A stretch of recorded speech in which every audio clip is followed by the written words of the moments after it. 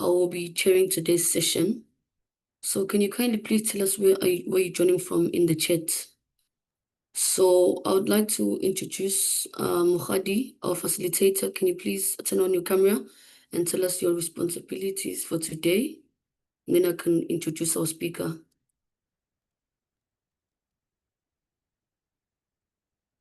Yes, good morning, everyone. My name is Mukhadi, and I'm going to be your technical facilitator this morning. So I'll be monitoring the chat, making sure that all your questions are addressed by our presenter this morning, and I'm looking forward to the engagement. Thanks so much. Thank you so much, Mukhadi. So I'll introduce our speaker for today, Dr. Adisuwa Vanessa Aktibehin is a manager, staff research enhancements, engagement and support in the research office of Sol Plaatje University, South Africa. She was a former lecturer, first-year co-curriculum and the program manager, and academic career path development in the Center for Teaching, Learning, and Program Development at SPU. Her area of research and expertise is in special education, education for sustainable development, higher education, and academic career path development. She has resided in South Africa for over 15 years and has presented at national and international conferences. She is a reviewer for 6 DHET accredited national and international journals and has supervised PhD students, the first of whom graduated in 2019. She has several publications in high-rated academic journals and books with high citation in Google Scholar, at least 810 citations. She has a track record of winning research award and funding and grants. We welcome you today, Dr. Adisuwa. Over to you. Thank you. You are muted. Thank you so much for the warm welcome and introduction, and I warmly welcome you all to this session. It's amazing to be here again. I'm really glad that you made it.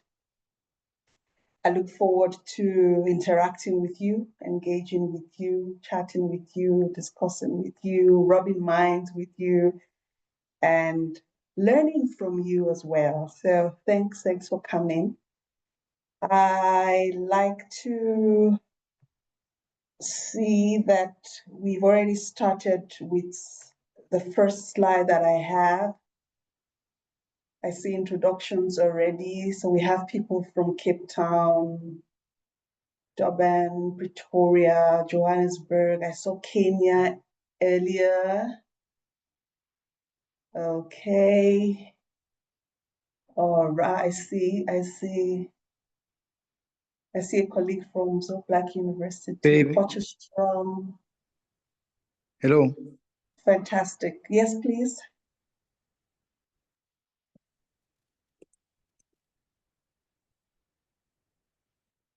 Yes, please. Yes.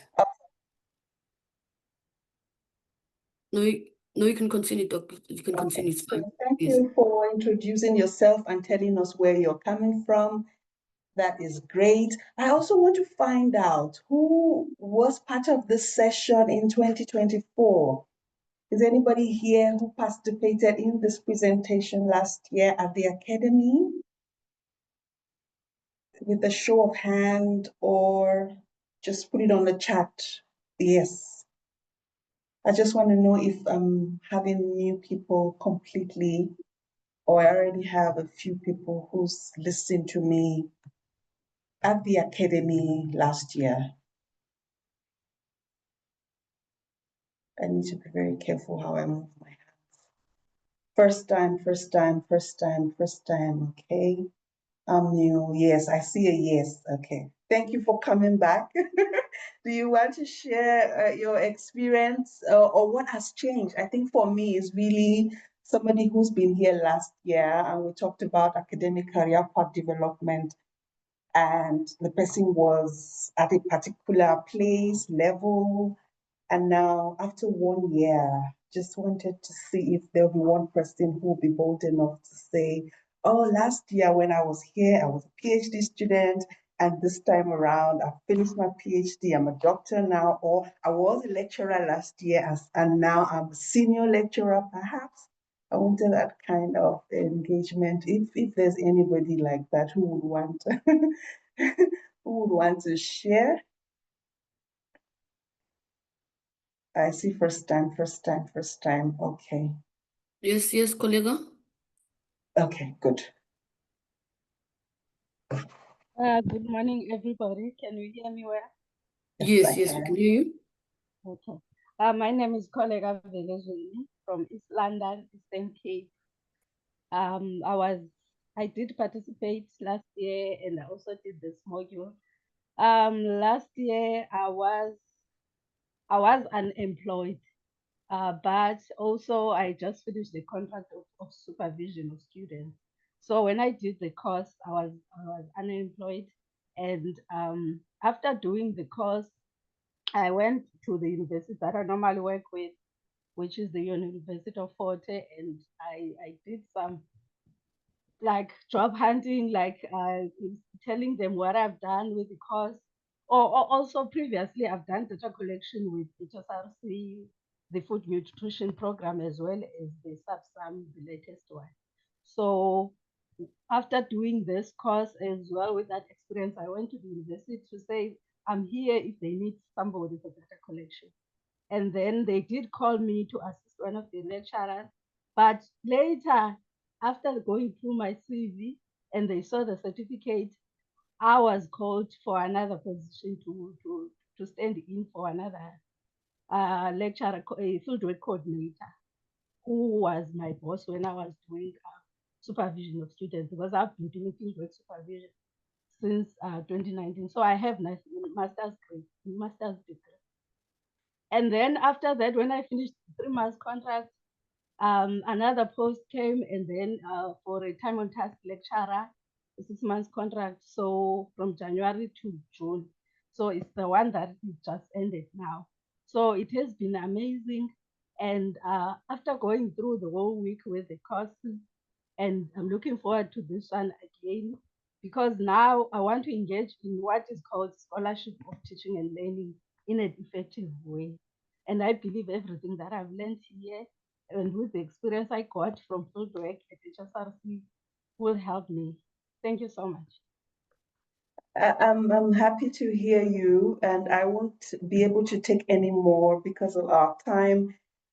But I intentionally asked so you see that there's quite a lot of value in being part of this HSRC Academy, and to be specific to some of the modules that you will be attending, and then keeping track of what you've learned, keeping track of what you've heard, keeping track of the engagements that you've had, and taking that on.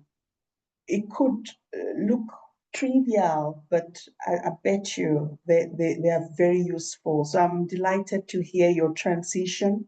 You're going to know why I'm asking this question in the presentation. So transitioning, being unemployed, being in quote jobless, and getting to have a job, and then from having a job to having a career, and all that accumulates into something great.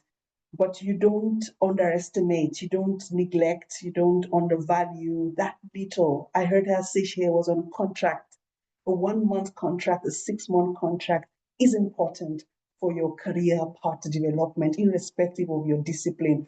But today we would be focusing on academic career path development specifically.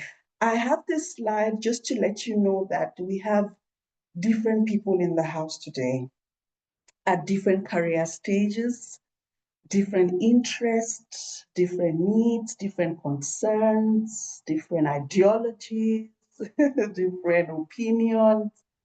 And I, as a presenter, teacher, a colleague, would try to meet you where you are. And I also want to just plead with everybody in the house to also try and understand that in a gathering like this, you have diverse people, and you cannot then not be conscious of who's with you, and you may find yourself at different level. Maybe somebody asks a question and you're like, who is asking that kind of question? Really, don't you know that we are very diverse here? So I know there are students in the house, master students, bachelor students, PhD students, lecturers, senior lecturers, even professors are in the house. Hence, we will try to meet everybody as much as I can, as well as also listening to your concerns. And also, you must get bored. I plead with you. If it's something that you already know and you're familiar with that I'm presenting, it's very new to somebody else. So I just want to crave your indulgence to be tolerant and understanding as we move on. I'm wondering if you've already seen the learning objectives as uploaded on the repository. So I don't take too much time on this, but at the end of this module, I envisage, I hope that you will be able to differentiate clearly between what a job is and what a career is, and the importance of the distinction. I hope you'll be able to define what academic career path development is. There are several stages, but I'm presenting 4 stages of career development in general. I'm hoping that at least you'll be able to know 2 of them or fit yourself within those stages. I'll present to you theories of career development in general, but zoom down to academic career path development theories. I would highlight responsibilities of stakeholder, your responsibility, my responsibility, the responsibility of the institution in career path development.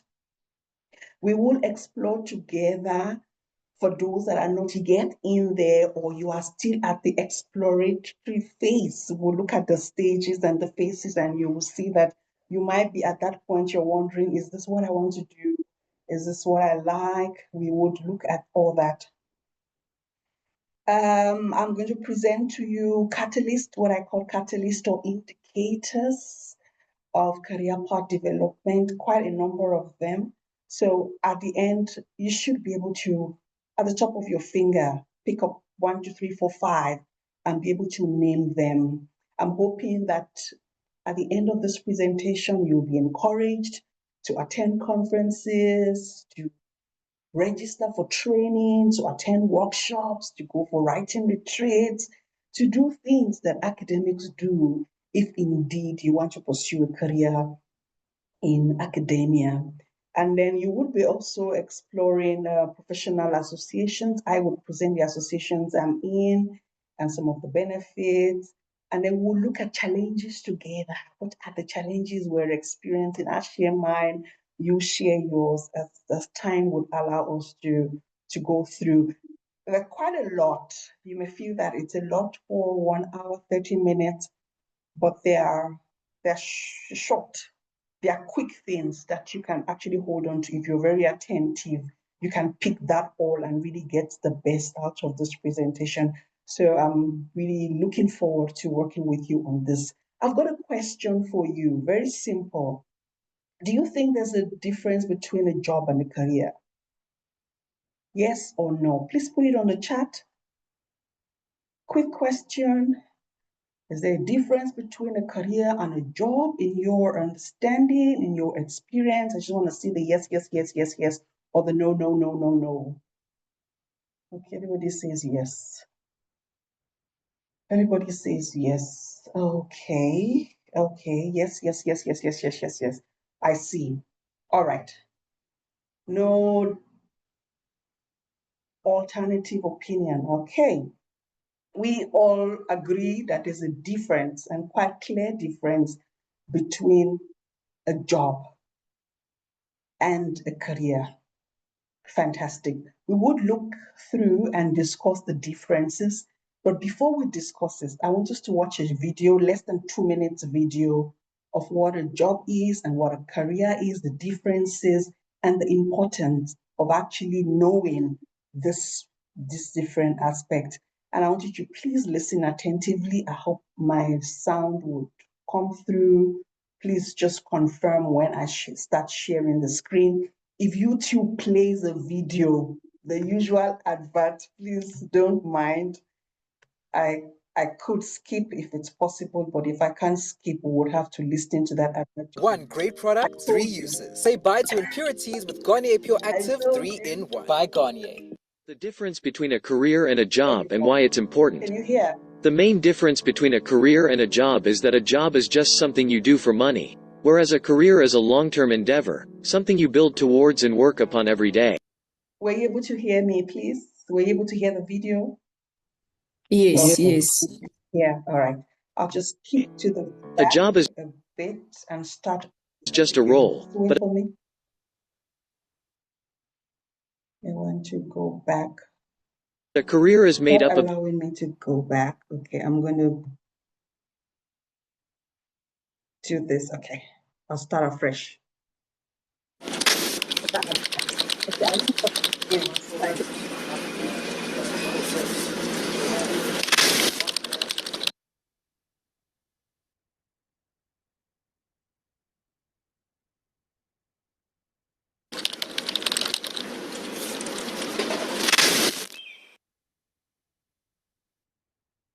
it's not allowing me to skip as well, but don't worry, it will come right now.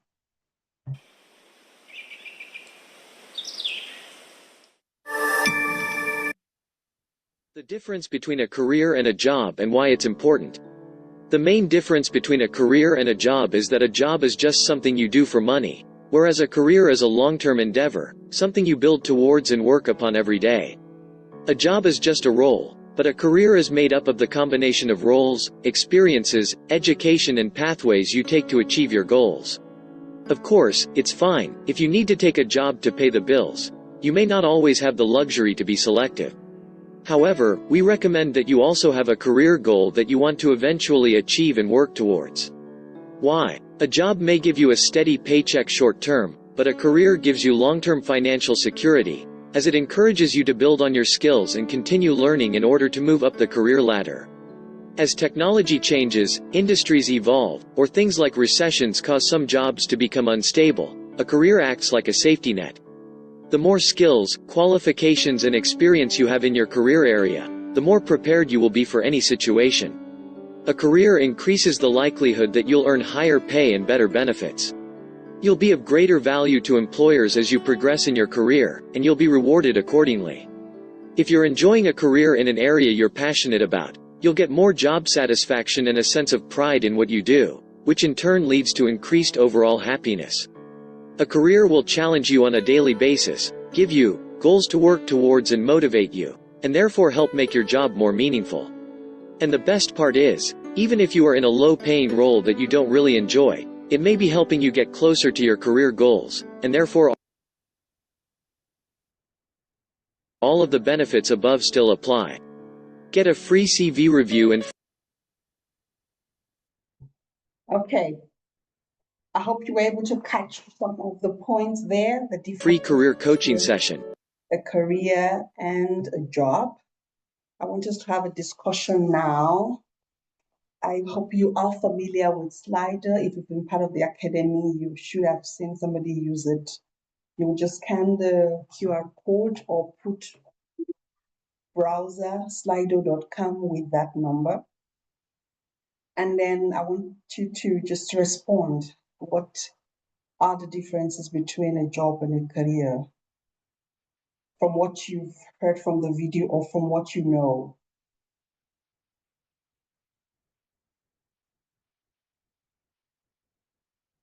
I see 7 people are typing already.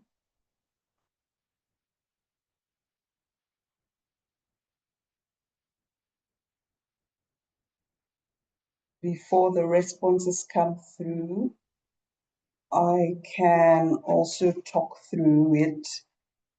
Okay, I see. Thanks for your responses. And your responses are anonymous, as you can see. So please feel free to chat. A career is something you work towards to understand. And Tando, do you want to do the reading for me so that I can catch my breath?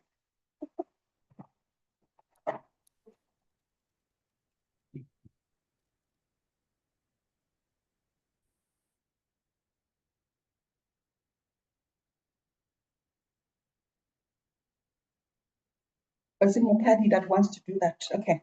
No response. All right. The career is in line with your passion. Just okay.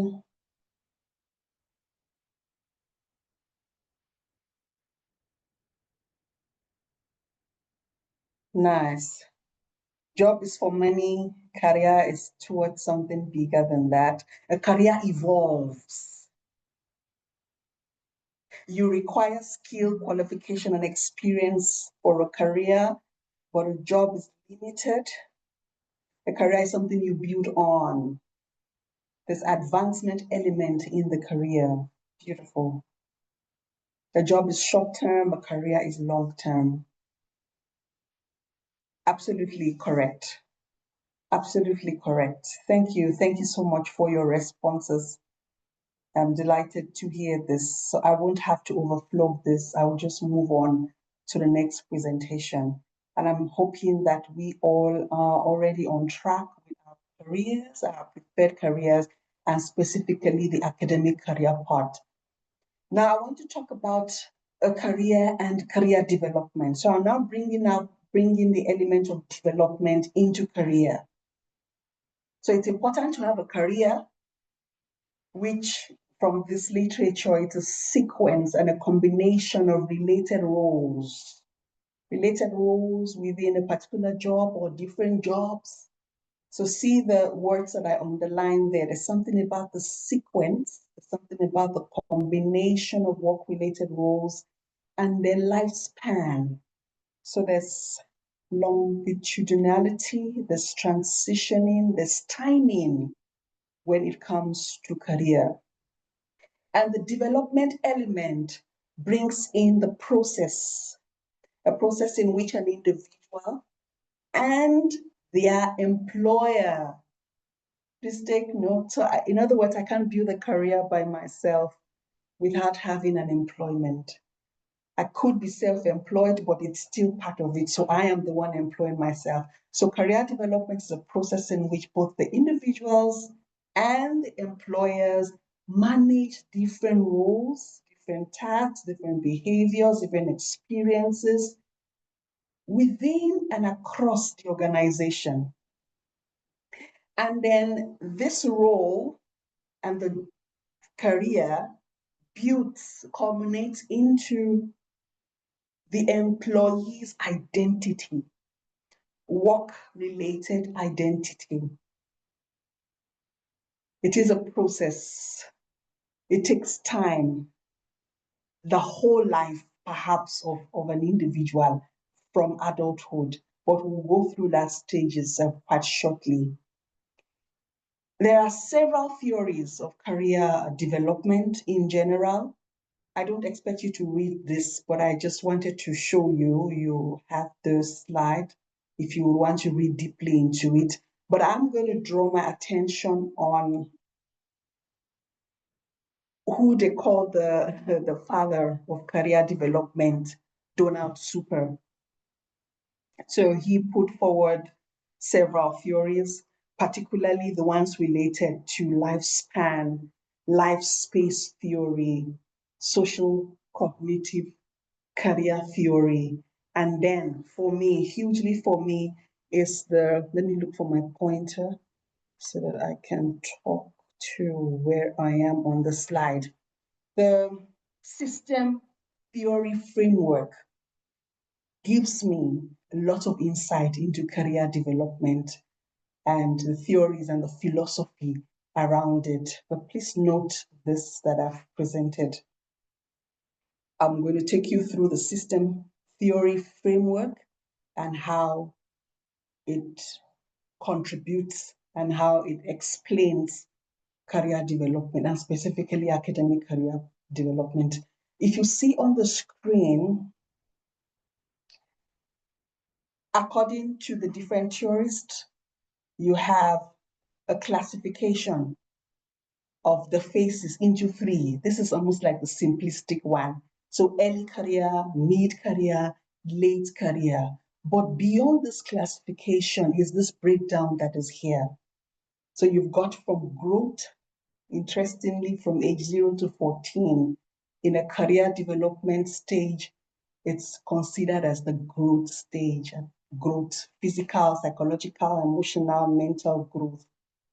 And that then transcends into a trial, or what is also known as exploration phase, where you try to identify, you try to know yourself, you decide on your choices, you choose your skills based on your interest, and there's identification of your identity at that stage. You also note the age that may be, plus or minus. It's not hard and fast rule, but more or less what one can find in terms of age.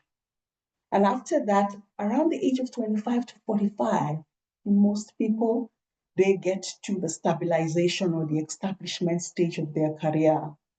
And at that point, they've already gained entry into their area of specialization. They have built their skills already. They've cut out their qualifications. They've decided on what to do, and they are performing quite well. From that stage is the maintenance stage. At the age of 45 and 65, not everybody, but some people are there where there's high input, they are satisfied with their work, they can advance in it, and they are impacting people, and at that point, they are even mentoring people. And the last stage of career development is what is known as the disengagement or the decline stage at the age of 65. And you can see that's the retirement age where there's low productivity and output at that point, depending on the individuals and the institutions. And at that point, there's a transfer of skill. They do more of mentoring and mentorship of people and supervision at that stage. Wherever you are, could be different, definitely, because we enter our careers at different ages and different times and hugely different experiences. But this is just what the theory says about career development. I talked about the system theory framework, which I like so much because it encapsulates different aspects that one must consider in a career. Just hold on for me. Okay, I see now. Yeah.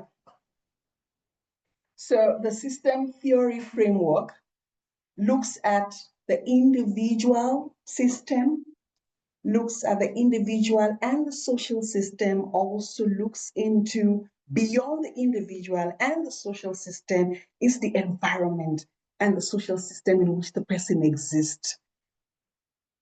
It's short, it's dense, but I just wanted to try and understand. So this framework is useful for understanding career development because of its holistic nature, its constructive nature. It is a meta theory. It looks at a relationship between the self and the context in which the person is in the world. As you can see, the individual level, the individual plus the system and the greater system that the person exists in. I think the next slide would assist you in having a view of this. So this is the individual, for example. So see yourself here, your gender, your values, your aptitude, your interest, your skill, your personality, your age, your passion, all that makes you who you are, and that shapes your career choice and your career development. Still part of the system theory framework is then the individual and the social system, and this is the extension. So which family are you from? Who are your friends? What education institution did you go? Did you study in South Africa? Did you study in Harvard? All that shapes who we are. Your workplace, where do you work? What community of learning, what community of practice do you exist in? That is the extension of an individual contributing to career development. And finally, is beyond you as the individual and the social system you exist in to the broader political issues, geopolitical issues, location, context, historical trends, globalization, neoliberalism, ideas and philosophy that we know about, we hear them, decolonization, neoliberalism, the socioeconomic status, political decisions, very important, shaping our world. We know of Uncle Trump and what is happening and how that decision, one decision affects all the nations and the countries and traveling and work. So we are in a system, and looking at an individual in the social system and the extended system where we exist and how we exist do shape our career development and our thought process. And we cannot but then understand how and why certain things happen to certain people and certain things happen to us or cannot happen. For example, I may desire a career in the United States this year, but if I am on the list of the countries that have been debounded, I can't go to the US. Even if I've got the qualification, I got the job, I won't have access because of a political decision and because of the employment market, because of the social economic status, because of my nationality, for example. I won't be able to go there. I would rather say, okay, I'm going to stay in South Africa, for example. So that's how this broader issues shape us, knowingly or unknowingly. Now, we know, I'm sure we know this already, who an academic is. I won't want to overflow this. Definitely, as underlined, an academic must be highly educated.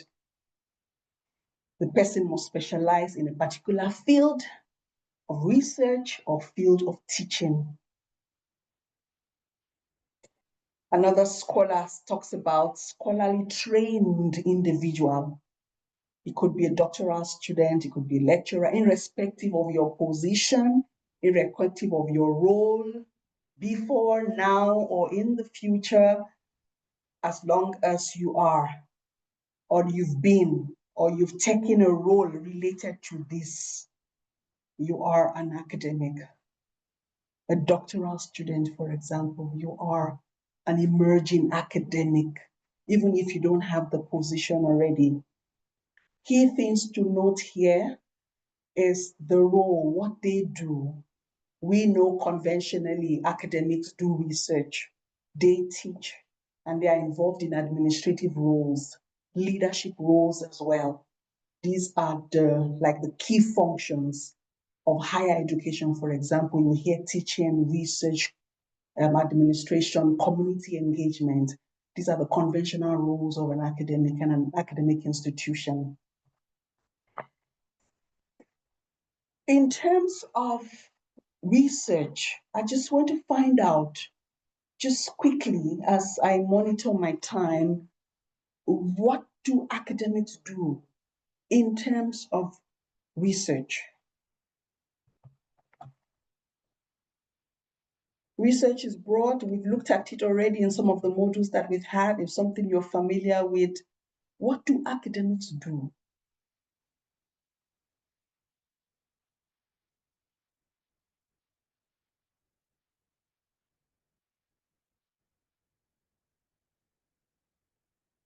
You can put it on the chat, and I can also go straight to my next slide because of time. I've got here for you what academic, I see, thank you. Academics teach research modules. Yes. Yes. Okay. They conduct research. They speak at conferences. They produce ideas.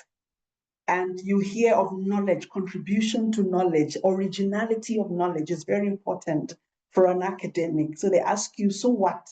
So what exactly are you doing? What's new? What's peculiar? What's your niche area? And that's all related. Knowledge generation, fantastic. You collect data, you analyze the data, you interpret the data, and then you disseminate the data to both the scholarly community or even to the layman. Academics, in terms of research, supervise students. Yes. And there are other activities that are involved, quite a number. It depends on who you are, your interest, your passion, your context, your institution. I love that. They shape government policies hugely, hugely. That's why there has to be continuous collaboration between individuals, academics, academic institutions, and government and civil society. Now, when it comes to teaching, that is another core aspect of academia, teaching. Even if you're a research specialist or a research professor, you would have to teach. What do academics do when it comes to teaching? I've got a few on the screen. When it comes to teaching, you've got to design your teaching. You have to know your subject matter, irrespective of your field. You would design a course, design a curriculum. You would have to disseminate that knowledge. You would have to teach. You have to know different learning styles, teaching methods. You have to produce your material. You work on a PowerPoint like this, for example, it's part of a teaching.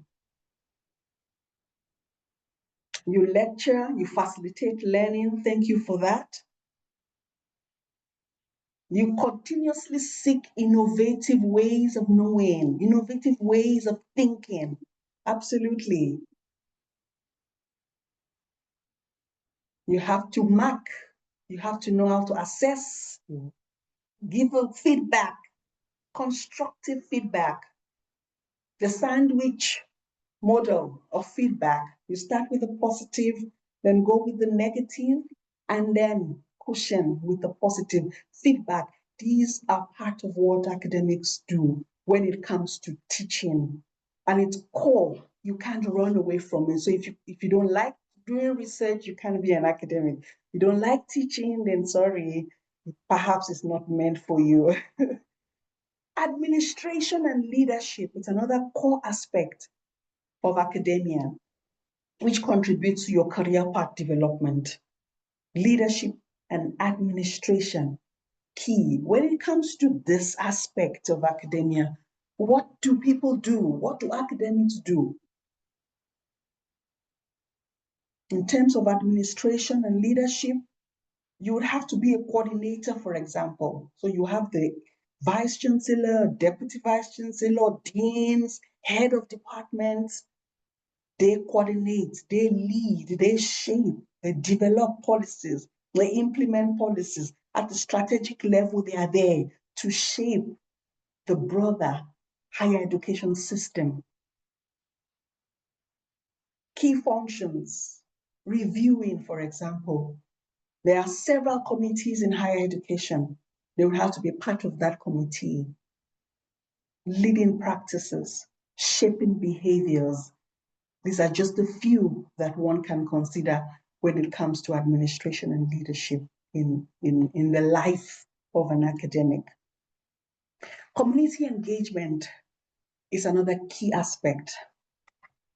What do academics do when it comes to community engagement?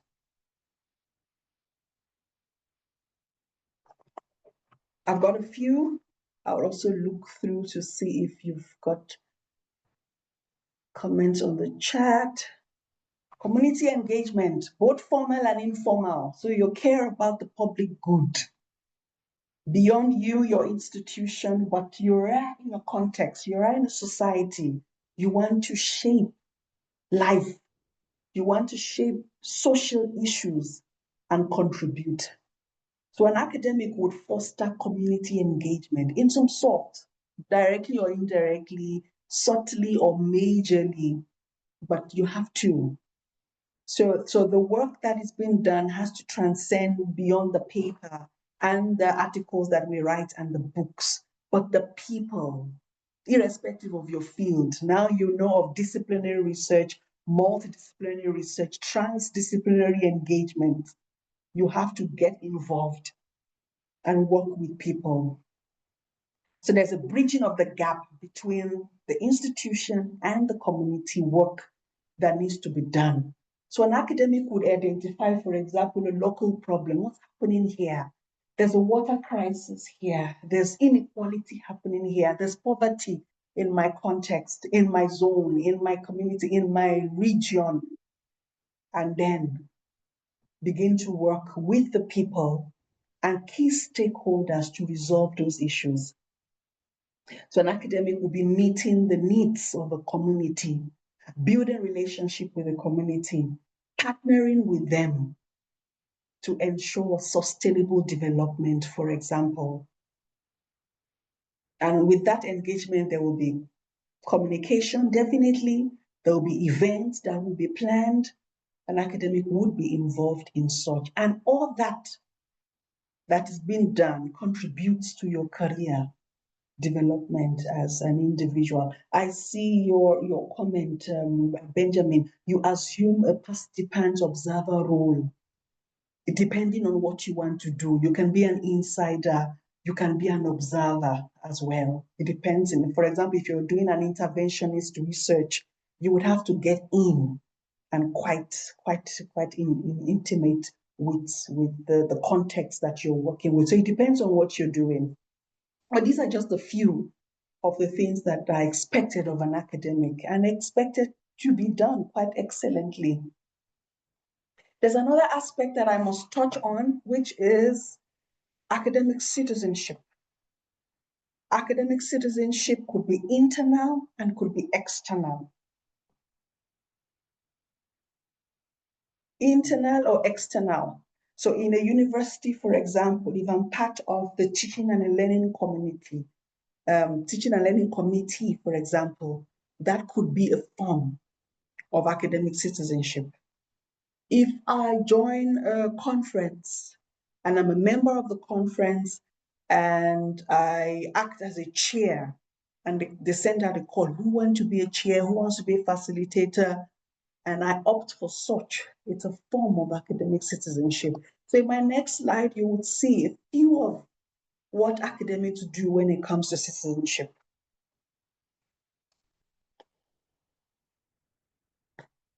Chairing of a session, facilitating of a session, all forms of literacy advancement,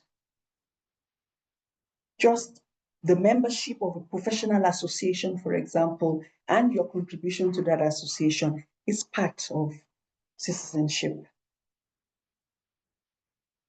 Members of an editorial board, reviewing of articles, that's part of academic citizenship.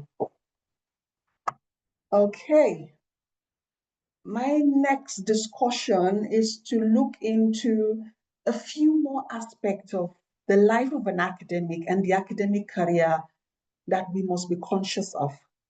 So like every other profession, there are challenges and it's very competitive in this space. The centrality of the academic career is around the expertise, around your skills, your experience. Your qualification is very key. Hence, the hallmark, the doctoral degree, is almost inevitable if you want to excel in the career. It's not straightforward, like I mentioned, so one could join the academia even from a junior lecturer position, and somebody else could only start at the point the person has earned a PhD and the person starts as a senior lecturer. So irrespective of where you start from, the paths are winding and it's never straight, very peculiar. The institution shapes the kind of career that can be built in academia. So if you're in a research-intensive institution, for example, your role will be related to more research than teaching. If you're in a teaching-intensive institution, the roles will be more teaching than research. So the employer, it's very important in the academic career. Here are the opportunities that come with a role and the career of an academic. For example, the acquisition of funding or being part of programs that exist. In South Africa, for example, you may have heard of NGAP, for example, the new generation of academic program.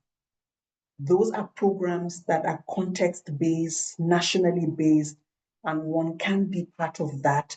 And then it culminates into greater programs like the Future Professors Program and several that exist in South Africa. NRF rating, for example, is also a system that helps enhance the academic career. This is very interesting. In academia, there's mobility. There's a lot of mobility, and Rosenberg calls it tournament mobility game, where you see an academic move from one institution to the other, and you hear them say, we're negotiating salary. There's a salary negotiation. People move from lecturer position to senior lecturer, or even the same. Some move from lecturer to lecturer in another institution, just depending on different reasons that people give. So these are just points to note. Here, I want to flag this, the expectations of an academic. So within your career, irrespective of your phase and your stage, there are certain expectations and practices that you must involve in. For example, there's an induction that happens. So within the institution that you get involved in, there's orientation into the academic fraternity. There's induction, and you must take that serious. So there's a way of being, there's a way of living. There's autonomy and freedom in the academic career, and people take that seriously, and even is part of what may determine one's involvement in academia because of the autonomy and the freedom that exist. Continuous improvement is inevitable, otherwise you would not excel as an academic. So there's continuous researching, publishing, presentation at conferences, and engagement with different aspects of academia. You have to continuously develop a strategy for yourself. So that's part of your responsibility. I'll take you through that now, how you get to improve and advance in your career. Teaching experience is important.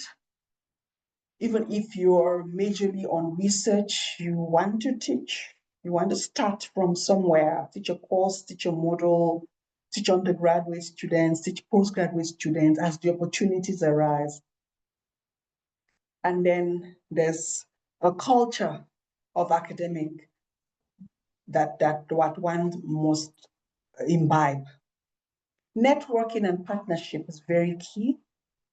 I've talked about community engagement already and public engagement. You cannot be known only in your institution and your small corner, so that you have to collaborate with others beyond your institution and beyond your field. The knowledge of the sector that is expected of an academic. The recruitment process is also a bit peculiar, and one must be familiar with how it works. There's performance management that is required of an academic. Depending on your institution and where you work, there are certain requirements and expectations of you, and please bear that in mind.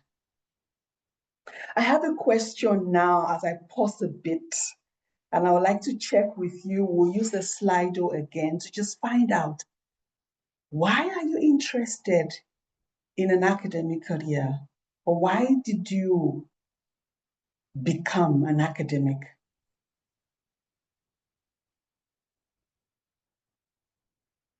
Why an academic career and not any other?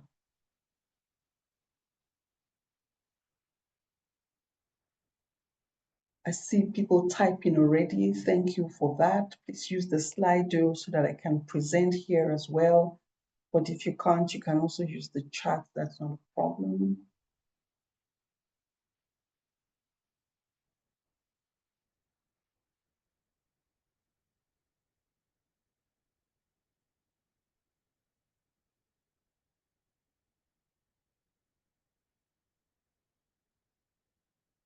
All right. Why are you interested in the academic career? Learning, solving, society, contribute, to be part of a solution to a community. Awesome. Passion for research and problem solving. Consensus.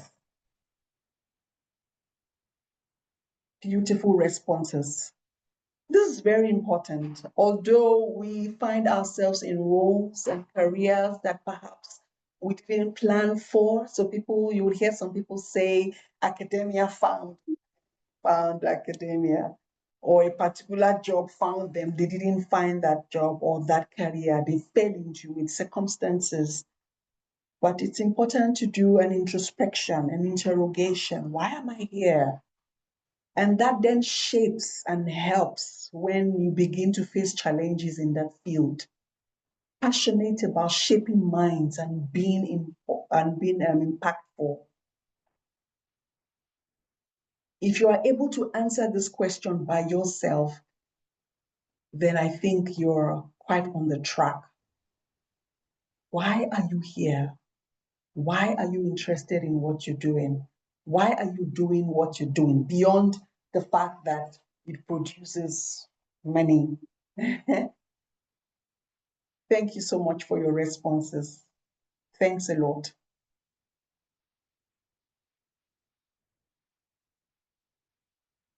Beautiful. Mentorship. You want to mentor, you want to be mentored as well. Okay. Nice. I'm moving on now to academic career development. So beyond you recognizing yourself and shaping your identity and knowing your stage of the career is the developmental aspect of it. And for this, you have a role to play, and the employer also has a role to play. So irrespective of what you do and how you do it and when you do it, the developmental aspect is very key in shaping your identity as an academic. I'm going to present to you now stages different from what I presented before. A stage of the academic career, you can position yourself right away. So this, you're not using the age. We're not using, irrespective of your age. You would be an emerging career academic.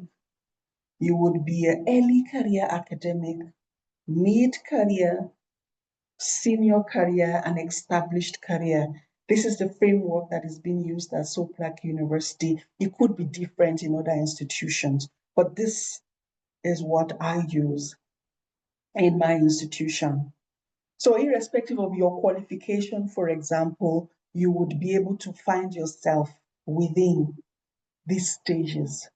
So if you've not even done your master's, you've not done your master's, or even your honors, you're still a bachelor's degree holder, you can begin to consider yourself as an emerging career academic. If you started your PhD, midway PhD, or you're advancing, you will still be an emerging career academic. By the time you end your PhD, you could boldly transition into being an early career academic. So most postdoctoral fellows would be in that category. And then you will notice that even within the early career academics, I have a breakdown of the early, and then the advanced. Because you always have an entry stage, and then you transition and build and grow before you then get closer to the next stage of your career. Mid-career academics would then be what you should emphasize if you've already been early career for some years. And then from there, ideally, you should begin to transition to be a senior career academic and then established. So most professors would find themselves there. Professors, A-rated, B-rated, C-rated professors. Wherever you are, you can start anytime if you've not even started, but there's always something to aspire towards. My next slide is to go into this transitioning and the importance of transitioning. So you cannot be an emerging career academics, you have an honors degree or you have a master's degree, and for 5 years, 6 years, 7 years, 10 years, 20 years, you're just comfortable there. After all, you have a job and you have a salary. It's not ideal. It's not expected. The norm, the expectation is that there's continuous transition. Hence, the different aspects of academia that you must develop yourself in, continuously researching, continuously teaching, continuously being engaged in community engagement, in administration, leadership. The different roles and the components should be advanced over time. So you have to transition into, transition through over time, and then transition out into a higher level in the academic career. That's the expectation. But we will discuss how to do that and what is needed. So when it comes to transitioning into, through, and out, my question is, what are the implications of not transitioning? Because I've met people who are just comfortably there. Like, I'm happy to be a junior lecturer and I've been there for 10 years and I'm fine. But what are the implications of not transitioning? Either you don't want, or circumstances around you, your social system is not allowing you to transition. So the ideal is to move. So I'm using these typical conventional positions to describe the transition. So from a junior lecturer, for example, or junior researcher to a researcher, senior researcher, senior lecturer, associate professor, professor, over time. And then beyond that, you have the emeritus professor, or the different kinds of professors that exist. What are the implications of not transitioning? I don't have a Slido for this. I'm going to use the chat. Implications of not transitioning, either as an individual, personally, stagnation, lack of purpose. It shows something is not adding up. Hey, how do you even want to mentor students? How do you want to be a supervisor that students will want to come to if they know that you've been there for so long? We don't see. Perish. Absolutely. Resistance to change. Interesting. That means there's something fundamentally wrong. The person becomes irrelevant. You cannot be irrelevant as an academic. Redundancy, you lose out. You don't get to know, because even within a field, within a subject matter, within a concept, there's continuous evolving that happens, and you have to continuously engage with the knowledge and understanding. When it comes to researching, for example, you can't just say, okay, I'm a qualitative researcher, I'm a quantitative researcher. Things are changing. Things are being done differently and speedily. Now we're in the age of AI and you've got to go with it.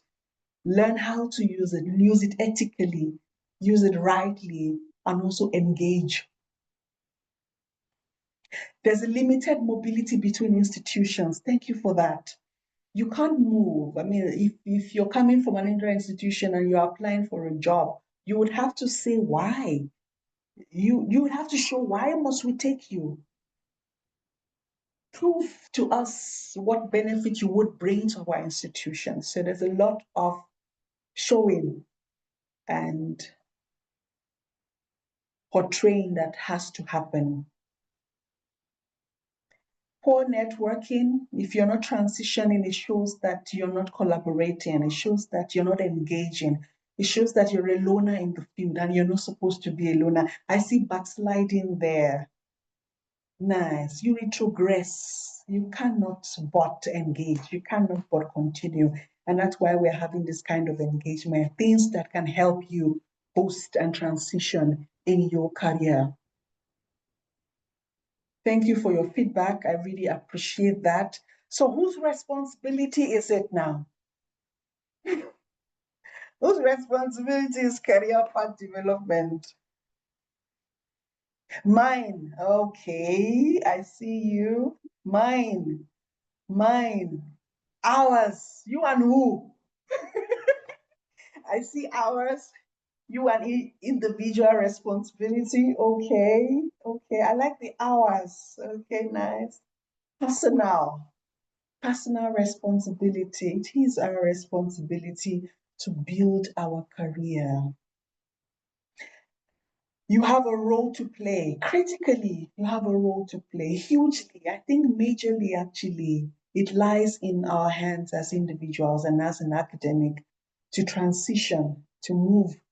Myself and the senior, nice, okay. Mine and the employer, beautiful. And that's what I've just popped on the screen. There is a responsibility that comes from me and from you. There's also a huge responsibility by the employer. And that's why some people also move from one institution to the other when there's institutional constraint. When they discover that they can't move, something is happening. I'm applying for promotion, I'm not getting promoted. My line manager, my supervisor, my head of department, or my dean is obstructing me that I move because the employer is not playing the role. HR has a significant role to play. The management and the leadership of higher education have roles to play in ensuring our academic career path development. Fantastic. Thank you so much for your feedback. I really appreciate it. It's a huge question, but let's dive into it. So before we talk about the responsibility, my responsibility as an individual, I want us to go to the employer's responsibility. It's a video I'm going to show now. And what this video does that is important is that it takes you through the stages of career development that I've presented earlier. Then it highlights the role of the employer. There is a benefit the employer gets from my career development. There is a benefit I also get, but there's a mutuality that must happen. I want us to listen to that video now shortly, and then we'll engage afterwards. Career development and the role of the employer. So if you've not been holding your employer accountable, you may begin to do that now, to say, please, there's something you should be doing that you're not doing. Let's have a look at that video now. Thank you. I hope there's no advert again that would play, but if it plays, don't worry.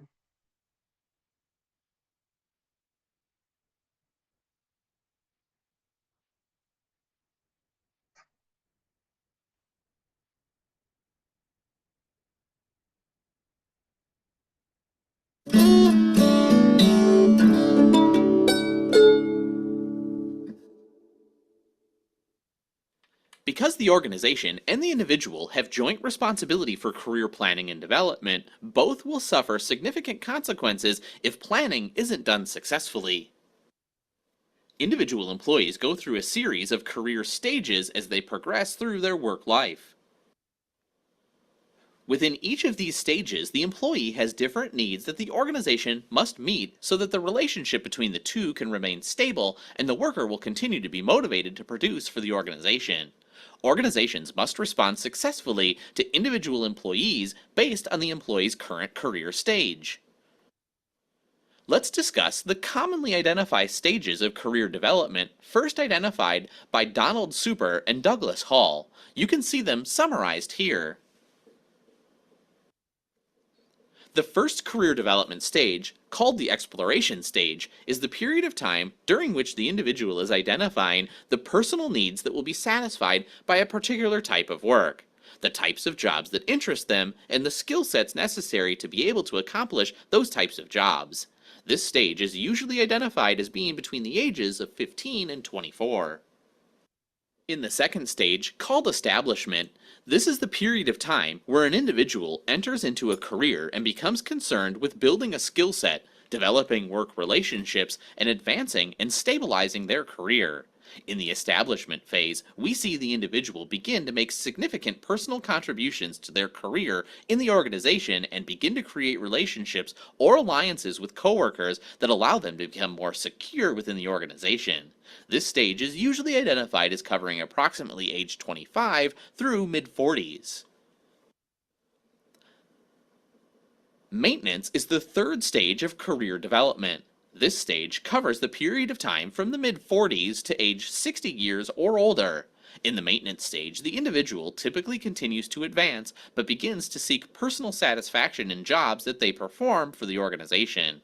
This is the phase where we see individual employees begin to act as mentors or trainers to their younger coworkers, and to act to improve organizations and its processes as well as policies because they see a need to do so.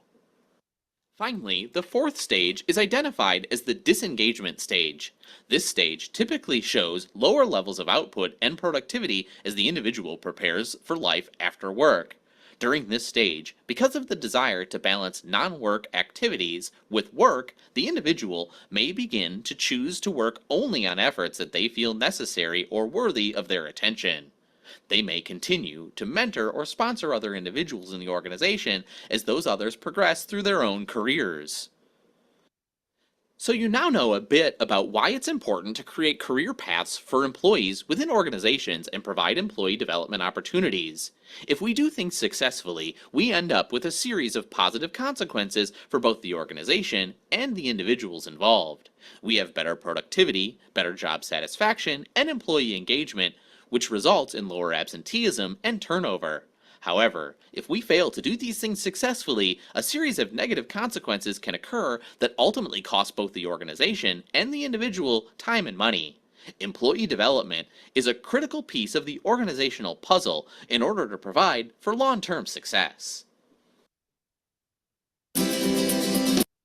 Yeah, the institution has a role to play in as much as we have a role to play.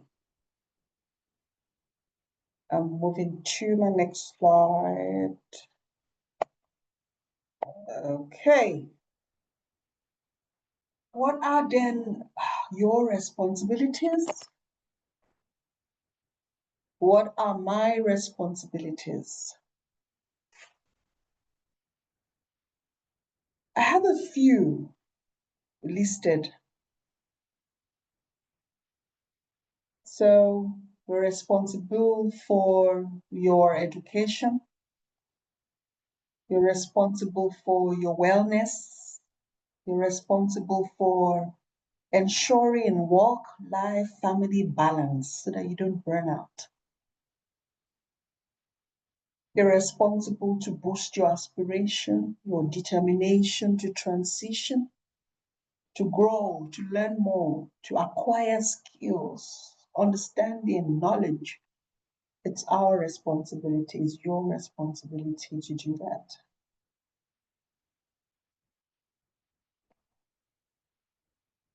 Performance.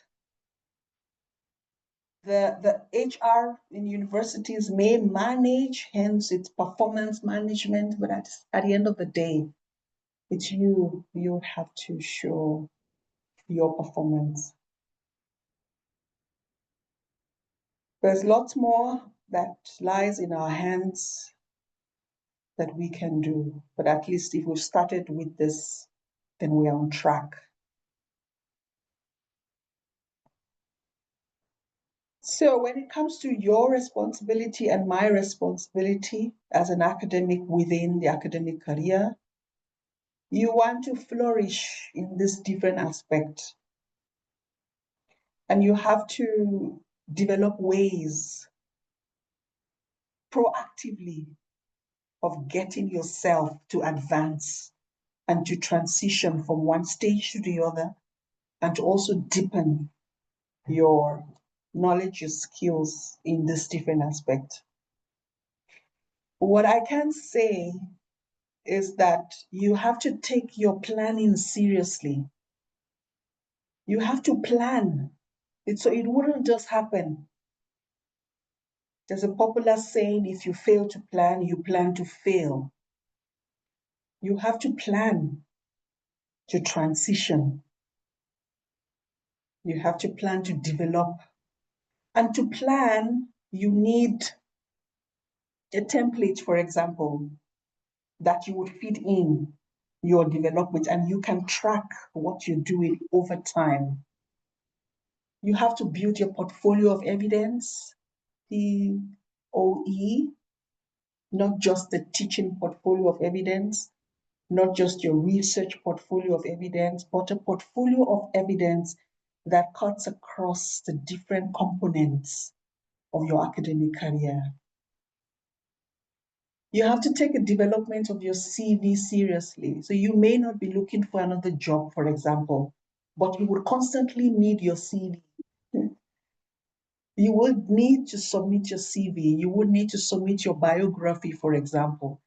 And it's almost like what you do on a weekly basis, if not on a daily basis. You have to keep improving it. So if you've got a CV and you've not changed your CV for 1 month, 2 months, 6 months, 1 year, sorry, something is wrong. Not because you're looking for a job, but even for opportunities. If you want to apply for a program, if you want to apply for funding, you will need to submit your CV. Hence, you have to continuously build your CV. Part of what will boost your career as an academic is your profile, your online profile, online presence. If I go now, Google your name, what would I find on Google about you? You can search for yourself. I do this all the time. I've done it several years. I just go put my name on Google and see what pops up. What do you see about yourself? You have to develop an online profile. And I don't know how many of you have been able to look at on my bio. I've got a link to my social handles, and you could learn a thing or two from that, where you have a platform where you are accessible to other platforms. So Linktree does that quite well. So my bio is also on the PowerPoint. You click on that link, and on one link, you will get access to me on Orchid, on Google Scholar, on LinkedIn, on X, on academia, everywhere possible. It's the development of online profile for yourself. People can reach you, and you can also reach people through those platforms, and it helps to build your academic career. I'm going to take you now, as time is staring at me, at the different indicators. You need to figure out, do I have these indicators working for me? Am I progressing in this aspect? So there's a broader aspect of research, for example, there's a broader aspect of teaching, there's a broader administration and leadership, but in those areas and components are different things that you must do. So, highest academic qualification. What's your highest qualification, and are you planning to study further? If not, why not? You just have to have a PhD. Come on. You just have to get a PhD. Come on. If you started it, get it done. It's very important. Yeah? And then experience in higher education. Apply for that job. Start that role. And then you gain experience. You got to take opportunities to teach. Teach something. Teach anything available for you to teach that you can. And then publication is very key. We know that. I can't overemphasize that in academia. You can publish an article, you can publish book chapters, you can publish a book by yourself. Yes, it's not a huge, big deal. People do. Conference, not just attendance, but conference presentation. People go for conferences to attend. You shouldn't be going to attend. You should be going to make a presentation, make a MAC. Supervision of postgraduate students and undergraduate students, hugely important. Examination of thesis as an internal examiner, as an external examiner, get involved, look for these opportunities. When it comes, don't neglect them, they are very important. Research collaboration within your field, outside of your field.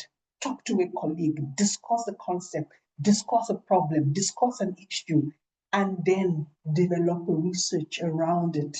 Write a proposal with somebody. And that's how you begin to build. Apply for research funding because you need money to do research and do good research. And in South Africa, we've got many opportunities to apply for funding within and beyond South Africa, actually. Apply for special programs, NGAP, Teacher Professor, BAB, NRF rating, they are all available. Please do get involved. Community engagement is important as well. It's part of the areas you need to strengthen. Internal citizenship, in an external academic citizenship important. And then management as well. So you've got academics who cannot lead.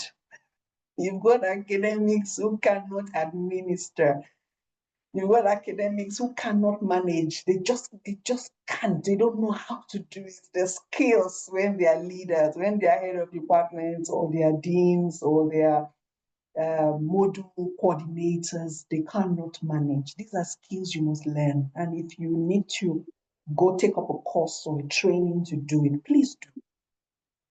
And then performance, check yourself, rate yourself, and ensure that you're improving. Key aspect.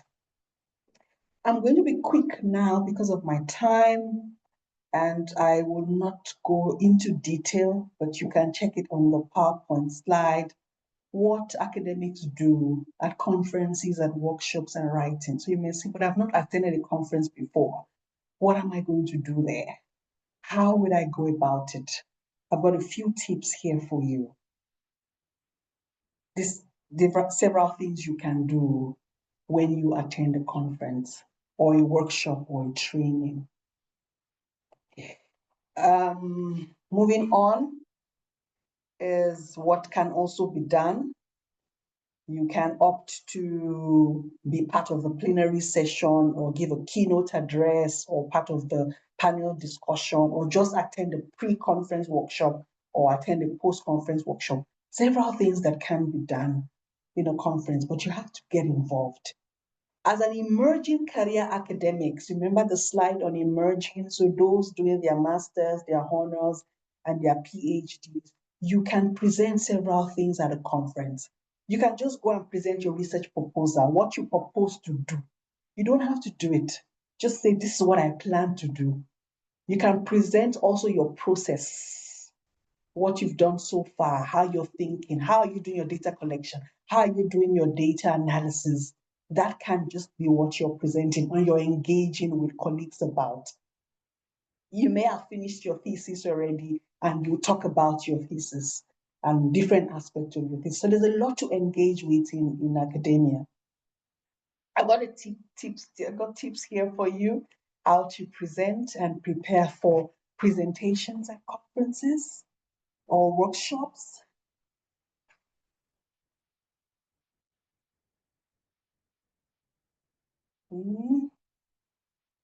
Prepare, plan for it and get it done. I've got catalysts now. So in the next few slides, I want you to just pay attention to them. So when it comes to research and postgraduate supervision, you have to be doing this. You have to be involved in research. Either it's qualitative research or quantitative research or mixed methods research. Get it done. Supervision of students as the opportunities arise. Interland and external examination is very important. I noted that already. That's a catalyst for you to progress in your career. Teaching, undergraduate and postgraduate students, ensure that you are teaching. Funding, don't think it's too small, even if it's a 500 rands funding, 2,000 rand, or $500. As long as it's a funding you can apply for, you have already stepped up into that space and you have experience. So there's something about experience. You start small. You don't undermine yourself. These are just a few of it that I picked from my CV. I just copied and pasted of how I've got funding over the years. Professional associations, you have to be a member of an association, otherwise you are irrelevant in the field. So there's a group of people, there's a community of practice that talks about you and what you do. Who are they? Where are they? Join, be a member. Many conferences have associations, but you have to be a member of that association. I've got a few that I'm part of. And depending on your field, you can be part of that. Another catalyst I'm sharing is citizenship. I'm a reviewer, as you already know. I've examined PhD theses as part of my citizenship contribution. I'm a member of the planning committee of this HSRC Academy. I've been doing this since 2020. That's part of my academic citizenship. I'm a board of editorial, part of the editorial board of the journal is my citizenship. These are the things that has to be done. I'm presenting this slide to show you that, okay, I didn't just talk, but I've got it that you can actually emulate or learn from. Community engagement, I've mentioned it. Look at context and develop something and work with people. Leadership and administration, here you go. Members of committee, teaching and learning committee, research committee, or mentor or coordinator of something, or a principal investigator in a research. Those are your leadership and administrative roles that you have to get involved in. The next is skill development. You have to continuously develop your skill and look at yourself and your context and your interests. What are the skills that are needed in my field and in my area? And then you develop them. You learn. These are just copy and paste from my CV. This one I thought would be important as well, not for you to read in detail, but to see how you can be very proactive about training and professional qualifications. So I think I got all this after my PhD. I finished my PhD in 2016. So look at the timeline between 2021 and 2025. These are the trainings I've been involved in, just some of them. Courses. And they're available online now. You can just go on LinkedIn, you will find adverts of courses and training that you can register for. Please maximize those things. They are needed for you. You will need them. And I'm getting to the end now. What are the challenges of academic career path development? Maybe that will help us to engage towards the end now, and that should be one of the final slides that I have. Hey, challenges of academic career path development. Can have one or two that we can talk about. You may want to add how to overcome them, because time may not allow me to respond to some of the questions. Challenges of academic career path development.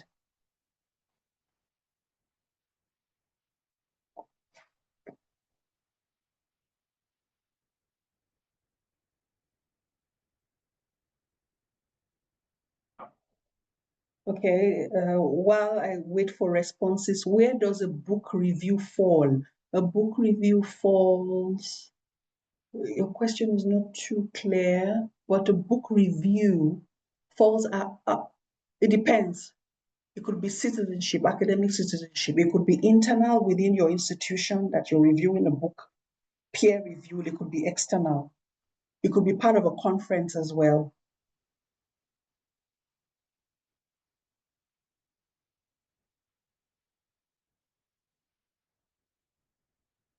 Yeah, it's academic citizenship. You decide to review a book, review an article, a part of the editorial board, that's citizenship. Let's see the responses on the screen. Challenges, juggling a lot of work within a limited time. Absolutely, you have to juggle.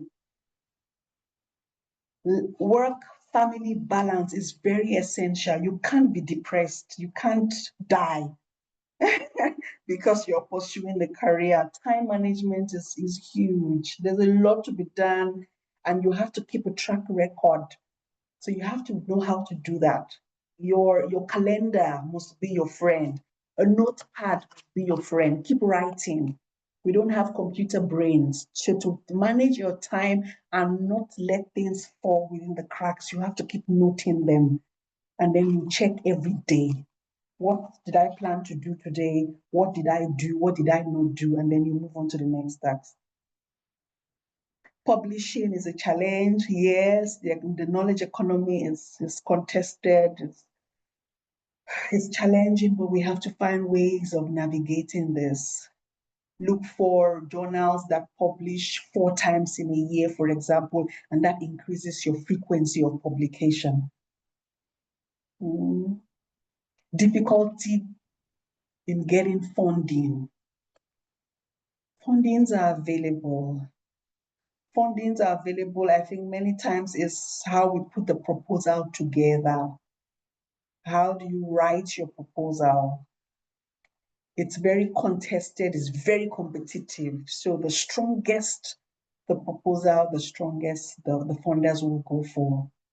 So you need to spend a lot of time on that proposal writing and then meet the requirement. That's why I love this academy, that you would have learned several things. You can access the videos of these other aspects of looking for grant, for example, writing a grant proposal. I attended that session, fantastic. So yeah, finance, burnout. You have to prioritize yourself. You cannot lose yourself in the space. Gatekeepers, the gatekeepers of the research. There's a lot of politics in academia, unfortunately so, but we have to ethically negotiate our ways through them. Fantastic, fantastic responses. Thank you for this. We can keep engaging beyond this presentation. My contact is available. You can email me and we can talk. You can contact me via any of my social media handles and I'll try to respond to you and we can take some of these discussions further as time will not allow us to go deeply into this. Well, thank you for your responses. So you need to now ask yourself, if you're not yet in the career or you're in the academic career, is this right for me? Is this right for me? Ask yourself, is this what I want to do? You have to get to that level where you decide that this is what I want to do, and then you pursue it and put all your hands on deck. And I'm hoping that now you've been able to do some of this as we planned in the beginning of the lesson. I'm hoping that I've met these expectations and I've come to the end of my presentation. And we have a few minutes to discuss in time to allow us. I'm still here. I can talk till the next presenter starts, but I appreciate your time so far. Thank you so much. I hand over to you, Tando. Thank you. Thank you so much, Atiswa, for this very informative session. You've touched on very important components and aspects of academia, especially if you want to be in academia. You spoke about the programs available, the funding opportunities, also climbing the academic ladder. It's very important, stepping up, especially for students. If you're in university, there's a lot of opportunities for you to build your CV there. There's tutoring opportunities, there's ad hoc lecturing positions. There's a lot of opportunities for you to volunteer and build your CV for this academic career path. So thank you so much, Adesua, for this session. And we also like to thank everyone who attended this session, your participation, your question. There's a lot of questions in the chat, but Adesua has provided the contact details for you if you want to further this discussion. Our next session is at 11. I'm not sure if Adesua, you'd like to stick around and continue to take questions and so we'll start the next session. I'm fine. I'm here. I'll be here till I'm part of the academy, so I've been attending all the sessions. So I'm happy to stay even beyond. To those that need to leave because it's 10:30, yes, please, you may leave and don't feel that you're leaving us behind. And those that can stay, yes, I'm happy to stay. So yeah, we can go through the questions that are available. I don't mind. All right. Thank you. Thank you to everyone. Bye.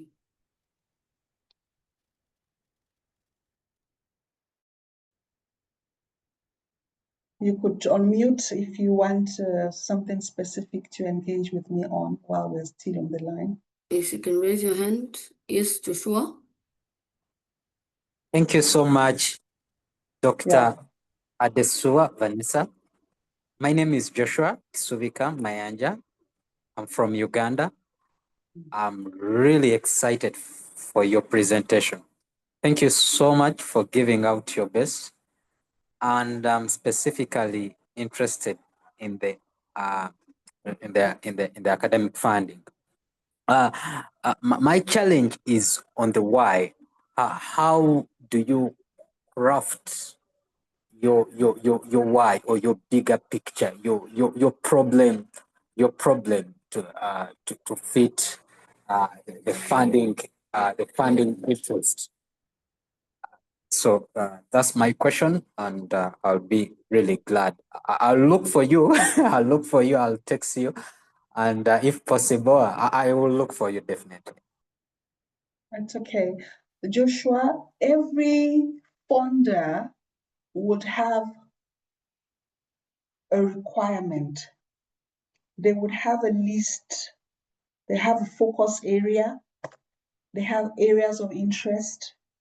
They have eligibility criteria. They would have requirements. They tell you you can only use certain funds for certain things. So there are guidelines presented by every funder. You have to critically read through and ensure that you're literally meeting and ticking each. So it's not the submitting of the proposal, the funding proposal that's important. It's actually ensuring that you've done what will satisfy the funder. What are they asking for? What do they need? What kind of expertise do they need? What impact are they looking for?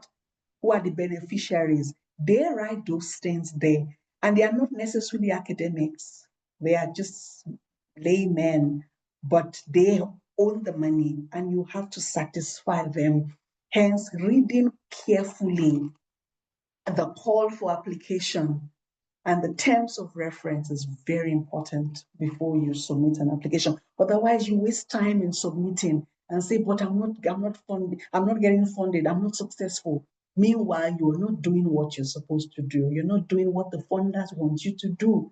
Simple instructions will be clear. Your abstract should not be more than 250 words. Some of them, if you go beyond 250, you are disqualified because it's very competitive. They don't have time. So they actually look for those that they will scrap out, and you don't want to fall into that trap.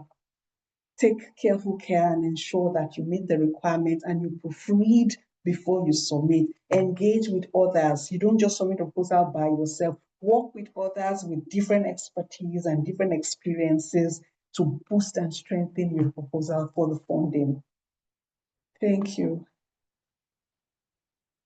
Any other hand? Yes, I see.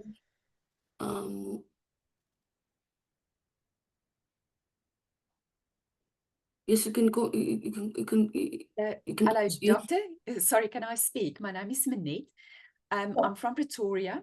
I'm in a very difficult situation. I'm already 51 years old, and I made a late career change.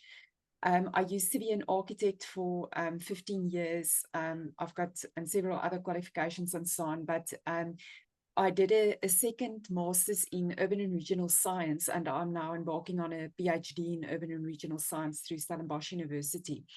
I would really like to get back into academia, but at this point in time, you know, I'm an older student. I do not have all of these that you presented, what is needed to actually pursue an academic career.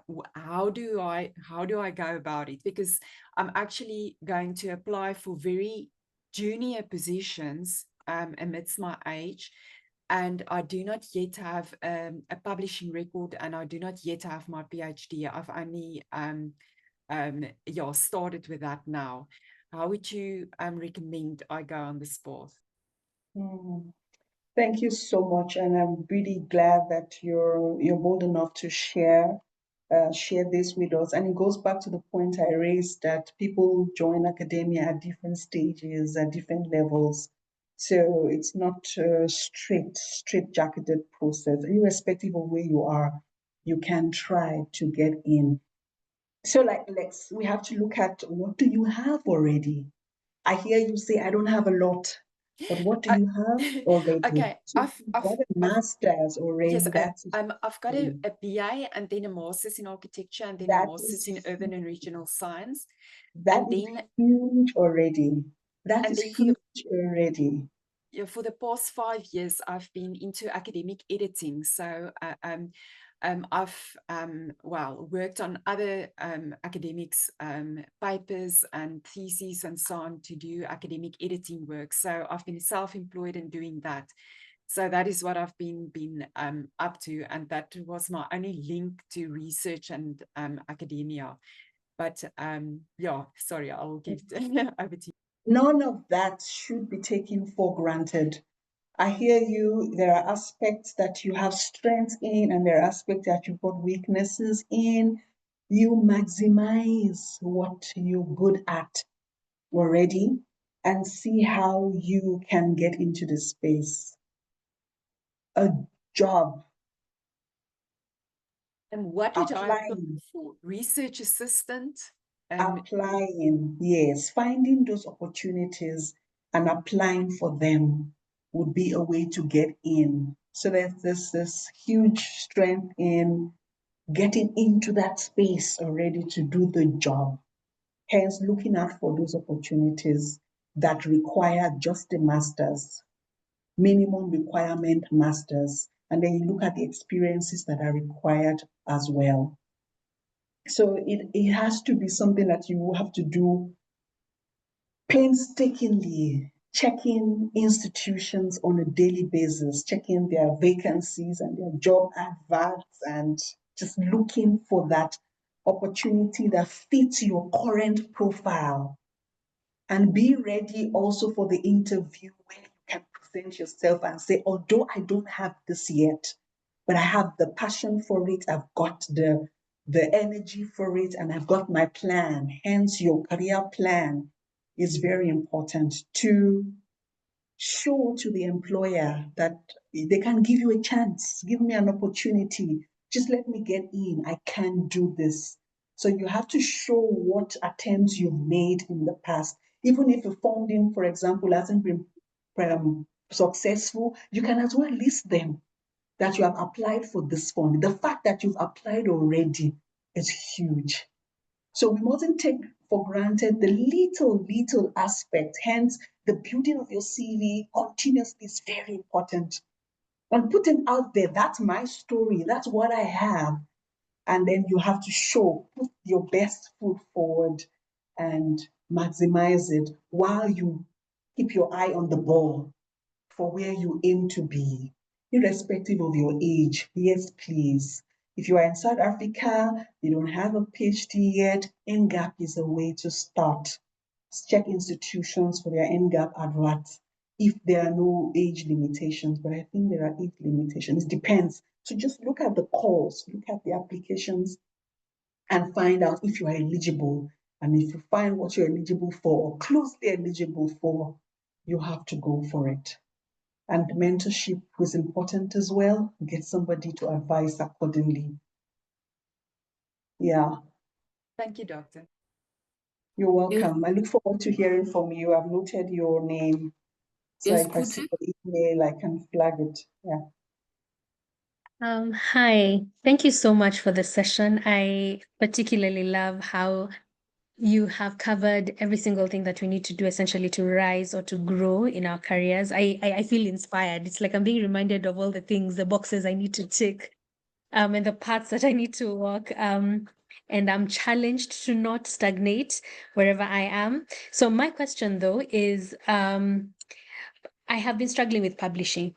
When it comes to the application of research projects and whatnot, I am applying, I am getting grants, I am doing the work, but somehow publishing is something that I am getting a bit stuck on.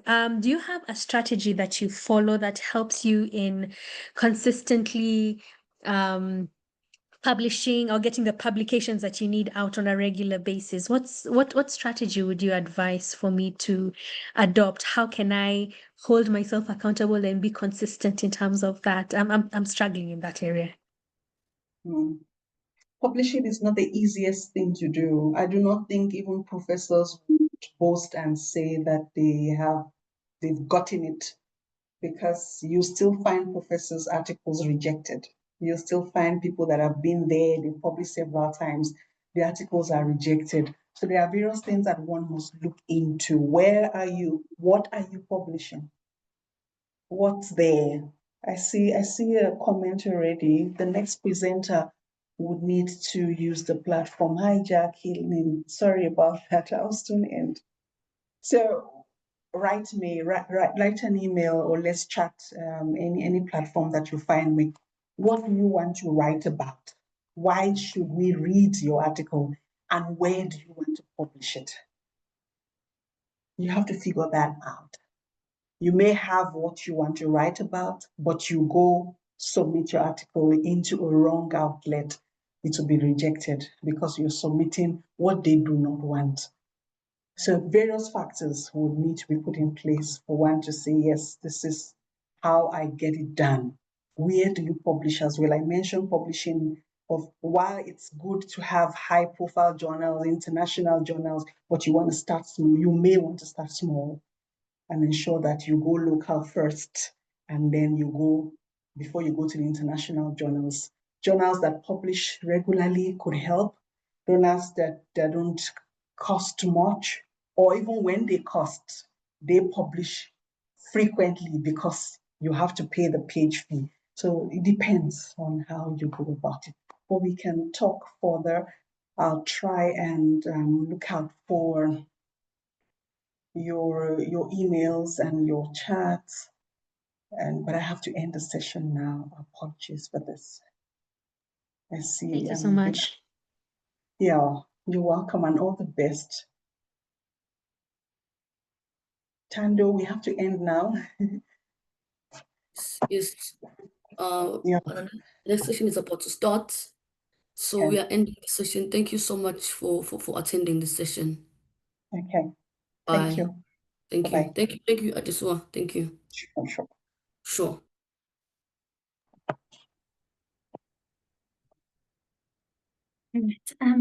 Latricia, I see you in the chat. While we wait for your co-host abilities, can I quickly test the video, please, with you? Can you just tell me if you can see and hear the video? Actually.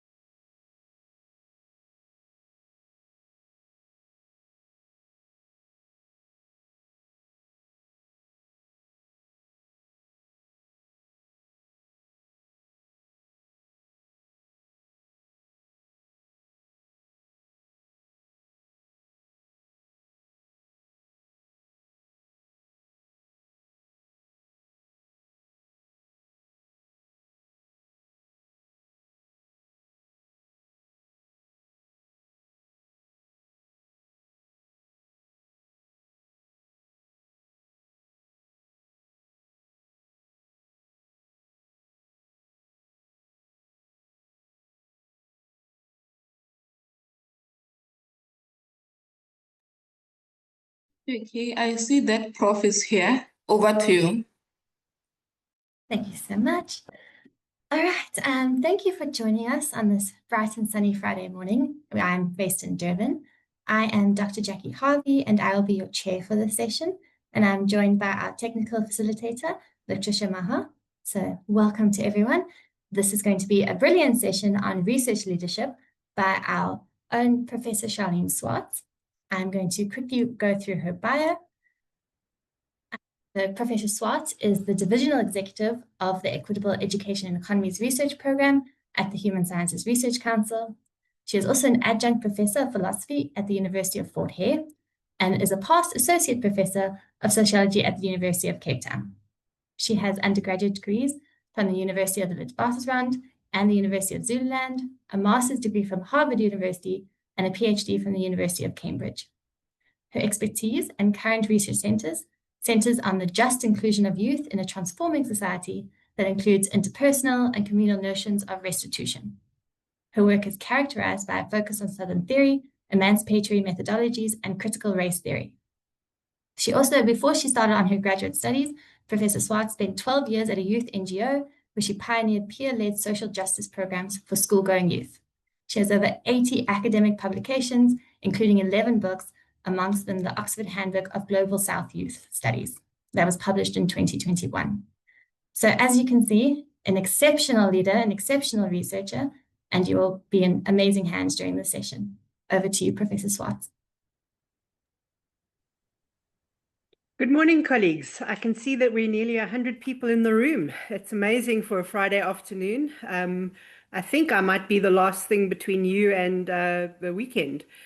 But I'd like to take this opportunity to speak about leadership in research. I want to tell you a little bit about my own story, and I also want to tell you a little bit about some of the resources that I have found very helpful when it comes to leadership. I'm going to share my slides, and at some point, Jackie is going to be helping me with some of the interactive pieces of this work. So I'm just going to make sure that everybody can see the PowerPoint. Jackie, is it okay? Yes, we can see. Okay, great. Thank you for reading my bio, because the thing that I want to start with, that's the lesson outline which you have and you'll have on the website. But I want to tell you my story in research, because I think that the one thing that I would have liked to have known when I was a postdoctoral fellow is, how did people get to where they are? I am a B-rated researcher with the NRF, which happened this last year, and I'm quite proud of it. I'm not yet an A-rated researcher. I would love to be an A-rated researcher, and I've still got a couple more years where I can actually take a bigger role in leadership in research. But before graduate studies, what did I do? Well, I have always been involved in NGOs and youth NGOs, because young people and their future in Africa, in South Africa, in the Global South is my passion. So I know what my passion is. And before I went and did graduate studies, I worked in NGOs, and I made sure that I did work at my church in youth groups with mentoring young people. I've always been passionate about young people. Jackie told you that my PhD was done at Cambridge, my master's degree at Harvard, but she also told you that my 2 undergraduate degrees, one was at Wits and the other one was at the University of Zululand. And I like to speak about what those 4 universities did for me, right? And they all did different things. Wits, I was in a hard science field, and it wasn't the right field for me. But when I was 17 and I finished school, I didn't really know what sociology was. Otherwise, I would have chosen to study that. But instead, I went to Wits, and I kind of bumbled along, and I spent most of my university career running the youth group at my church and taking young people on camps, and not being very focused because I was a little bit young to actually know what it was that I was meant to be doing. My parents said I couldn't study philosophy and theology, which is what I really wanted to do, because they didn't know how it would earn me a living. And so they first wanted me to do a proper degree, right? What they called a proper degree. And so I did. I obeyed my parents and I did it, and I learned critical skills and I learned discipline and I learned a few things at Wits. And then I went on to the University of Zululand and I did a degree in philosophy and theology. I then worked for an NGO for 12 years. And in that NGO, one of the things, remember, this would have been in the 80s, before AI, before computer graphics, before the cell phone. Remember all those things? I mean, you want to know how old I am, I'll tell you in a minute. But I had to become a leader in that NGO in order to take it forward and in order to achieve the vision that I was dreaming of for young people. It was at the time in South Africa where HIV and AIDS was rife, and we were also transitioning to democracy. And so racism and sexism were also rife. And so for me at that NGO, I took some leadership roles in developing an HIV and AIDS life skills curriculum before it was popular, anti-racism curricula before it was popular. And those were the things that I did at that level in my early 20s. I then had an opportunity to go to both Harvard and Cambridge, and it was an incredible opportunity. I got full scholarships, but it was because in the NGO that I was working for, a few people noticed that I was able to multitask, that I put up my hand for extra work, that I took notes, that I offered to help and to serve in those contexts. And that's how I got to Harvard and Cambridge, because somebody from Harvard was in a meeting. They said, Charlene, have you thought about studies? They helped me with reference writing. They helped me to kind of take my place at the table when I wouldn't have chosen that myself, because I've grown up in a working class family here in Cape Town on the wrong side of the railway lines. My parents both left school way before the end of matric. And so I never thought that I had an opportunity to take my place at one of those big universities or to aspire to a career in youth research and leadership. But here's what it means for me to have studied overseas, is that people give me, they say to me, oh, wow, you've studied at those incredible universities. You must have something to say. But I also want to be able to say that I have something to say because my work can show that I've got something to say. So what did I learn from those 4 universities? Well, at Wits, I learned discipline and critical thinking, but nobody actually gave me too much time or attention because I didn't put my hand up for things. I didn't volunteer. I was actually busy elsewhere at my youth group and at the NGO that I was working with. University of Zululand, they taught me how to write and to rewrite and to write over and over again and to put across ideas. And I had quite a few mentors at that university who really gave me good, positive feedback and taught me to read. I had stopped reading when I was at Wits, and learning to read again was really important because I improved myself all the time. When I went to Harvard, they told me how amazing I was and they treated me like a princess. And that wasn't true because I didn't have all the skills that I needed. And so Harvard was great for meeting people and seeing all the incredible people who were in my class, who spoke more eloquently than me, who put up their hand, who answered questions, but had very little life experience. And so by this time I was in my 30s, right? And I had been around the block a few times. I understood young people and their lives. And many of the young people I met at Harvard didn't know kind of the realities of life. They'd been straight to university and they didn't have a lot of life experience. And so that's something that I brought into the classroom at Harvard. I was so scared at Harvard of failing that I actually worked so hard that I ended up getting a 4.0 grade point average, kind of an A average. But I also got together with other people who were international students, and we helped each other because the American students were way better and far brighter than we were and had had a far better education than we had. Then I went to Cambridge, and there they told me, we thought you were from Harvard. Why isn't your writing better? Why isn't your work better? And all of that. So can you see all of those things really shaped me? But it also, some of it could have dashed my confidence. Harvard could have made me arrogant, and Cambridge kind of made me think very little of myself. But the answer was somewhere in between, surely. When I finished my PhD, I started at the HSRC. Next year, I will have been at the HSRC for 20 years. So I've had one career two careers, one in an NGO for 12 years and one at the HSRC. I'm also now, just to update my bio, I'm an honorary professor at the University of Cape Town, and I've given up the Fort Hare University position, and I'm now focusing on my career at the HSRC, but I have another position at the University of Cape Town. I've spoken a bit about my NRF rating. I've applied for NRF rating 3 times.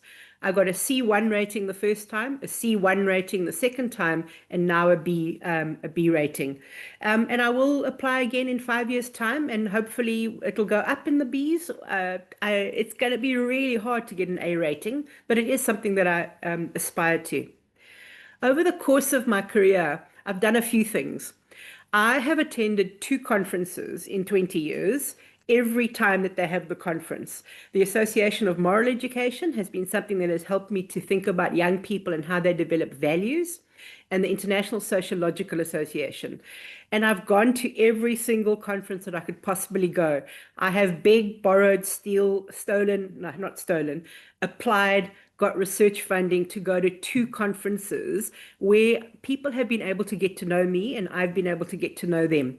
They are what I've called in academia my people. So when it comes to needing a reference, when it comes to opportunities, those are the people who have opened doors for me over the last 20 years. I haven't gone to every single conference that is advertised. I've tried to make sure that I have developed a niche. And I think if you're taking a few notes, these are some of the things that you need to start writing about. You know, what did I do? I developed a niche. I made sure that I was networking. But here's another thing. When I go to conferences and I see young academics at conferences, here's what I see. They sit, they don't ask questions, they go and do some sightseeing at every opportunity, and they go lock themselves into their hotel room at night instead of talking to people. I want to tell you that if you want to be a research leader, if you want to be a leader, you need to make sure that you've got networks of people who know you well and who you know well, and then you do the same for a new generation emerging. I've also been thinking a lot about how our research and how my leadership impacts society.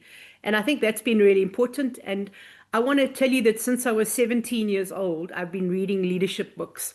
The one that I'm going to talk about today quite a bit is The Diary of a CEO by Stephen Bartlett. And I was on holiday last month for a few weeks, and that's what I read, amongst others.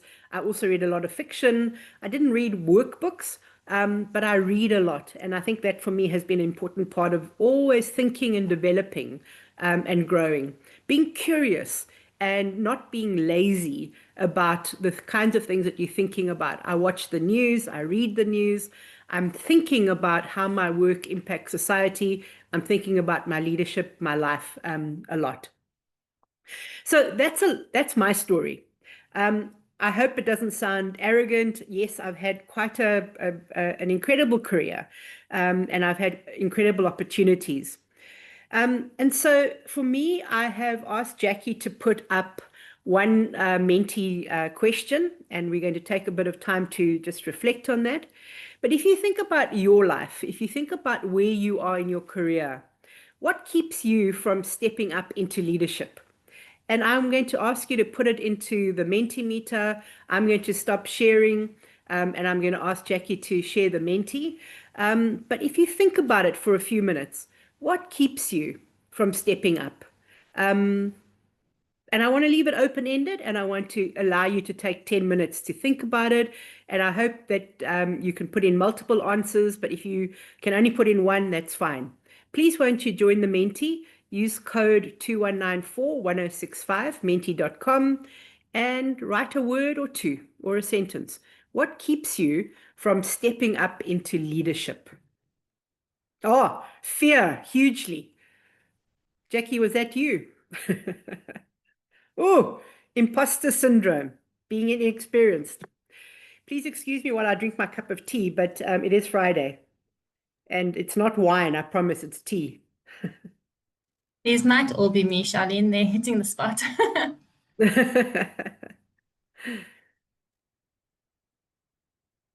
Keep going, colleagues, keep going. Laziness. Thank you for that. Give that person a bells, because they are really they're really being brave and being real and honest. Fear of failure, lack of the necessary skills. Current leaders. Oh, that's an interesting one. Anxiety. Sure. Mental blocks. Avoidance. Not having bright ideas. Laziness. No experience, a lack of confidence. False humility, right? Fear of failure. Overwhelmed by the job market. Oh, you guys are brilliant. Thank you. Favoritism. Oh, I like that one. I'm interested to hear. Bad current leadership. Oh, excellent. Mental blocks.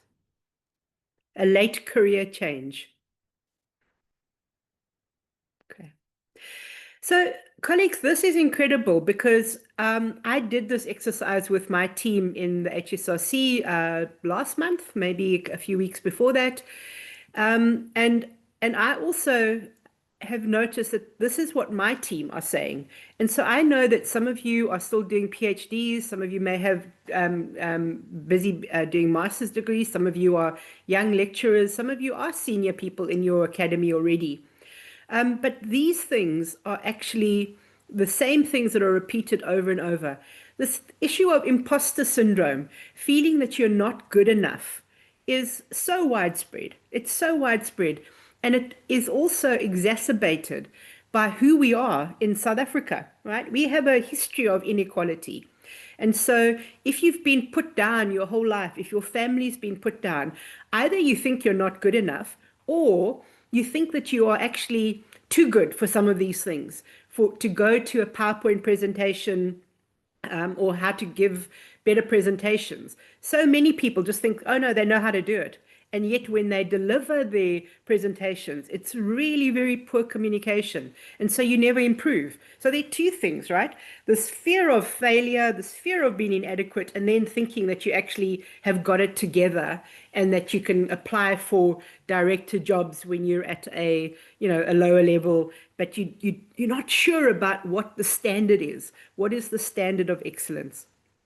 So what keeps us from stepping up into leadership? It's complicated, but I think that the things that we need to talk about today must be how we change some of that, because I think that that's really, really important.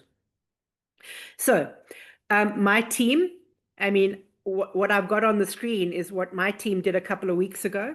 Too much work, top-down control, bad leaders, procrastination, myself, fear, self-doubt, lack of confidence, capacity, overwork, not being able to speak up, imposter syndrome, networking.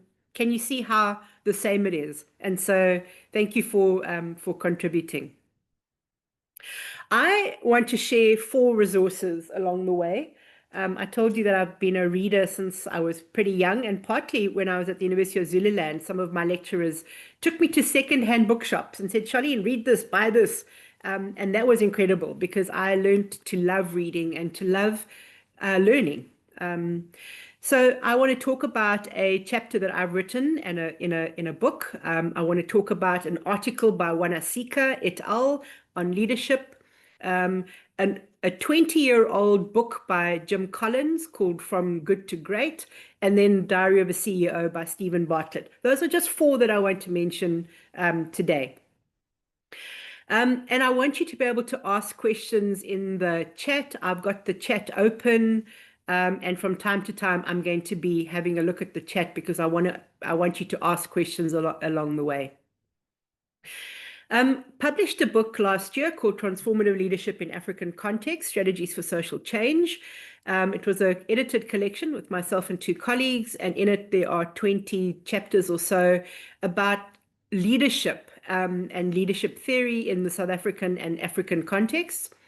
And one of the things that I start the book out by saying is that there are many legs or theories of leadership.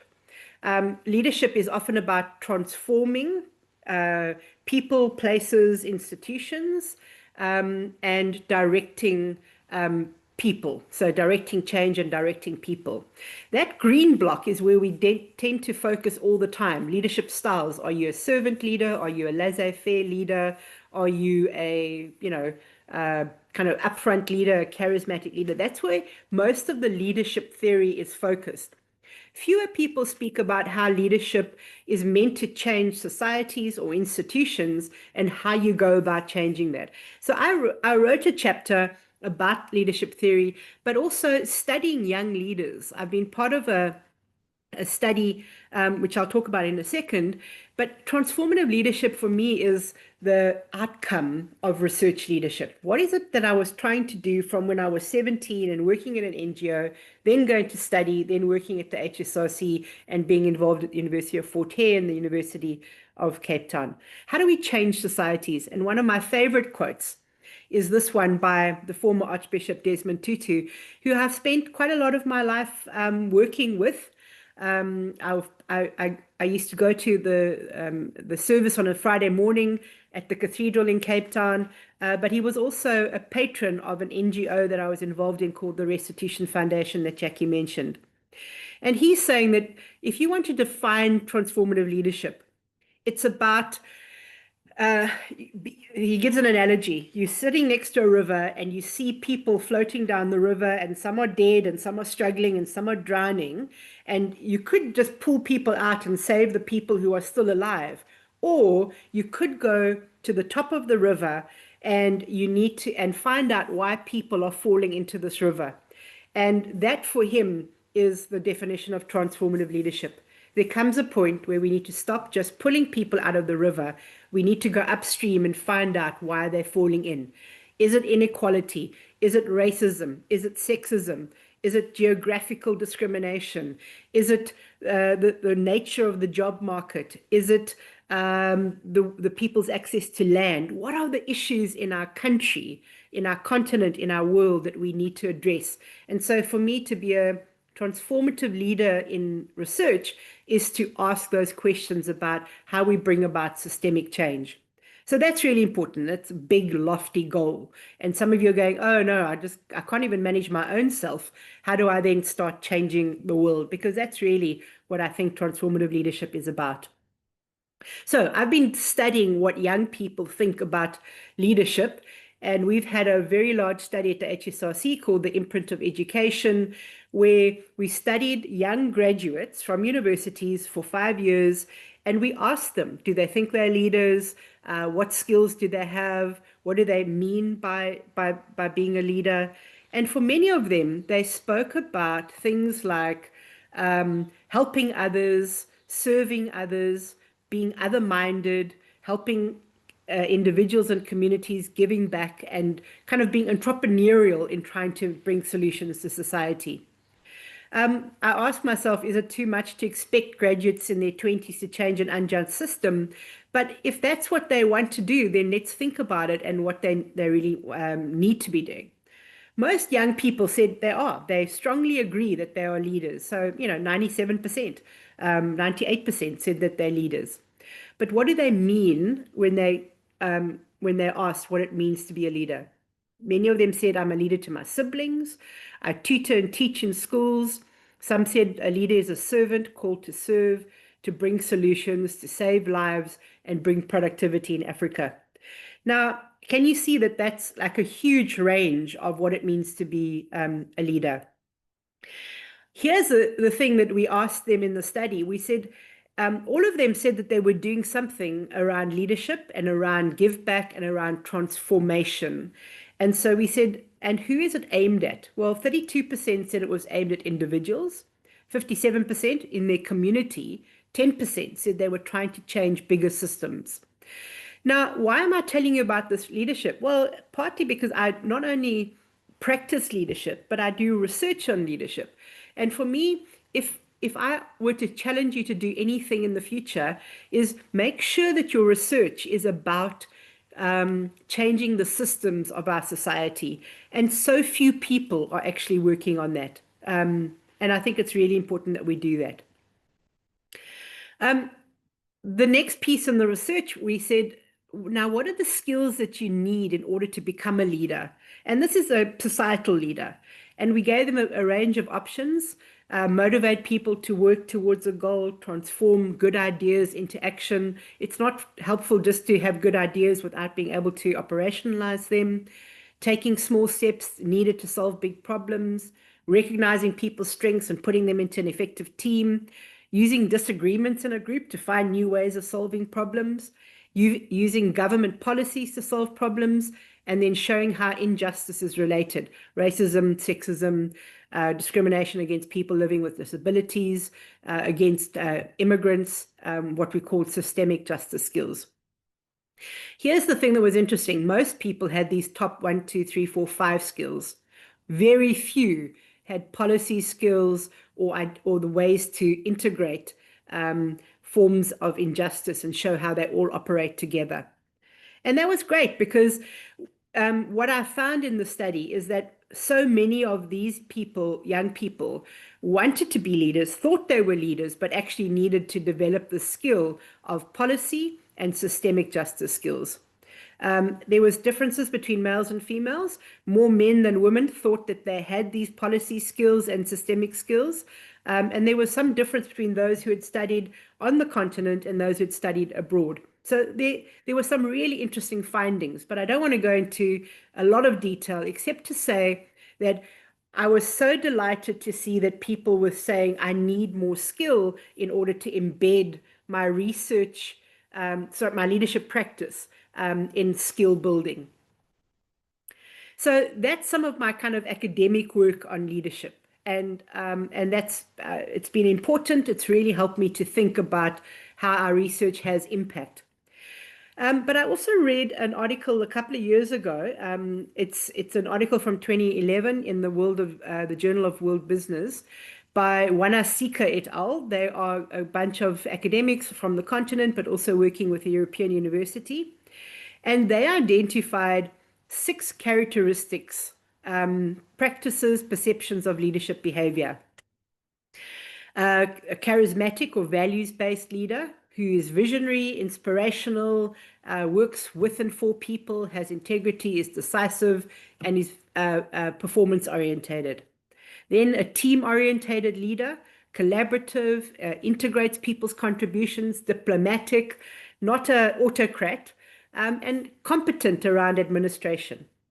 A participative leader, kind of close to a team leader, a team-orientated leader, but involving others and making sure that you bring your team along with you. A humane leader, someone with Ubuntu, who is supportive and considerate, maybe isn't so task-focused because they really want to make sure that people work well and feel integrated and part of the team. An autonomous leader, kind of like a big chief, independent and individualistic, and just kind of gets on it with themselves and, doesn't really listen to people. And a self-protective leader who's status conscious, who's self-centered, and who often provokes conflict or does things to save face or is very procedural, right? So those are the 6 kinds of leaders that Wanasika et al. Identified from the literature, from practice, from their own fieldwork. Here's the most important part of this study that I found fascinating, and I hope you would also. They looked across 5 African countries: Nigeria, Namibia, Zambia, Zimbabwe, and South Africa, but only Black South Africans. And they asked people questions and then they categorized them according to these 6 categories. So what do you notice firstly about this slide? Yeah, maybe some feedback. What do you notice about this slide? Can you just put your microphone on and say something about the slide? You don't have to put your hand up because I can't see everybody's faces. So maybe just 1 or 2 people can say something about the slide.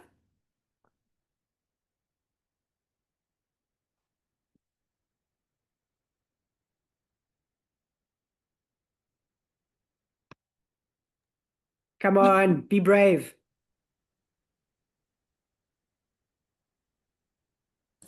Or you all kind of, yeah, okay. Who's talking? This is Haripriya. Just that there's a lot more people who are not using the autonomous or self-protective leadership method, but the others. Yeah.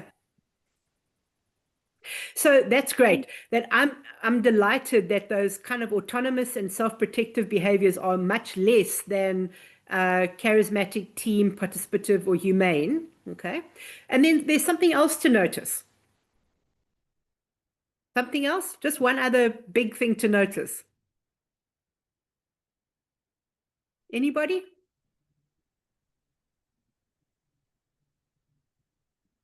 Okay, I'll try. There's also, my name's Akosia.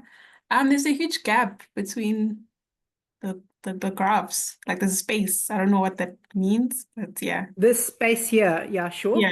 And that surely there must be some other styles that could be fitting into that category. That's a great observation.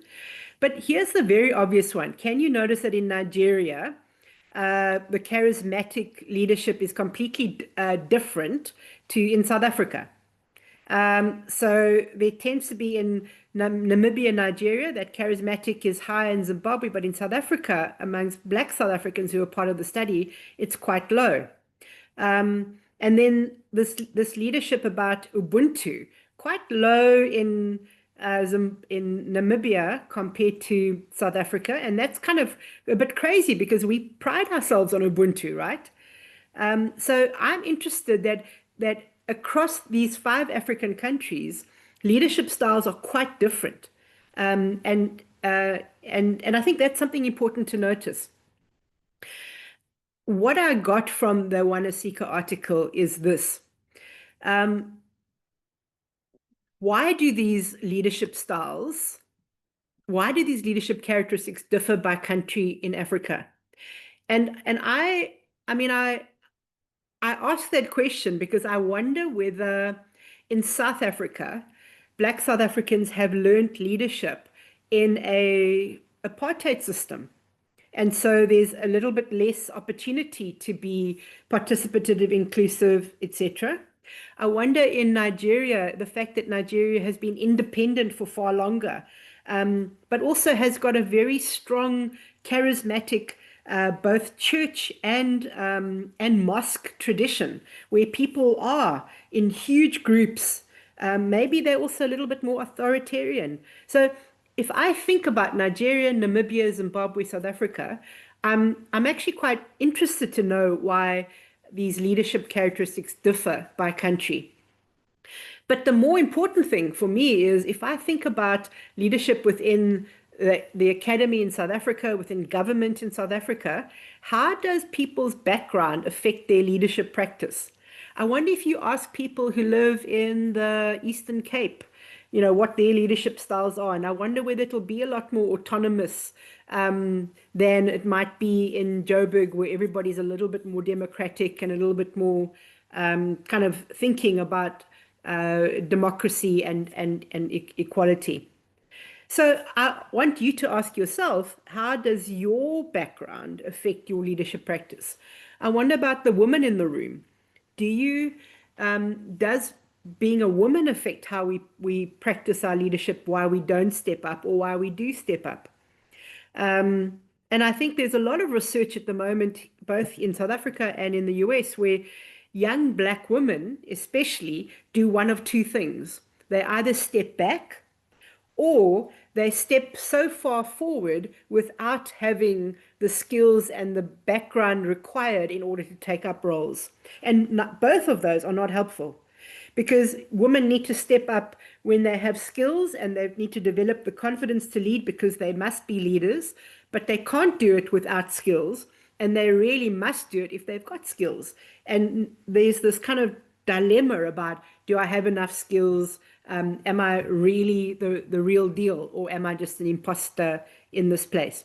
So Wanasika has been hugely helpful for me to think, and I don't have many of the answers yet, but I'm intrigued by it, and it's certainly kind of provoked my thinking on leadership. Then I want to do two more things. The one is Jim Collins. I spoke about his book called From Good to Great. Now, I have put 3 readings into the depository. Jim Collins, there's an article that he's written that I think is really useful, the Wanasika article, and certainly my article from the book Transformative Leadership in Africa. Jim Collins speaks about 5 levels of leadership. Level 1, which is the lowest level of leadership, he calls a highly capable individual, makes productive contributions through talent, knowledge, skills, and good work habits. And that's where we all should really be, because that's possible. That doesn't depend on your anxiety, your confidence. It does depend on all those things. They affect them, but those are the kinds of contributions that you could make. Then contributing. So first be capable, then contribute. Contribute to group objectives, work with others in a group setting. Don't just sit back and say, well, others will do it, either because I don't think I'm good enough or because I'm a bit lazy, right? So you can contribute. Then you can become a competent manager. You can organize people, make sure you understand the policies and procedures in your organization. You can make sure that you use resources well, and that you know the objectives of the university that you're working in or the department that you're working in, and that you pursue these objectives. And so you're a competent manager. Then Jim Collins speaks about being an effective leader, where you actually you help develop a vision, and you actually take a step where you aren't just doing what you're told, but you really are thinking about helping people move with you to implement a vision. And you hold people to high performance standards, partly because you're a high performer, but also because you know what the bigger goal is of the organization. And so most people who lead companies, who lead departments, who lead universities or university departments are fairly effective. But there's also very bad practices, right? We all know that, where people take, they don't give clear instructions, they get irritated, they take some of the recognition that should come to you for themselves. We also know lots about poor leaders. And then a level 5 leader, according to Jim Collins, is where somebody builds greatness by being quite humble, but making sure that they give the people that they're leading enough tools and enough motivation to actually achieve great things. So a level 5 person is actually, if you look at them, they're not the kind of upfront leader that is always doing some amazing things. But if you look just behind them, they're the people who bring other people with them and help other people to shine, because they know that if you help other people shine, that the corporate goal will be developed. So I know that many of you have got problems with your supervisor, your line manager, your head of department, your vice chancellor, whatever it is. But actually, you don't have to be like that. You can actually say, I'm trying to go up these ranks of making sure that I lead people, I manage resources, and I have a passion about taking things forward. So this Jim Collins book, I read the book, when I was maybe in my 20s, has been really, really helpful. Jim Collins, one of his main theses in the book is that you need disciplined people, disciplined thinking, and disciplined action in order to move from being a good to a great leader. And he's got some things about how we level up our leadership, how we make sure that we use technology accelerators. So this theme of the capacity development program this week, the Academy, has been, how do we use AI? And so we don't use it as an excuse, but we use it to complement the work that we are already doing to make it more efficient, more effective. But we've got to be disciplined. We've got to really get rid of the things that distract us, and we've got to make sure that we're thinking clearly about the kinds of things that we want to achieve. So this book, fantastic, and an incredible resource. Now we get to some of my favorite pieces. Who of you have heard of The Diary of a CEO? Won't you just put the react button up? He does a podcast that is always on Facebook and on YouTube. I'm sure some of the TikTokers will have found it. But yeah, I see one thumbs up from Maneli. Anybody else? Dario, the CEO, Adesua. Anybody else? Anybody else? Judith. I see Judith. Dikaledi. Fantastic. Okay. Fantastic. Fantastic. Fantastic. I've asked Jackie to play us a clip from a YouTube video. His book came out a couple of years ago, maybe 2 years ago now, and he's been interviewed on a breakfast show. And I've asked her to play the first 2 minutes and then from minute 11 on. So lie back, stretch out a little bit, and I'm going to ask you what struck you by this short video clip. So please go ahead, Jackie. The Diary of a CEO, the podcast, and now the book, The 33 Laws of Business and Life. Steve, welcome. Thanks for being here. Thank you for having me. Congratulations on the book. The book is absolutely awesome. This is the real deal, mate. So congratulations. Oh, you're so kind. For people who don't know who you are, give us a bit of a potted history. Tell us, let's fast forward because we haven't got time, to 17, 18, 19 years old, and then a bit of big blue slide, bit of investment, and then we'll get to the book and then we'll crack on from there. Yeah, TLDR of it, came to the UK when I was a kid from Africa, was born in Botswana, was very insecure growing up, I think because I was the only sort of black kid in a pretty much all white area. We're also ended up being the poorest family in the area, and you understand the value of anything by the context in which you see it, and the context in which I saw myself had implicitly taught me that I wasn't enough. So the other confounding factor is my parents, my mum in particular, because I'm the youngest of four, was they didn't parent me after the age of 10. And so you have this kid that wants stuff in life, but has this huge void of independence to go and experiment to get it. And that's really where my sort of self-belief comes from, which is my defining characteristic. Not good in school, dropped out, got kicked out, got unexpelled by my teacher. I did that show, What I Lied to You, the other day, and my head teacher came out and said, we unexpelled him because he made the school so much money. And then they expelled me in the last week of school when I could no longer make them any money. And went to uni, drop out after one lecture, decided to start business. Parents, my mum in particular, told me she wouldn't speak to me again if I did. I pursued that, did that for a good 10 years. What was it? At the time, it was a website called Wallpark, which was trying to bring physical notice boards on campus online.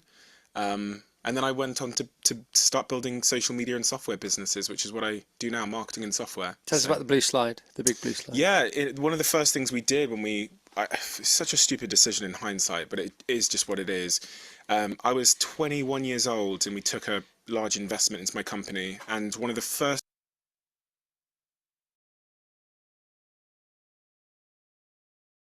buckets. It means so much to me, by the way. And do you know what? I've not had feedback because the book has just sort of come out into the world. Well, it comes out tomorrow, but so to hear that from you and to believe what you're saying, it really means a lot to me, because you don't know. I sit in isolation and write this in the jungle. And then I come back to the UK, give it to my publisher, and then 6 months passes, and I'm having this conversation with you. So it feels, just wanted to say thank you. The 5 buckets, which is law number 1, was an observation I'd had on my own life. And people always ask me, if you're young or if you're not, or if you're moving into a new industry, where should you focus? In fact, one of your colleagues asked me out there. The way that I look at it is there's these 5 buckets in our lives that we have to fill. And the story that I tell was one of my friends in San Francisco had a man running up to him. This man was sweating, a little bit out of breath, and said to him about building rockets and doing these chips in monkeys' brains and all this stuff. Then this man ran off. Then my friend said to me when I was in San Francisco, he goes, that man was Elon Musk.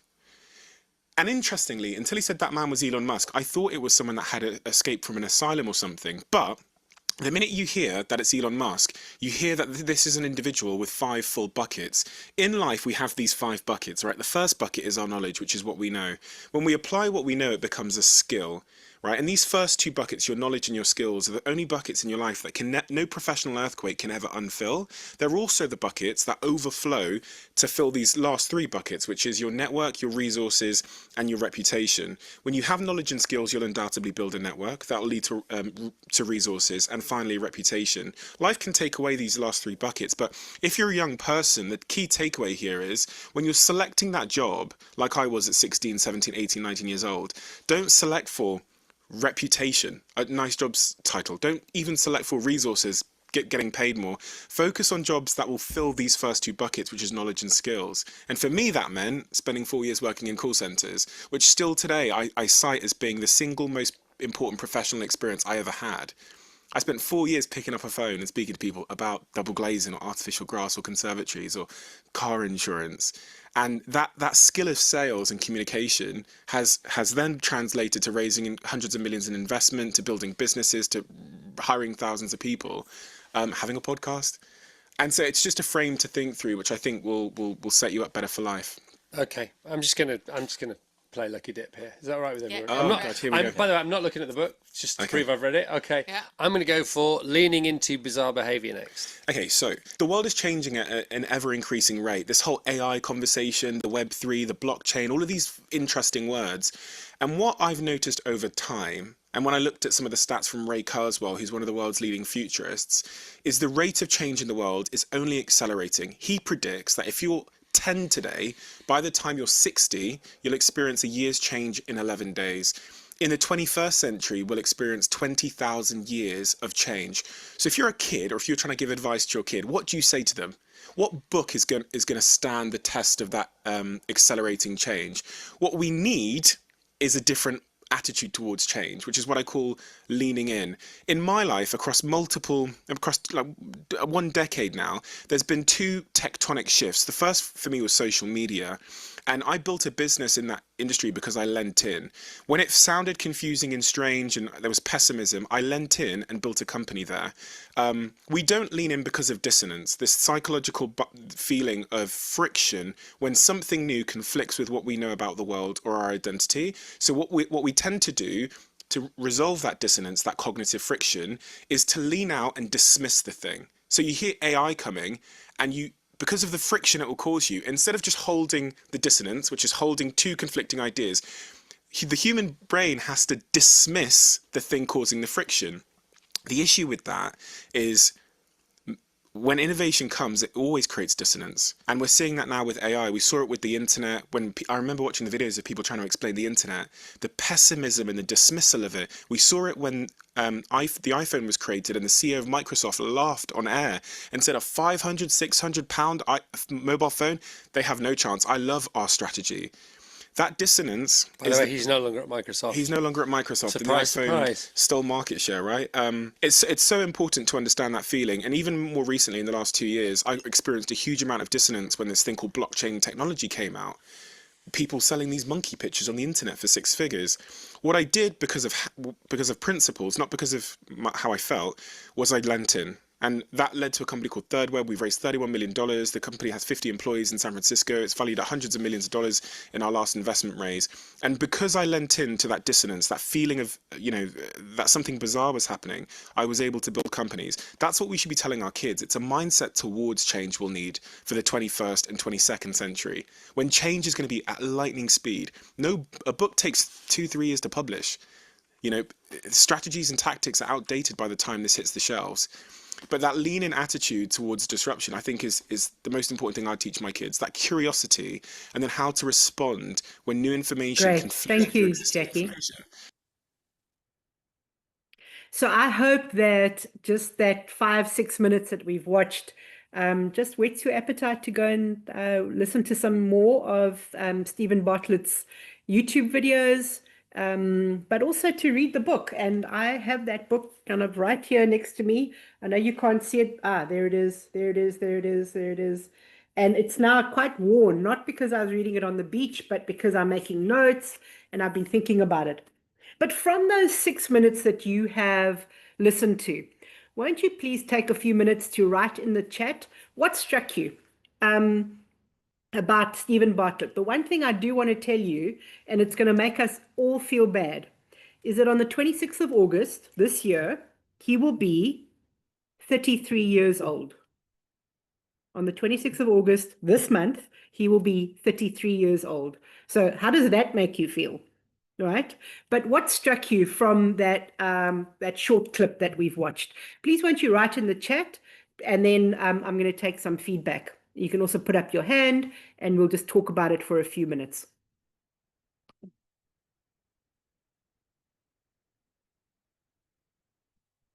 Aneli says he teaches what he has lived and experienced. He spearheaded a field, followed his passion, and he does things because of principles, and he leans in. That leans in thing was really nice. You lean into new opportunities. Susan, his discussion of dissonance, the need to hold conflicting views and to lean in, leaning into the uncomfortable. Despite being kicked out and expelled, he's got a different attitude towards change. A mind shift is critical.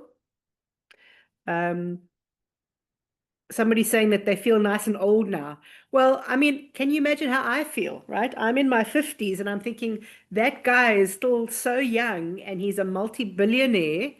But also, where's he from, right? From Botswana. Went to the UK, had lots of, if you watch the whole video, he'll talk about the racism that he encountered, feeling different, feeling left out, his parents not understanding his experience, his parents not pretty much supporting the fact that he was now getting into this field of social media, resilience, being optimistic. Did anybody notice how humble he is? Oh, the other place that you would have seen him, if those of you kind of watch TV, is Shark Tank, right? He's all over the Shark Tank or those kinds of venture capital programs because he gives money away now to young people trying to start businesses. Look, I mean, I still believe that we should all go to university and get PhDs so that we can become good in our field. I'm not saying that you can take that away from his chat, but it's not the only thing. A positive mindset to change your story despite your background. Somebody saying, oops, I'm the same age as him and I don't feel nearly as accomplished, but I like the idea of leaning in, right? The 5 buckets, which I want to talk about. He's a doer, the best combination. He's a dreamer. I loved his Elon Musk story about like seeing this crazy guy and then going, oh, that's Elon Musk. He's got some ideas, but also he's kind of done some crazy things in his businesses, and some of them have succeeded and some of them have failed. And I think that's important if you listen to his story. Failure has been part of his success. And every day now that, when you watch a YouTube video or when you do something on Facebook, my Facebook feed is now filled with Stephen Bartlett all the time. But I also swim at the gym quite a lot, and I've downloaded some of his podcasts, and I listen to the podcasts while I'm swimming. Yes, I have a new fancy MP3 player that works underwater. But I mean, that's what I do, is I listen to some of his podcasts because I'm so inspired by this young guy. It's ridiculous. So get the book and read it. Challenging one to think beyond the traditional way of things. No one can unfill your knowledge and skills buckets. Innovation always brings dissonance. Lean into it. Teach your kids curiosity. It will stand the test of time in these rapidly changing times. Well said, Lorenzo. That's really pretty good. And Notembalani, the importance of early investment in skills rather than just changing a job. So 1 or 2 people, would you like to just put your hands up and maybe make a comment? And then I'll show you some of the things that I picked up by watching the whole video. The whole video is about 40 minutes, I think. Yeah, anybody else want to just summarize for us? What do you think of Stephen Bartlett? Is this a new person that I'm introducing you to? I heard earlier that maybe 4 or 5 people had heard of him before. But who knew about his story? Yeah, maybe a couple of comments, colleagues. Also give me an opportunity to have a sip of tea.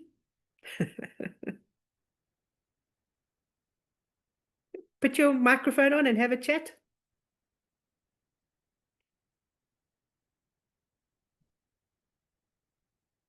Come on, don't be shy. Otherwise, I'm going to pick on some people. I think Akoswa, he had her hand raised, I think, when you spoke about the book. So between Akoswa and Rama, I think one of them can answer. Okay, go ahead. Both of them can answer.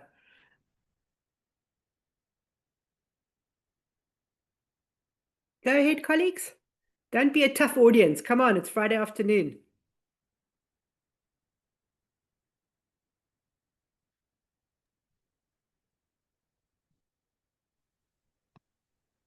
Okay, I'm going to start us off and just, if anyone wants to join Thank me. you, Jackie.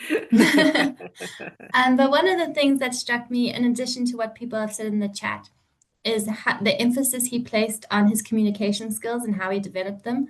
I think that's an area I personally struggle with. And being able to present yourself the way he does, he's so calm and confident and speaks so well. Even though he does not have, you can see he doesn't have a speech prepared or he hasn't planned it all out, but he speaks in a way that draws you in and gets his ideas across very well. And Jackie, doesn't that make you also feel, I mean, that makes me feel like, how does that just happen? I mean, I wonder what he has done to develop his communication skills, because I don't think anybody is a natural communicator. I was telling you at the beginning my story, and I have been through maybe 3 or 4 rounds of communications training that the HSRC has put me through. They've helped me to slow down in my talking. They've helped me to connect with people. They videoed me, and I hated that. But actually, all of that has helped. And I know that I still make mistakes in speaking. But those are the things that I've had to learn. And when I was a youth worker, I thought I was already a good communicator. But I really had to develop communication skills, and I would like to develop more of them in the future. Okay. Colleague, somebody else? Some other comments on just that short clip?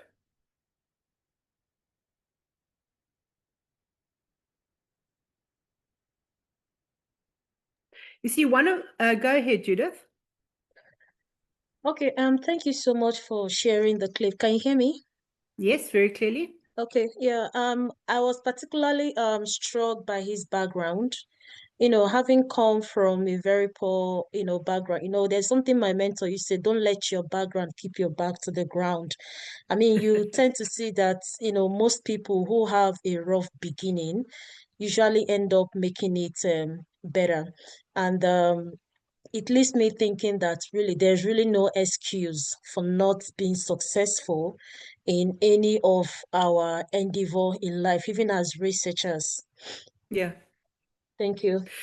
Yeah, I mean, for me, when I first saw the book, I thought, oh, I don't want to read another book by somebody in the global north about how to be a successful leader. When I discovered that this kid was from Botswana, and is, regularly returns to Botswana, has family. Yes, his mom and dad went to the UK for work when he was 10 or 11. But for me, this is an African story, and I loved it. And I'm so proud of him, but I'm also proud of the fact that he hasn't become arrogant and he hasn't become kind of better than thou. He's actually just such a down-to-earth guy. And I'm following him with such incredible interest because I also want to see what mistakes he makes in his 30s and 40s and as he gets older. Yeah. Victor, won't you go ahead and tell us what your reflections are? Okay, so thank you very much. And having to watch the video, a few things would stand out in terms in the fact that those 5 buckets listed were things he got from reminiscing over his life in hindsight, right? So meaning that oftentimes there are things that are there but you're not aware. But then in retrospect, he got to figure them out that, oh, these are things, and then from just himself, he was able to see the fact that, oh, it's cuts across everybody, not just him himself, right? And then what stood out was the fact that the knowledge and the skills bucket both are foundational for the remaining 3 buckets. So if you're able to build the 2 buckets, the first 2 buckets, the other 3 buckets would be filled. So the extent to which the other 3 buckets are filled are dependent on the content of the first 2 buckets or how well they're filled. Fantastic. Thank you, Victor. I'm going to take just one more person before we move on to talk about those buckets because they are really very important.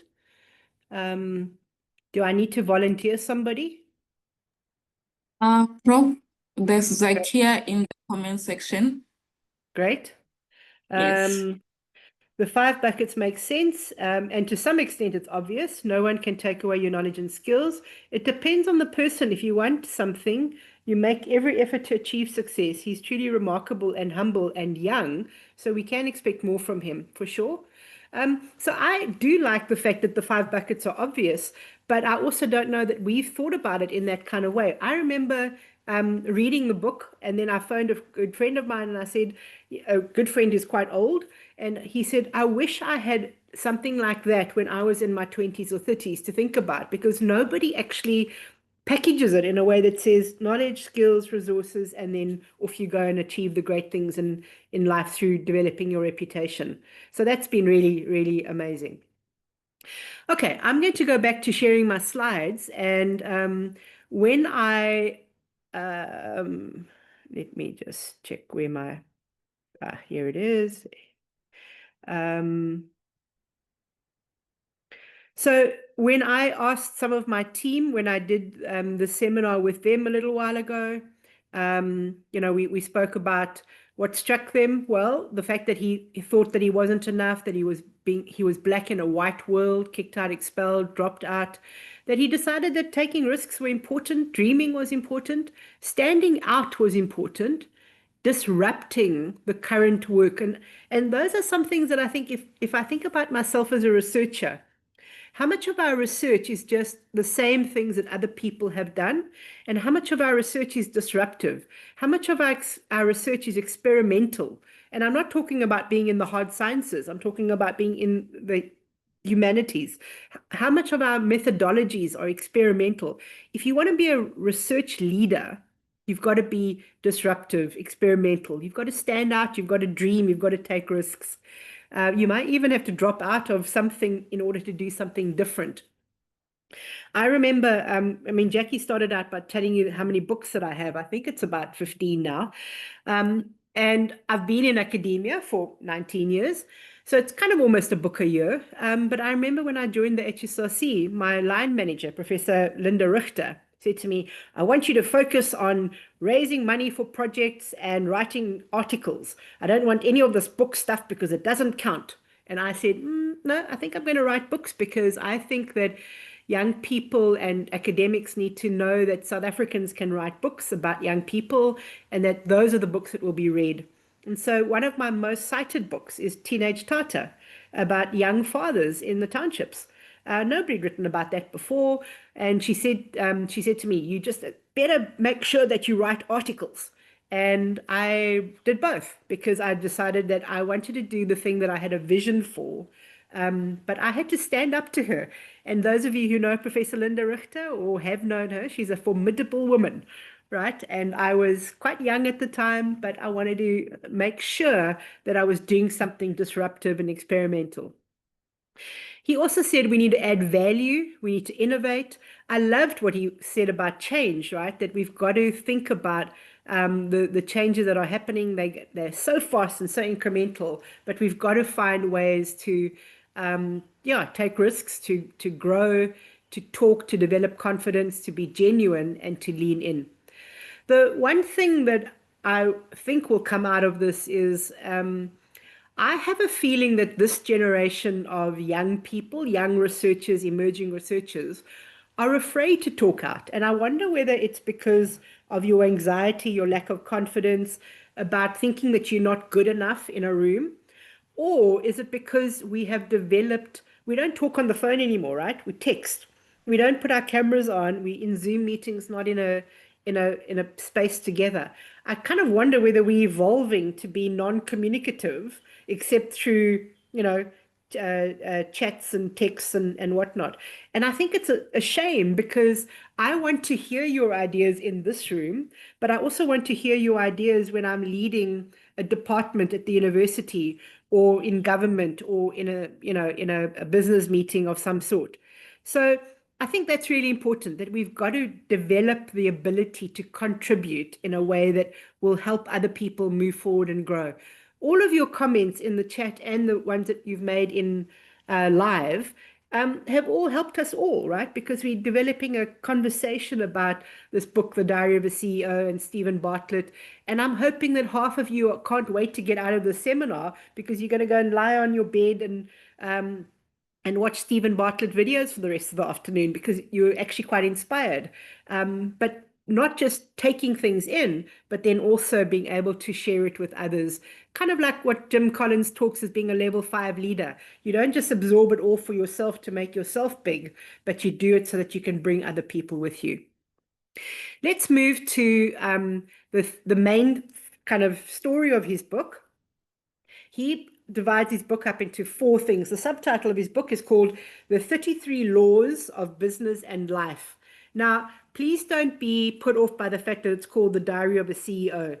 It is because he has been a CEO already at the age of 33, but it's actually these business laws or leadership laws for life and whatever profession that you're in. So DOAC is what you'll see it abbreviated as, Diary of a CEO. And he speaks about 4 things in the book. He says, you've got to develop yourself, self-awareness, self-control, self-care, self-conduct, and self-esteem. And he's got a couple of rules and laws around the self. But you've got to know yourself. You've got to know what you are weak in and what you are strong in. You've got to talk to people about what you are weak in and what you are strong in, because people will often help you to see blind spots. You've got to develop self-control. And by that, you've got to take opportunities and you've got to not be lazy and you've got to not let all the other things in your life overwhelm you. You've got to take self-care, because you actually can't contribute if you are anxious or depressed. You need to get help. You need to have and make sure that the self that you bring into leadership is a good self, a whole self, a healed self. You've got to have self-esteem. You've got to think that what you've got to contribute is valuable. But you've also got to know that your contribution is not the only contribution. It might not be the greatest contribution, that other people's contributions are also important. So this whole notion of the self is something that he talks about that I think is absolutely brilliant. And when I think about my own life, I go, wow, have I got enough self-control? Have I got enough self-care? Do I conduct myself well? Am I sometimes overbearing? Do I sometimes talk too much, too little? Ask yourself those deep reflective questions. The second thing that he says is you've got to have a story. What is the story of your past? What is the story of your present? And what do you want your future story to be? Now, colleagues, in this room of 100 people, I know that we all come from pretty challenging pasts, right? Some of us more challenging than others. And I know it because the story of our continent, of our country, has been a challenging one. The level of education that we got, the support that we got from our parents, the levels of poverty that we've lived in, the gender norms that we've faced, all of those have been tough. And we've got to, in one sense, understand our past story because we know that it shapes us. But we've got to understand our present story. Many of you have got jobs, PhDs, master's degrees, or you're in the process of getting it. And so you've got quite a hopeful story. And so what is your present story, but also what is the future story? What story do you want for your future in this country or in the country of your origin? Because if you don't know what that future story wants to be, or what you want that future story to be, you're not going to get there. So have a vision for your life. And you also need to have a story about how you tell the story of your past, present, and future so that other people will join you. That comment that Jackie made is that he's a very good communicator, and that's why he gets people to join him in some of his crazy ideas and some of his disruptive ideas. And that's important. How you tell the story of your past, your present, and your future is going to be very helpful. And I know this sounds like advice for if you're a parent, but it's true. Leadership and parenting are pretty close together.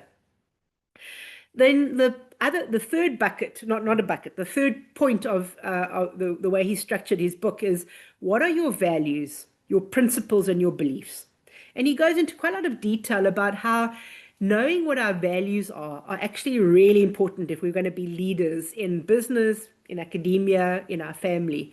Knowing what our principles are and sticking to them, knowing that we are somebody that people can trust, that don't just think about themselves, but that think about the bigger good. For me, structural change in our country, in our world for young people.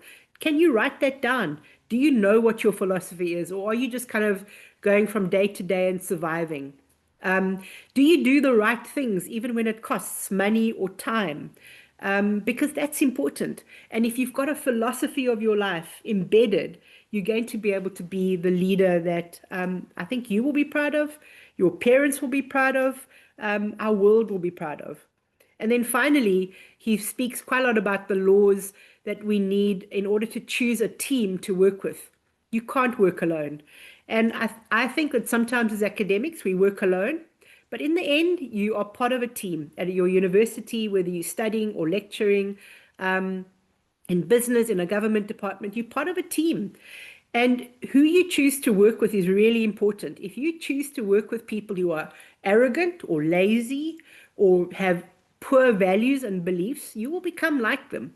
But if you want to be a leader, you need to choose a team that you can really work with in order to make sure all of you level up to this level 5 kind of leadership. And that's pretty important. He says, if you're not learning and if you're not earning, then leave. Now, that's a little quote that I quite like, because he says, if you're learning but you're not earning, that's fine. Stay because you're learning. If you're earning and not learning, then also stay, because that might help you to get into a newer position where you can do both. But the idea is to learn and earn in your job. I love it. I mean, it's pretty pragmatic, and some people go, oh, but the money's not anything. No, the money helps us to do something. It builds our confidence. It helps us to develop ourselves. So the book, The Diary of a CEO, is divided into these 4 pieces. To be a leader, know yourself, know your story, have a good philosophy, and join and choose a team that you want to work with that will help you to grow. That for me is the summary of the book in 5 minutes. But here's the 5 buckets. And somebody said it's pretty obvious, but we have knowledge, and that's most of us here in the room. We have knowledge, right? We often haven't yet learned to apply the knowledge. So if you're wanting to, and this is what the Academy has been about, we've tried to teach you a bit about quantitative analysis. We've tried to teach you about theories of change. We've tried to teach you about all sorts of things. And so knowledge and skills, develop your skills. At my age and stage of my career, I'm always developing new skills. I'm learning how to use AI at the moment to create short videos of my research, because I think that's really important. Develop your network, who we know. I spoke about at the very beginning that we really should choose 1 or 2 conferences and go to it regularly. And then when you're at the conference, please don't go sightseeing, maybe one day, but actually spend time talking to people, and don't be shy to talk to people. Introduce yourself, ask them about their work, make yourself helpful to them. Don't just ask for, money and projects that you can work on. Make offers to people, and ask them to introduce you to others.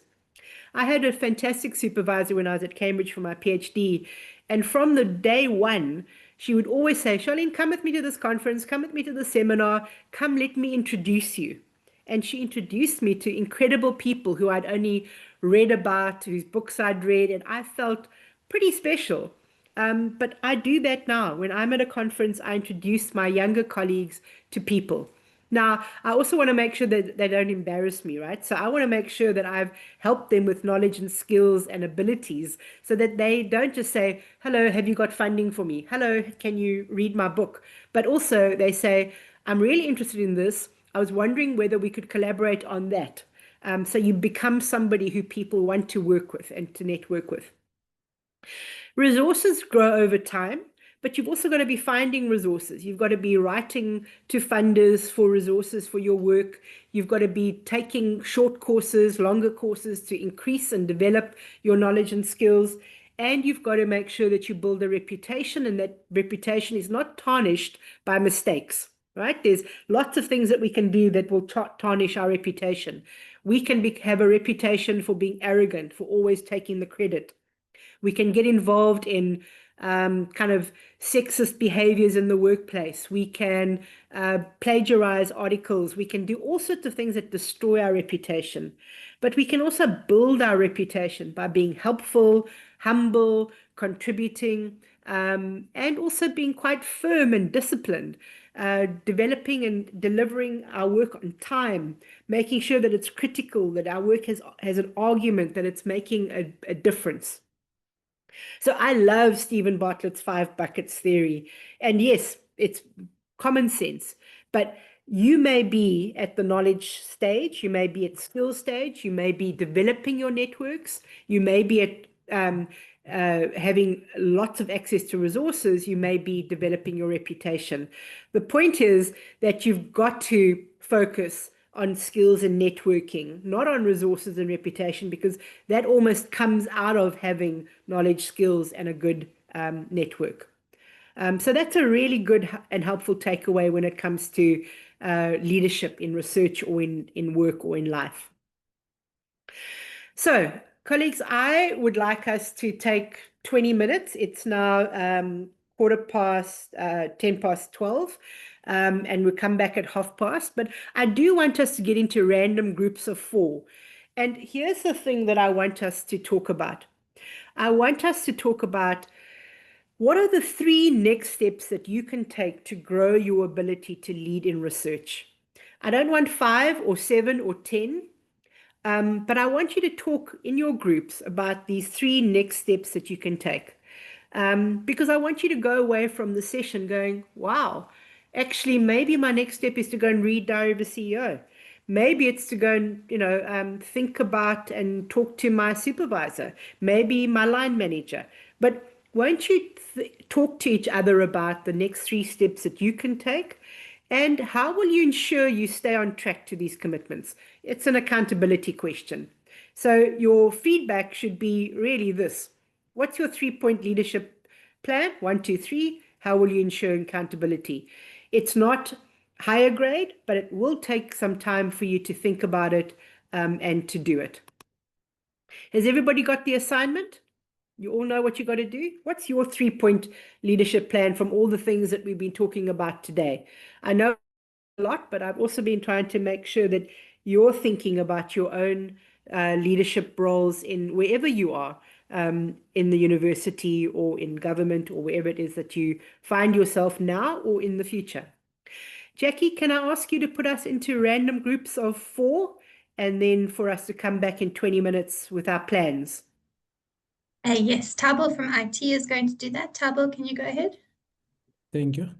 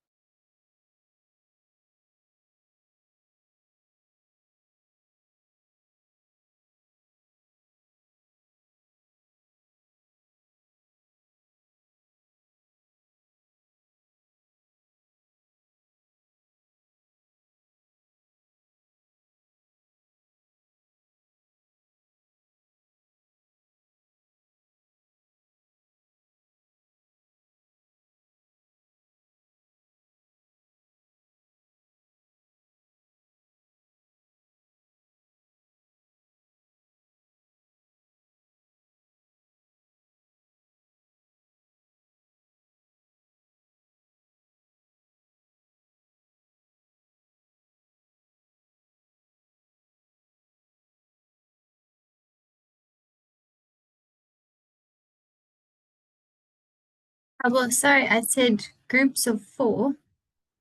So there needs to be 4 participants in each.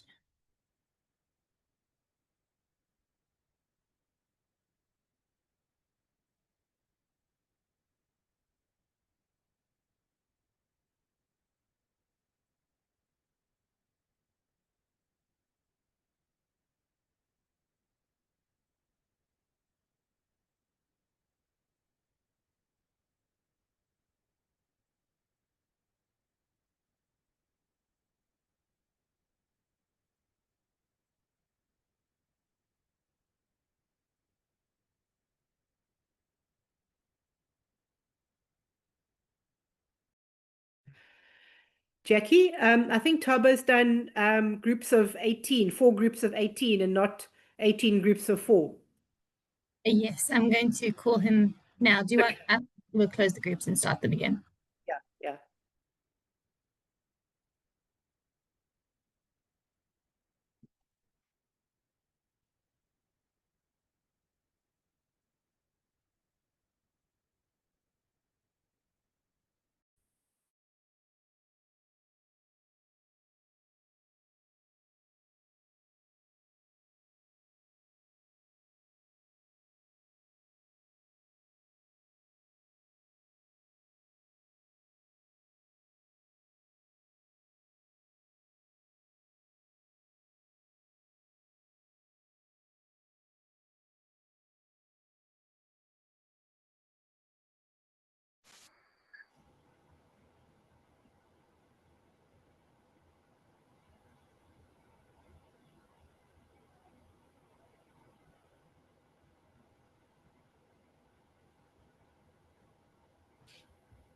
I was kicked out of the breakout room and brought back here. And Is that brought back here as well. Yeah, same here. I was also kicked Apologies. out.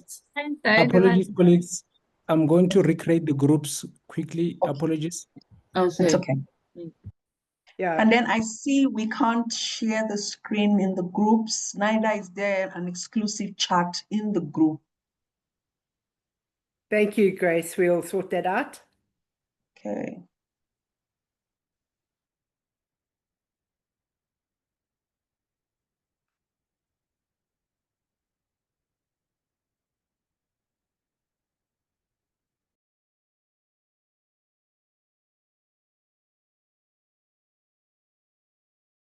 Hello, are we back?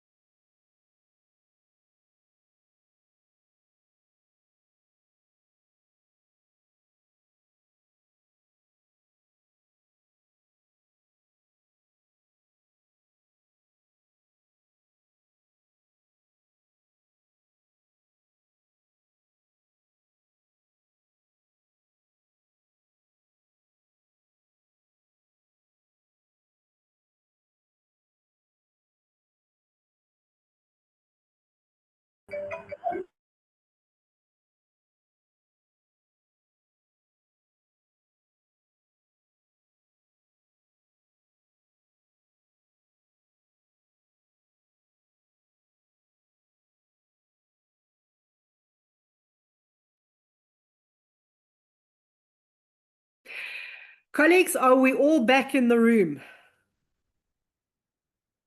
I have one closing Professor. I have one closing slide for us. I hope you had a fantastic conversation. I was in a room with 4 people and we went around and we made a plan. We spoke about accountability. I spoke about some of the things that I still want to do in terms of leadership and stepping up. But I want to show one final slide as we close. And the slide is about takeaways from this session. And one of the things that I love is I love speaking about leadership because I learn stuff while I'm speaking and while I'm reading. And I hope that you have today as well. So I'm not going to ask you for your 3-point plan, right? But I do want to make sure that you did at least cover this question of how will you ensure accountability? Do you have a mentor? Do you have a friend? Can you write it in your diary and put an alarm on that says in a month, I'm going to check to see how I'm doing? Because otherwise it just gets lost, right? There's so much that we've got to do and that's going on in our lives. So if I were to summarize, I've got 11 points to summarize. We all suffer from either imposter syndrome, we're not good enough, or arrogant syndrome, we think too highly of ourselves. And we've got to have neither. Because if we think we're not good enough, we won't step up. And if we think we're already good enough, we won't learn. And so please, can I ask you to lose both imposter syndrome and arrogant syndrome? Okay, or magical thinking about the fact that we can do anything. No, we can't. We might have some knowledge, but we can develop more skills, more networks, more resources. Leadership can be learned, but learning must be intentional. It's not going to happen if you just sleep with your head on Stephen Bartlett's book.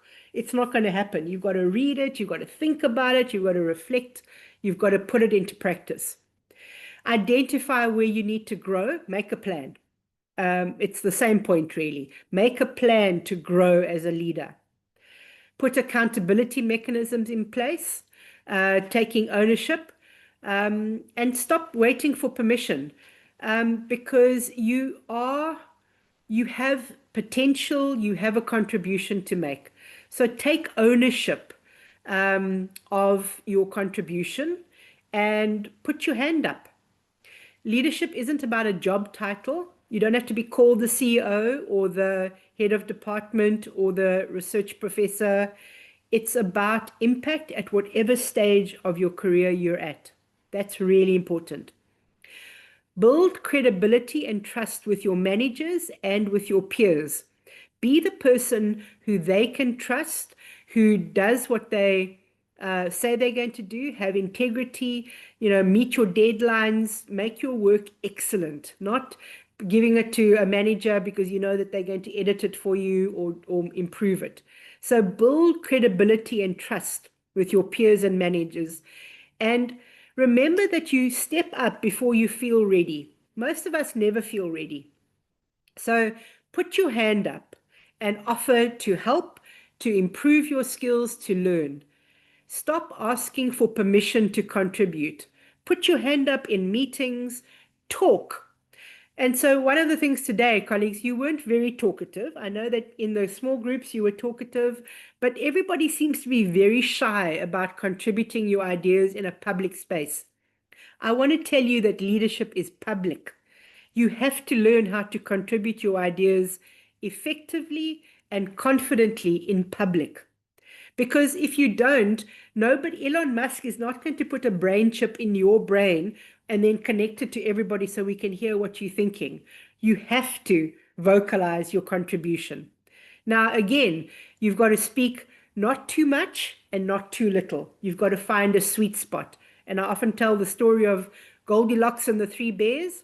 When Goldilocks broke in and she saw the 3 bowls of porridge, she didn't want the one that was too hot or the one that was too cold. She wanted the one that was just right, or the bed that was too hard or the bed that was too soft, but the bed that was just right. Stephen Bartlett uses the story of Goldilocks in his book as well. And then seek out stretch opportunities. Say to your line manager, I'm not very good at quantitative analysis, but I want to grow. Give me an opportunity to do something where I can practice and learn. Give me some opportunities to write a policy that will help us in our work for youth employment for young people. Be brave. And then finally, own your seat at the table. Colleagues, you are not just the future of our country's national system of innovation, right? You are our current brains trust. Without you, we are not going to do anything to solve the problems that we have of poverty, unemployment, and inequality. So you've got to own your seat at the table. I can't make you take your seat at the table. I can't open your mouth to contribute. I can't lift your hand for you to put up your hand to find stretch opportunities and to contribute. So stop asking for permission to contribute. Learn how to contribute your ideas effectively and confidently, and be brave. Be brave and be, what was the word that I used at the very opening session? Those of you who were there, be kind of, can anybody remember? This is a test of your ability to remember what I said. Be brave and be disruptive is one, but be consistent. That was the other thing that I said. Be brave and be consistent. That's all that I want to say. And I know that we are 10 minutes early, but actually I don't need to keep speaking.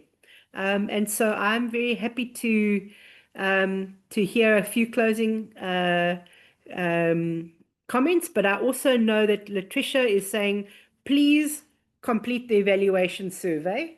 But thank you all very much for your time. I know it's Friday afternoon, but thank you for being here. Thank you for showing up. Thank you for engaging. I'm very pleased. Thank you, Jackie. Thank you, Professor Sparks. I did attend your previous training, obviously, for our group in Triple E, but every time I learn new things or pick up extra nuggets and try to expand my leadership and my communication and taking my seat at the table, always putting a little bit closer to that table. Thank you, Jackie. Yeah, I don't see any hands, but people can just unmute if they want to. I see lots of hearts and claps, so I'm feeling very loved. Thank you, everybody. I see Judith has a hand up. Judith, go ahead. It's gone. Yeah. Independent? Yeah. But please, when you I'm muted. Sorry, can you hear me now? Yeah. Oh, sorry. All right. Yeah, thank you so much for the insightful presentation. I mean, for me, it's long overdue because I've actually looked out for opportunities like this because it's not just enough to learn, dish out articles, write journals. It's time to stand up and take our place at the table. And I know it also requires more work, to do just a stepping stone. So, but the question I have is in terms of diversification. I don't know how to put it pretty simple, but as an academic, there's this thing they talk about, jack of all trade. What can you say? Because in our time and age, it's not just sufficient to just be in the office writing journals. Can you just talk about one or two things? As an academic, can we really diversify into other things that are not academic related, and they will not see it as a form of the distraction or doing something that's not within the line of our profession? Thank you, ma'am. Okay. Let me take the other question as well, and then I think Indepele, you've got your hand up to ask a question.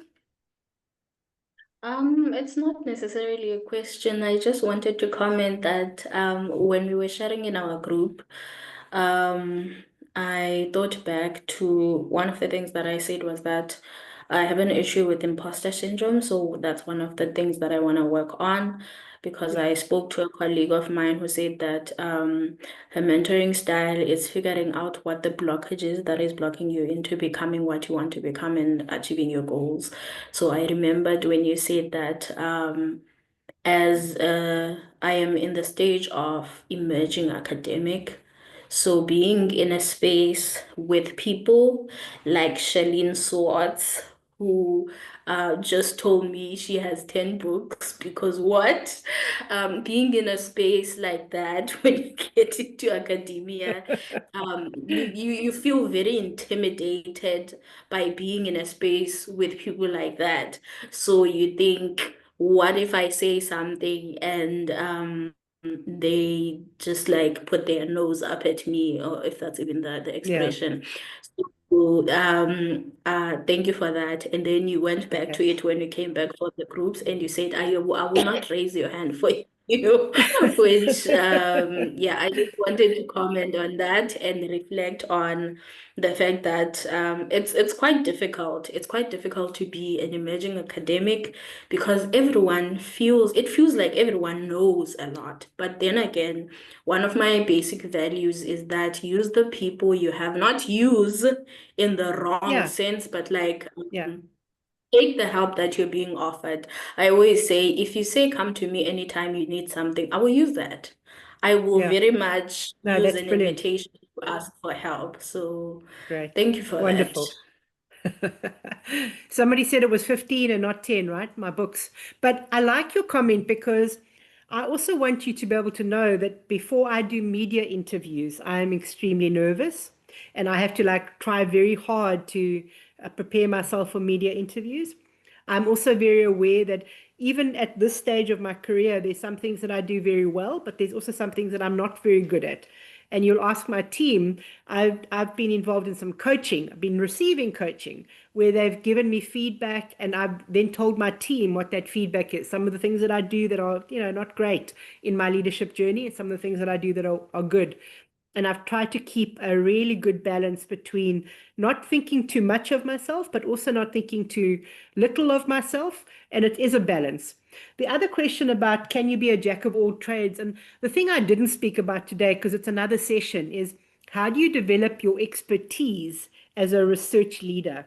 And in short, when I was a postdoc, my line manager was Andy Dawes. He said to me, what's your speciality? I said, youth. He said, no, youth and what?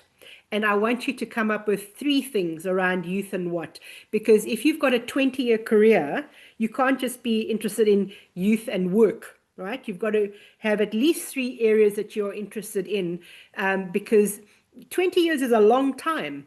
And so for me, it's youth and work, youth and moral values, and methodologies for doing better research with youth. Those are the 3 areas that I'm really interested in. And I have tried over the 20 years to develop expertise in those 3 areas, not in everything, because then I'm not an expert. Then I'm a generalist. And I think you must develop an academic speciality, 3 of them at least. But then you've got to become quite good at AI video making and presenting and managing your team, because those are all the things that you need in order to make sure that the 3 areas of expertise goes out into the world. So I think that you've got to be a generalist in managing people and leading so that your research excellence can go out into the world. There are a couple more questions. Go ahead, Truth. Truth, go ahead. Sorry. Afternoon, Professor. Am I audible now? You are? Yes. All right. Okay. So I just wanted to ask you on the issue of time management. How did you manage your time over the course of your career journey? Because I'm really inspired. So I wanted to ask, did your social life die at some point? Did your family time die? Or did you have to find a balance? If so, how did you manage to manage your time over the course of your Brilliant. career? Brilliant question, Truth. So here's the thing.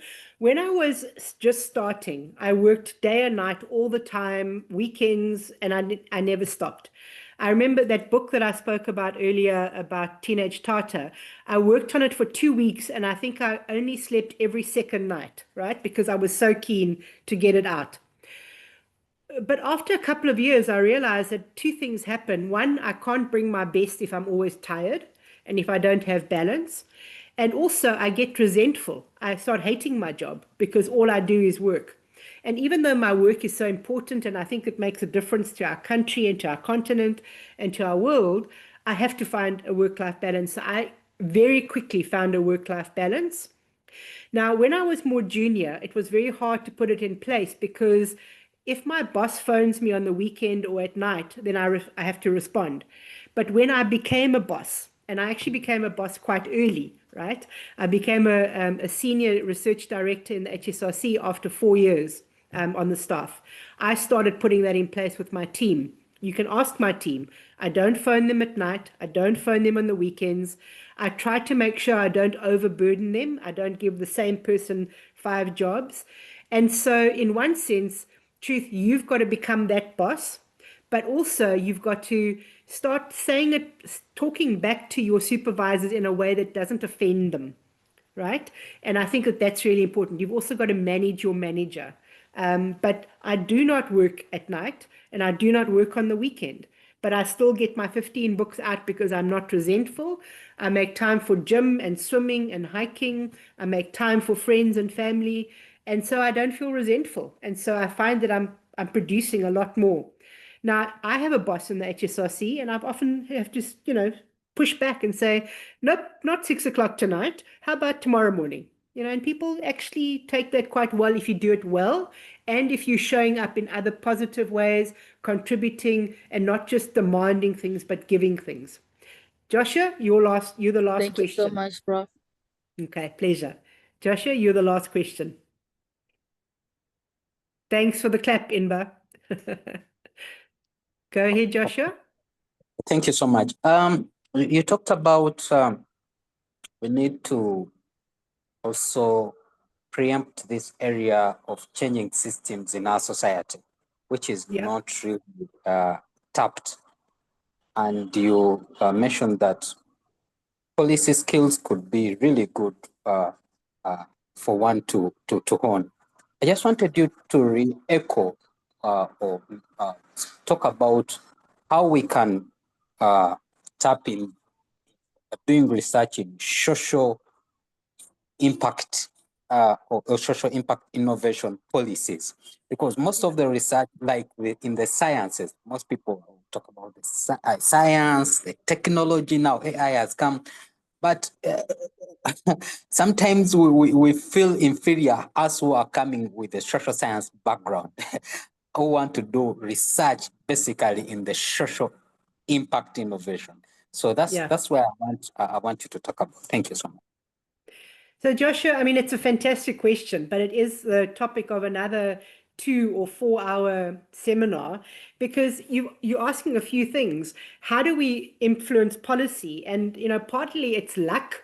One of the things that I often find is that when we go to Parliament to do presentations, often the parliamentarians say, oh, we're also going to be looking at school transport and we need a new policy. What do you know about it and can you help us? So often it just happens, right, in the networking. And that's why for me the networking issue is so important. But then you're also asking about how does the social sciences influence policy? And I like to be able to say that our work gives is the heart of some of these policies. It might not be the best thing to just give groceries to people when the social science research tells us that people who get money as a grant use the money far better. Only few people, use it on bad things like alcohol or drugs, but actually you give money to a woman in a poor context and they really use the money well, because we've got all the social science evidence.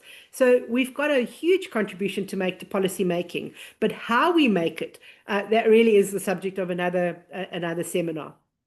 But thank you for your question. Okay, colleagues, I need to go and have a work-life balance now. Come on. Thank you all for your questions and for showing up and for your engagement. I really appreciate it. Thank you, Prof. And thank you to Tabo and Letitia for your assistance on the technicals. I hope everyone has a lovely afternoon. Great. Thank you, Jackie. Thank you, Prof. Thank you, everyone.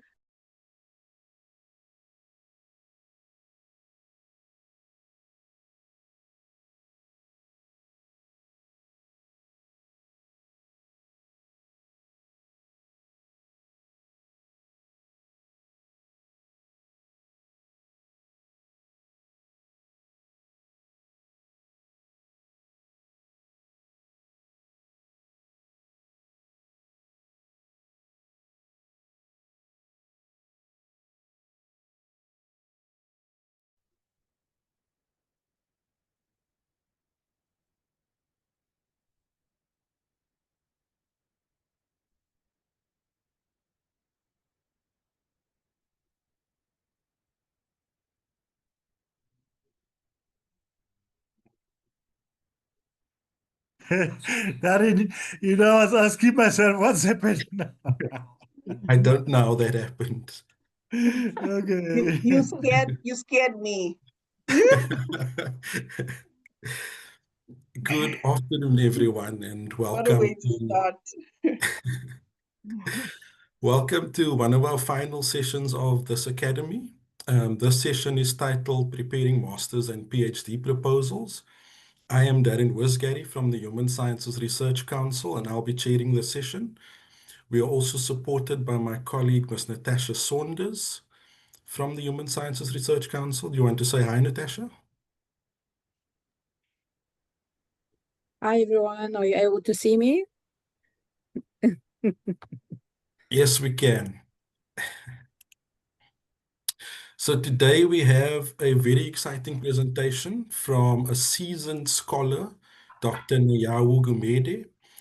He's from Salt Lake University. His major interests are in public policy and public governance. He holds a PhD in public management and governance. His main fields of study are public policy and public governance, public service delivery, public management and service delivery, district development models, restructuring and privatization of state-owned enterprises, public sector reforms, local government. He presented more than 60 international and local conference papers and published more than 20 papers. Welcome, Dr. Gumede. I am handing over to you to lead us in the session.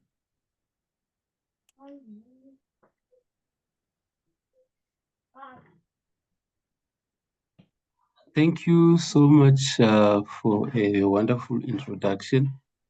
I'm very happy to be with you.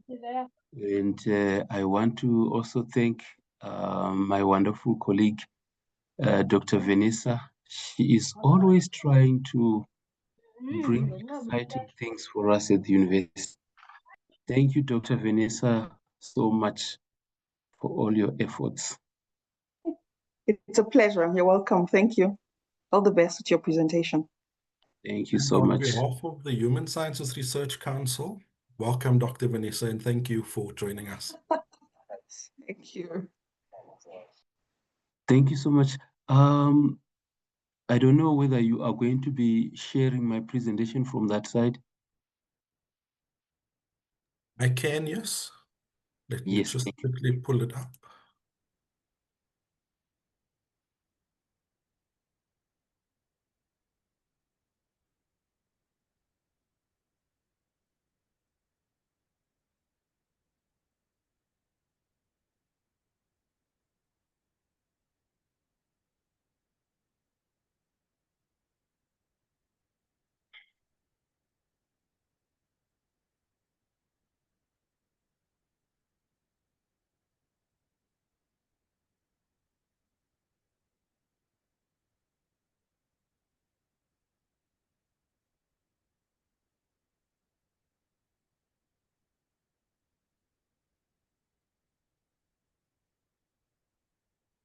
Okay, it should be visible now.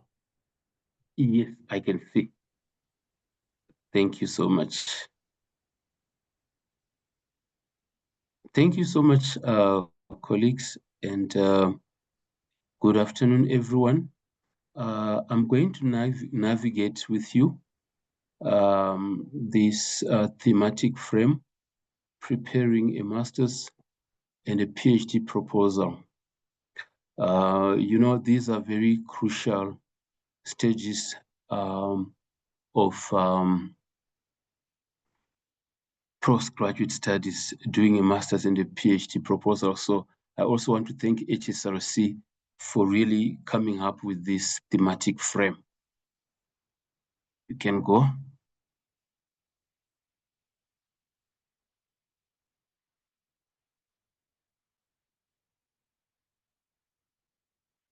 All right. So the main purpose of today is to ensure that all our attendees come to grips with knowing what a master's and a PhD proposal is. And then we are going to outline the most critical steps that are imperative when one is undertaking a master's and a PhD journey. And then Finally, we are going to look at the most critical components of a master's and a PhD proposal. Thank you.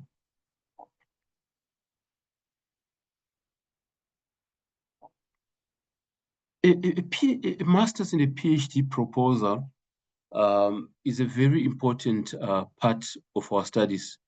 And what is it all about?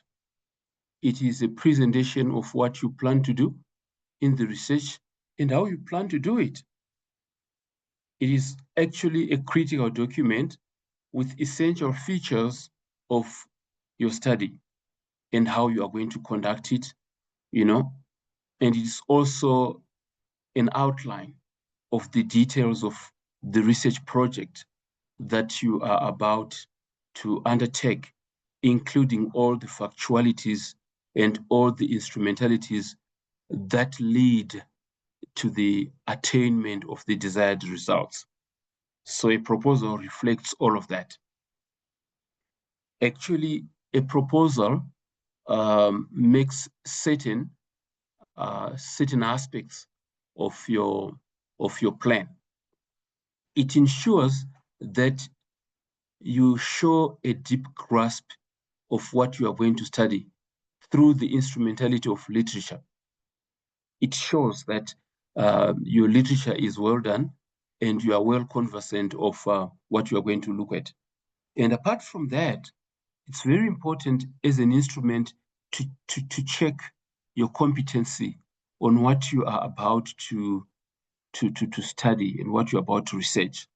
You know, it's sort of a measure a barometer that is utilized by yourself as a student and by your supervisors to enable them to check whether you are really ready for the journey you are about to take. It's an instrument of evaluation to check the feasibility of what you are going to study as well.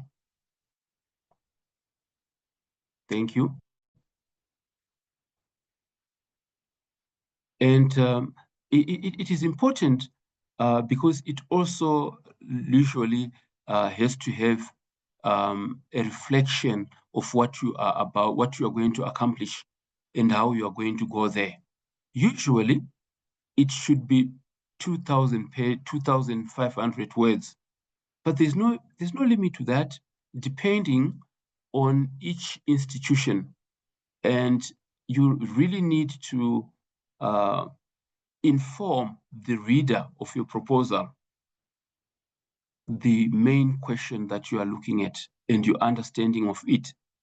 A proposal also helps to depict the research gap that is germane within that research architecture, because you know that there may be building blocks of researches that have been done before, but sometimes it's very necessary to depict that research gap.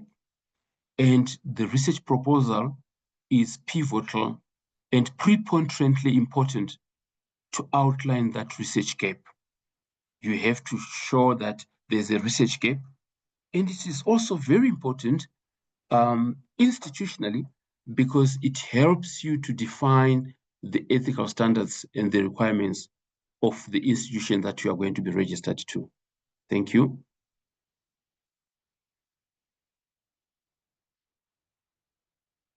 However, as part of the most important steps that you must take when you are preparing to do a master's and a PhD proposal, it is very important to meet the requirements of that particular institution. You have to ensure that if you are registering for honors, for masters, you have an honors. If you're registering for a PhD, you have the relevant master's degree. It's something that you must do, you know, and apply to get provisional registration. Why? It's important. That step is very important, because then the university or the institution you are registering will be able to give you their PhD or master's template, which serves as a guide. And sometimes they even provide you with a provisional promoter. Thank you.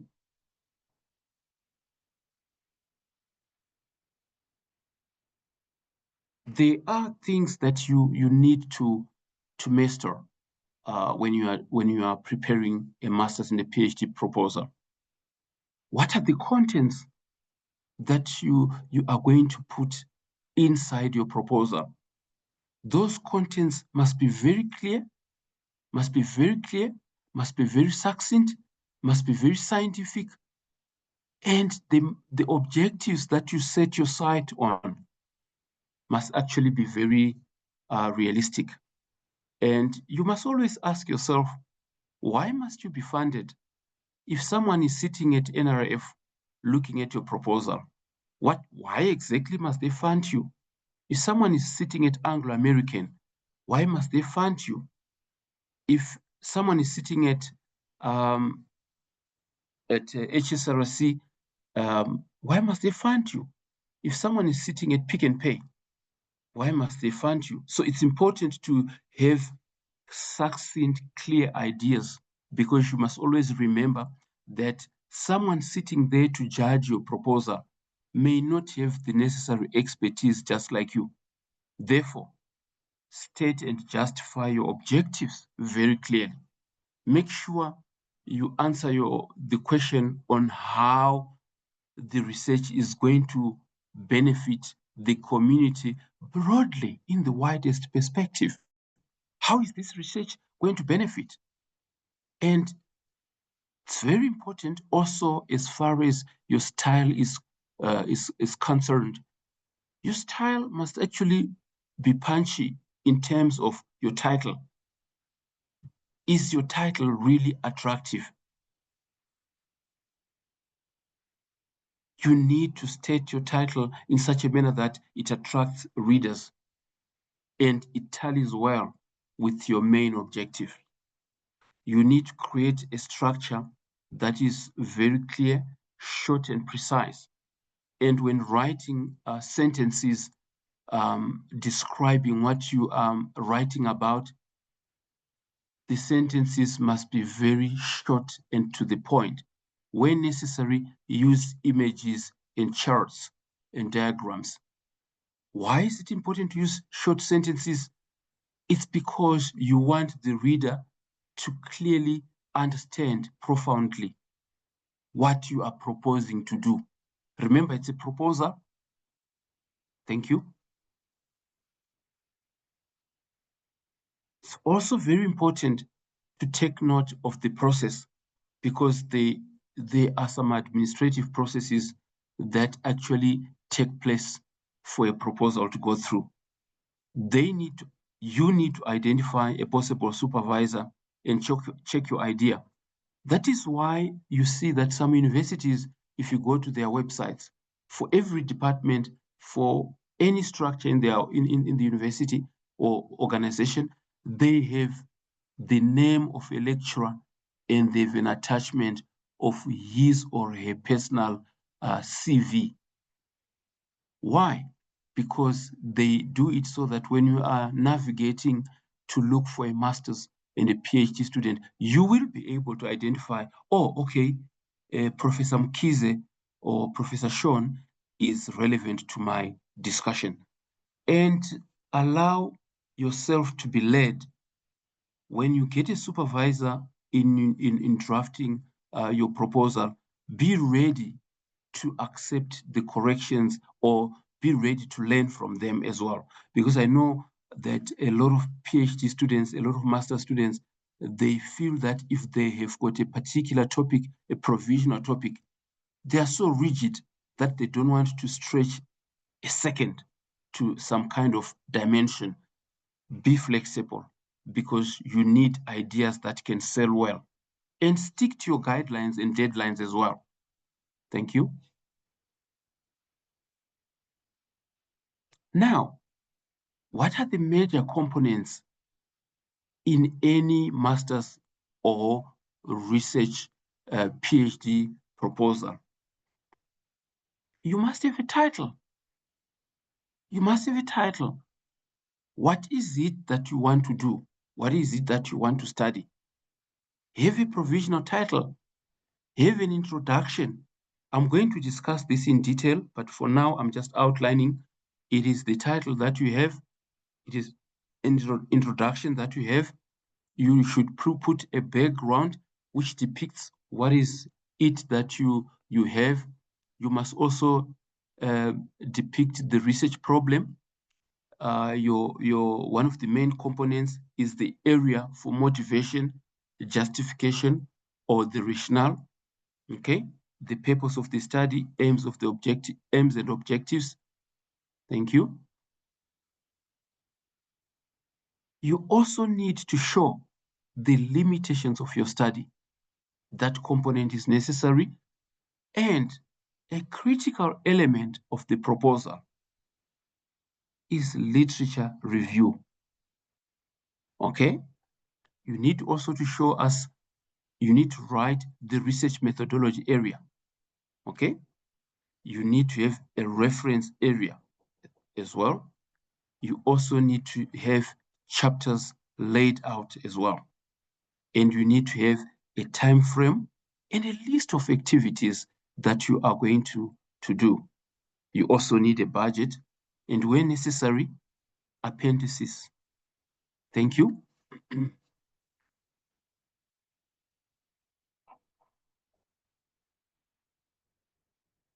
I see that what is the topic? It's not very clear on my side. I don't know whether it's clear on your side, okay? But it's not clear on my side. What is the topic you are researching on?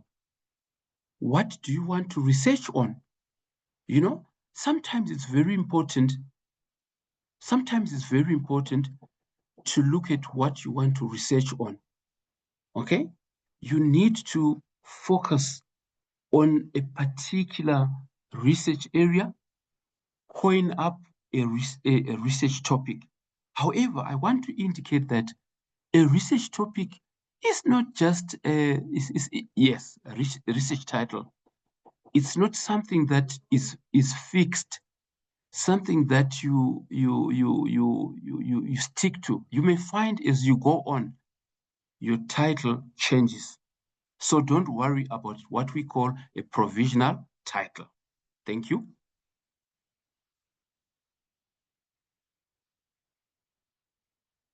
What is your introduction? How do you introduce your topic to the reader? Because every reader must come to grips with your topic. Every reader must understand what you are trying to research on. So introduce it in the introduction. It's actually a glimpse of what we are going to see. Your introduction says to do that. Okay?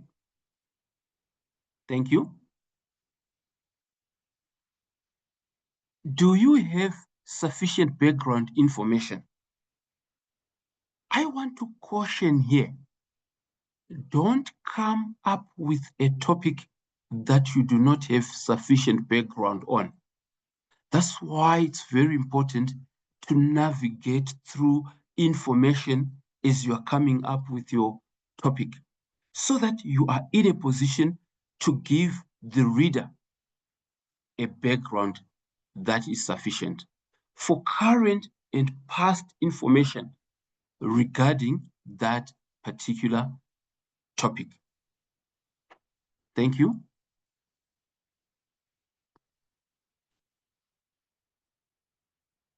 Here is the catch. Here is the catch. What is the research problem that you are researching on? You can't wake up one day and you want to study something that is not problematic. One professor used to say, what is the issue? What is the issue here?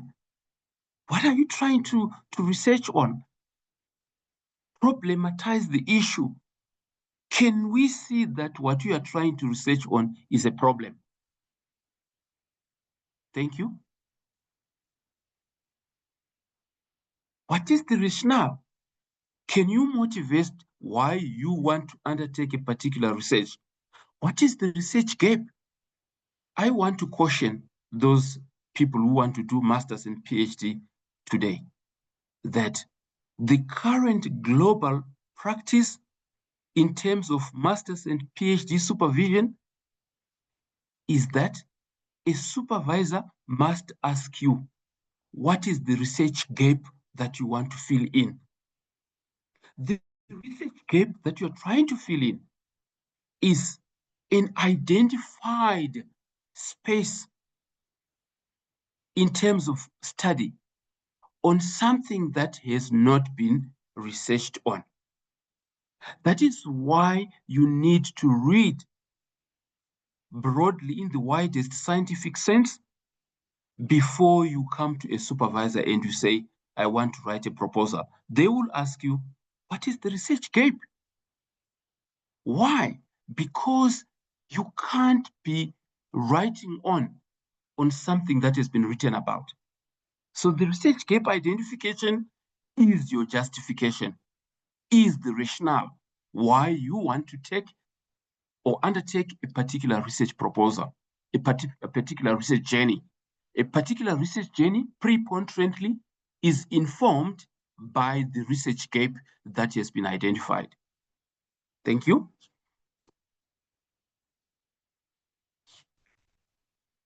What are the aims of the study? What are the aims of the study? I want to emphasize this part. There is a confusion which permeates around a lot of researchers that the aims of the study and the rationale are the same. They are not the same. The rationale is the motivation. What is the rationale? Why are you undertaking this? Is informed by the research gap. Sometimes that is why you hear authors saying current literature borders around A, B, C, D, E. However, E, F, G has been negated by the current literature. In so doing, you are bringing out the research gap. You see, that is what informs you the purpose of the study. The objectives of the study are very important. Some people want to have main objectives and sub-objectives. It depends on how you put it. Thank you. It depends also on the template. But what I want to emphasize here is that when you write your research objectives, research objective A, B, C, research objective A, B, C should correspond symbiotically with research questions A, B, C. Your research question should correspond with your research objective A. Your research question B should correspond with your research objective B. Your research question C should symbiotically correspond with your research objective C. D, E, F, as you may wish.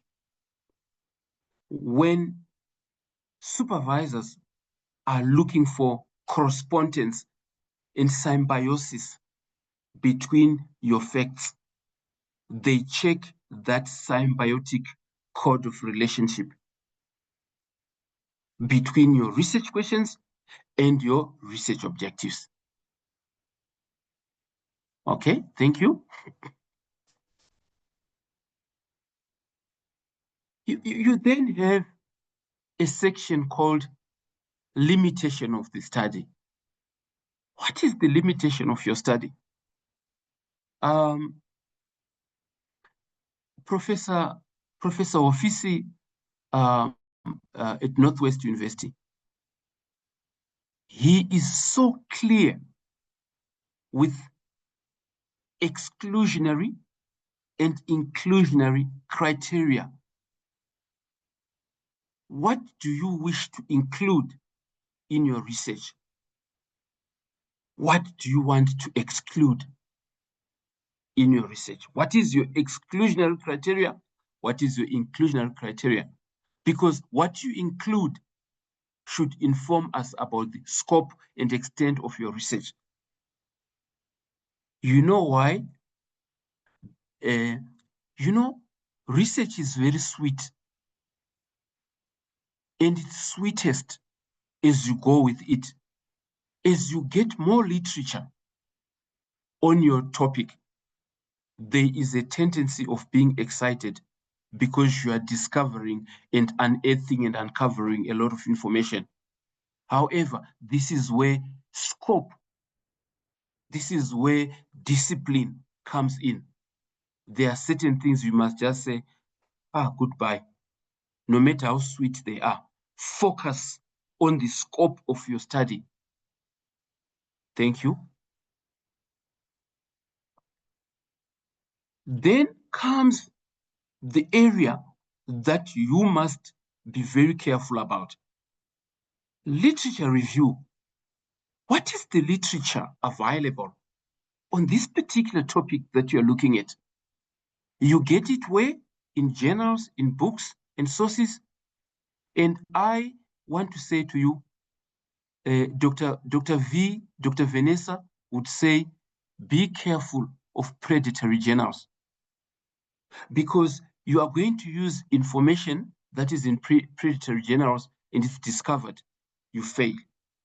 Use credible sources, use credible journals, use credible peer-reviewed journals that bring about credible information.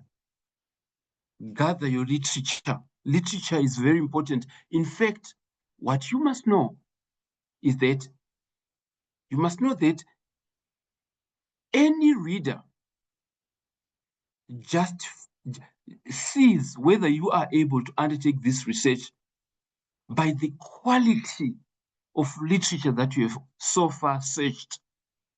So I can say literature review is the nuclear weapon that you have in your hands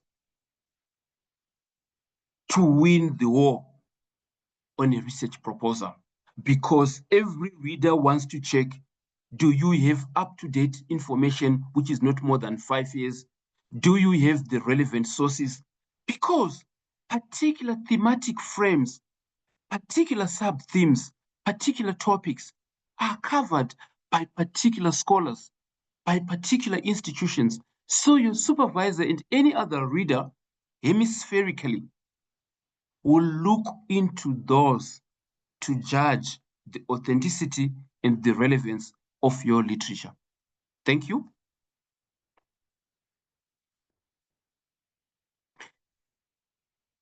I put the word literature in red pivotally because literature can send a red flag easily to your supervisor, because if you fail to create a compilation and classifications of what other researchers have brought about in the same topic, what are you doing?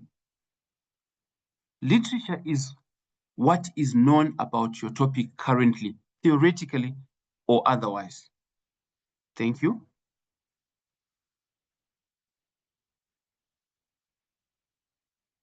Check through the literature that has been covered by other scholars and see what is there currently.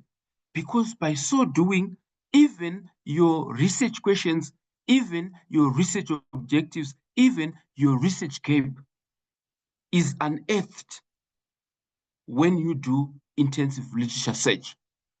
Thank you.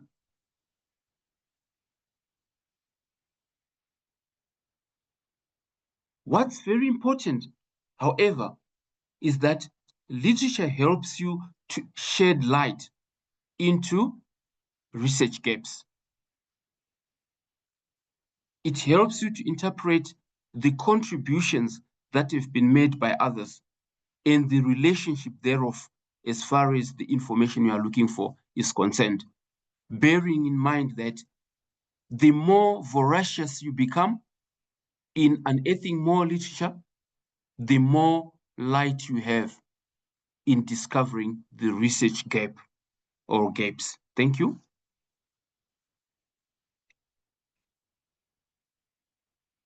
Literature also helps you to see the way forward.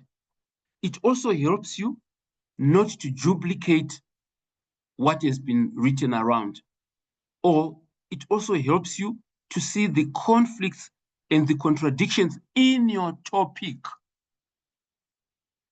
There are thematic contradictions in terms of theoretical paradigm shifts in various disciplines. Literature helps you to unearth that. If you are doing a study in physics and you are doing a study in submarine creation or submarine building, you may want to know what Archimedes' principle of flotation says and what are the current theoretical frameworks as far as submarine movements are concerned. That you can get on literature. Thank you. Then what methodology are you employing? You know, what qualitative approaches are you gonna use? What quantitative approaches are you gonna use? Are you going to use mixed methods? Are you going to use interviews? Are you going to use surveys? Or are you going to focus on document study or document analysis? Or you will employ a mixture of all? Let me warn you here. A lot of students doing masters and PhD, they like to say, oh, I'm going to do mixed methodology. I'm going to do qualitative. I'm going to do quantitative. Okay. It's very important to also read what qualitative methods looks like, what quantitative methods looks like, what mixed methods look like. It's very important. Don't just, I know it's very sweet and very nice to write on paper about qualitative methods and quantitative methods. It's very important, and it's very important to distinguish why qualitative methods, why quantitative. If you pick up, for example, and you say, I am going to utilize non-structured interviews, the question is, why are you going to use non-structured interviews? What is the relevance of non-structured interviews to your topic? That's critical. It's very important to justify a particular methodology. By the way, you need to convince your supervisor that this is a doable study. Supervisors have already done quantitative and qualitative methods already. So the onus is new or on you to try to prove to us that I am going to use quantitative methodology because I'm looking at a topic in quantitative physics. I'm looking at the living standards of people of Afghanistan. Therefore, I'm going to use qualitative methods. I'm going to look at political culture in South Africa. I'm going to use qualitative methods. I'm going to look at population growth in DRC. I'm going to use quantitative methods. I'm going to look at the impact of satellite toxicology in space. I am going to use both quantitative and qualitative because to gather information on toxicity, satellite toxicity, I need to go to NESR and do interviews there. But I can also gather some statistics. You need to justify each and everything that you put in your proposal. I need to gather information on government gazettes concerning agriculture, document analysis. You need to justify why each and every method is employed in your research methodology. Thank you. References. Some examiners, before they even look at anything that you have written, they go to your references. If they find a 1972 reference, a 1906 reference, they want to check, is it followed up by a development on the same theory in 1982? They want to check, is it followed by another theory in 1990, in 2002?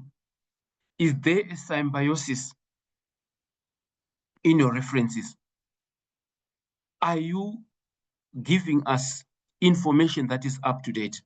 Of course, like I've said, if you read about Archimedes' principle of flotation, which stipulates that the volume of water a ship displaces is equivalent to its density, right? It's a theory that was propounded long time back. But if you go to ship and submarine building today, probably there are other theories. So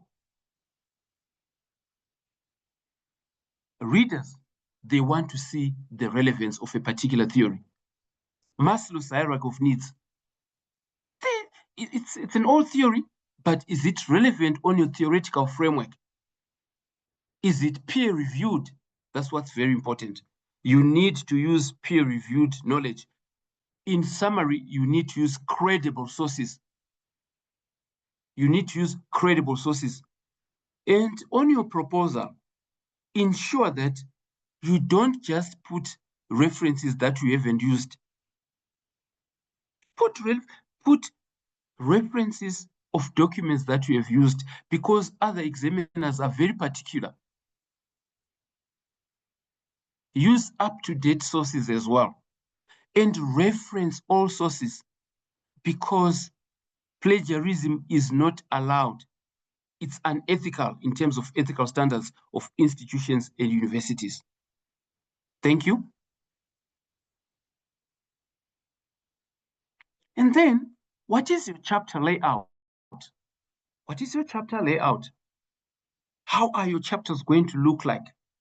You need to have a picture of how your chapters are going to look like. What are you going to cover in chapter 1? Are you going to cover topic, introduction, abstract, background? How are you going to introduce your topic? Are you going to do your literature in chapter 2? Are you going to do your research methodology in chapter 3? Are you going to do your data analysis and research findings in chapter 4? Are you going to do your conclusion in chapter 5? Are you going to do your recommendations in chapter 6? Are you going to include a chapter called Way Forward in chapter 7? It depends on how you want to structure your study. That is why it's key and preponderantly important to do a navigation of other theses that have been written before, so that you are at peace with the number of chapters that you are going to utilize, because that map should stay in your encephalon as you go through your proposal. Chapter 1 to 7, chapter 1 to 6, even other scholars that are gregarious, they go to chapter 8. I've seen a proposal which stipulated that the guy was going to go to chapter 9. And when I asked, how do you go to chapter 9? He explained how he was going to do that. But maintain the standards of a particular institution. Different institutions and different organizations in different countries are legislatively governed in terms of what a scholar may do and what a scholar may not do. Thank you.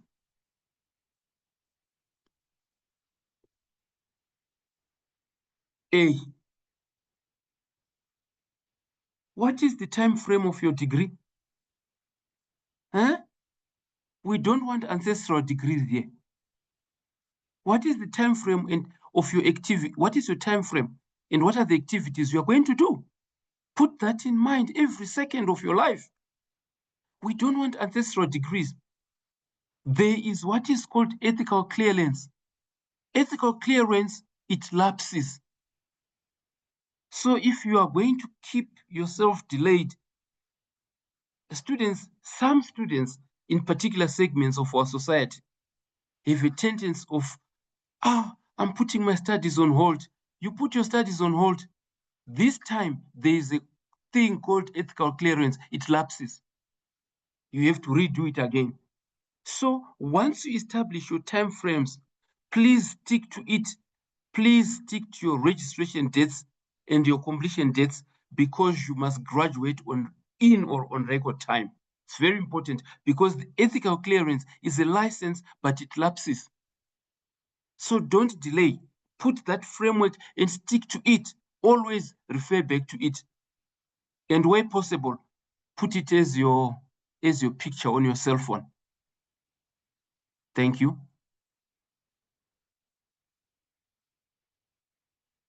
Then the issue of money. What is your budget? Because NRF cannot fund you if you don't show them how much you need, how you are going to utilize it. HSRC the same, governments the same, NGOs the same, universities the same. They want to see your budget and how you are going to utilize it. They want to see how you are going to utilize the funds. It's a criminal offense to write how you are going to utilize a particular budget that has been legally given to you by an institution, and you do the opposite. So it's very important for you to stick to the budget and the budgetary activities that you have stipulated. One thing critical, the budgetary activities must be in line with your topic, must be in line with your methodology. If you said you are going to do structured interviews in Mlazi, you must go to Mlazi. If you say you're going to do interviews in Mafikeng, you must go to Mafikeng. If you say you are going to do interviews in Guguletu Langa and Kailicha, you must go.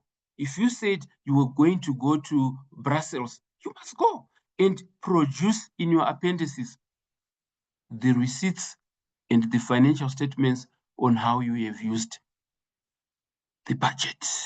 Thank you.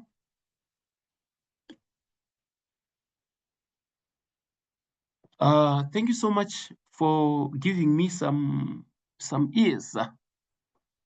It's time for your questions, and everyone is free to ask and help us with answers as well.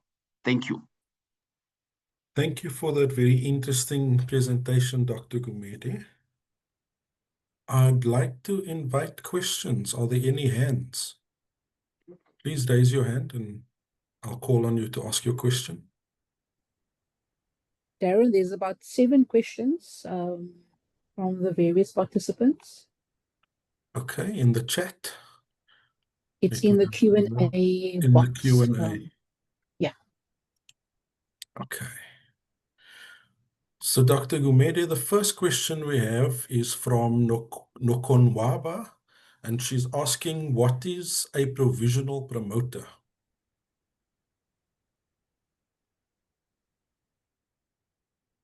Sorry, I didn't get that one. What is a what? What is a provisional promoter?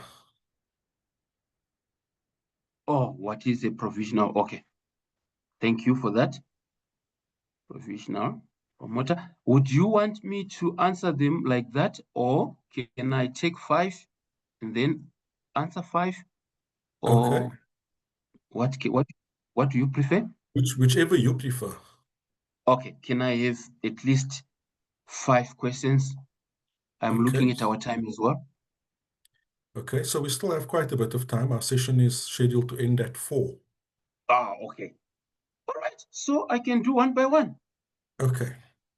So what is a provisional promoter? Thank you so much. What is a provisional promoter?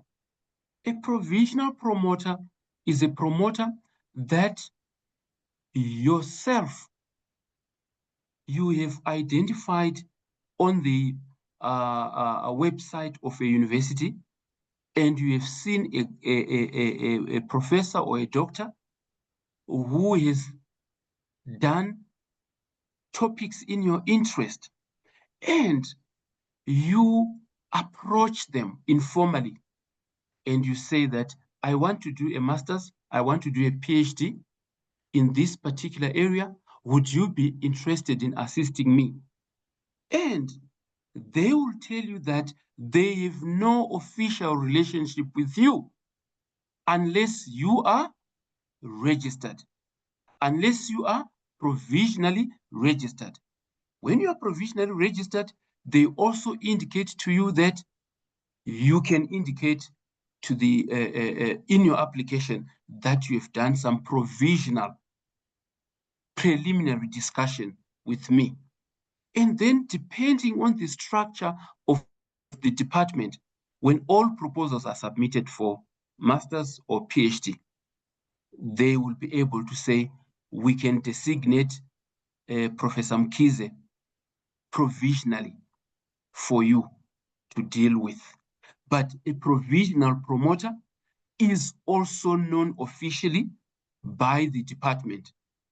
Is somebody that they give you on a provisional basis, on the basis of that particular individual's expertise.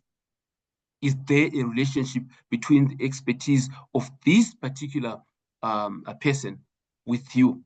And then as you synchronize your ideas together and the supervisor accepts that, no, I think I can supervise you, then the supervisor can indicate to the head of department that, yes, that student that you indicated I must assist, to assist at topic level.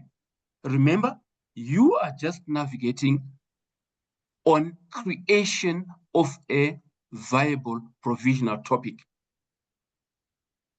That's a provisional supervisor. It's not your actual supervisor. But practically speaking, the provisional supervisor ends up being your main supervisor. Thank you. Thank you. Our next question is from Regina Banda, but I've noticed that your hand is raised. Regina, please unmute and ask your question. Thank you very much. Hi, everyone. Thank you for this beautiful opportunity to learn. I think that question still stands. I wanted to understand what you actually then mean by limitations, because I thought maybe you can put the limitations only after you have done the study. That's the first question. And the second question is, please clarify the key differences between the literature that you cite in the introduction or background and the literature that you then do in literature review, because I've been having a gray area problem in that, where you then get confused on what exactly it is that you're supposed to include in the literature review that differs from the background, because I then thought there's a lot of repetition that comes from it. So I'm thinking it's because of the lack of knowledge of what is the difference. And then the third question is, how do I differentiate problem statement contents and the justification contents? Because like I said again, you then still tend to think that the problem statement is also identifying the literature gap that you're or the research gap that you're supposed to cover, and the justification also does that. So how do I write these segments in a concise and succinct way so that it all makes sense? Thank you very much. Thank you, Regina. Very, very good questions. 1, 2, 3, 4 questions. If I can, if I've managed to delineate that very properly. What are the limitations? You said you thought, oh, this one you can put it at the end. This one you must indicate it right there in the proposal, because you need to indicate the scope of your study. You need to indicate the scope of your study from the beginning. And also, this is primarily important for the foreigners. The foreigners want to really know to what extent are you going to utilize their finances? They want to know. The farmers, they want to know, practically speaking, where does your riches touch and where does it earn? They want to really know, is it in tandem with their project plan? That's why you need to put a limitation on that. You need to clarify quite crystal clearly, my research scope is A, B, C, D, E, full stop. Because there is a tendency, if outside funders, there is a tendency that as you do your literature review, let me tell you something, literature review is the most sweetest part of research. Once you master it, your mind network is able to unearth equally relevant information on literature review quite broadly. That's where limitations come in. We should stop being ambitious. We discipline ourselves by putting the limitation of the study. If you are studying, for instance, the impact of climate change funding in KwaZulu-Natal, in Jozini district, your research is primarily limited to climate change funding in KwaZulu-Natal, in Jozini district. Clearly indicate that in your limitation. You are not going to talk about Richards Bay. No. You are not going to tell us about Durban. No. You are not going to tell us about climate change funding in Johannesburg. It's very important to delimit your study. In other words, keep it. Research is very interesting. As you unearth information, you unearth more.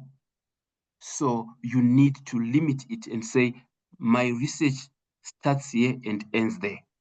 That's why limitations are supposed to be indicated in the proposal, particularly for funding reasons. Oh, for funders, if you are outside the scope of their funding, sorry, they won't fund you. Okay. What is this trick?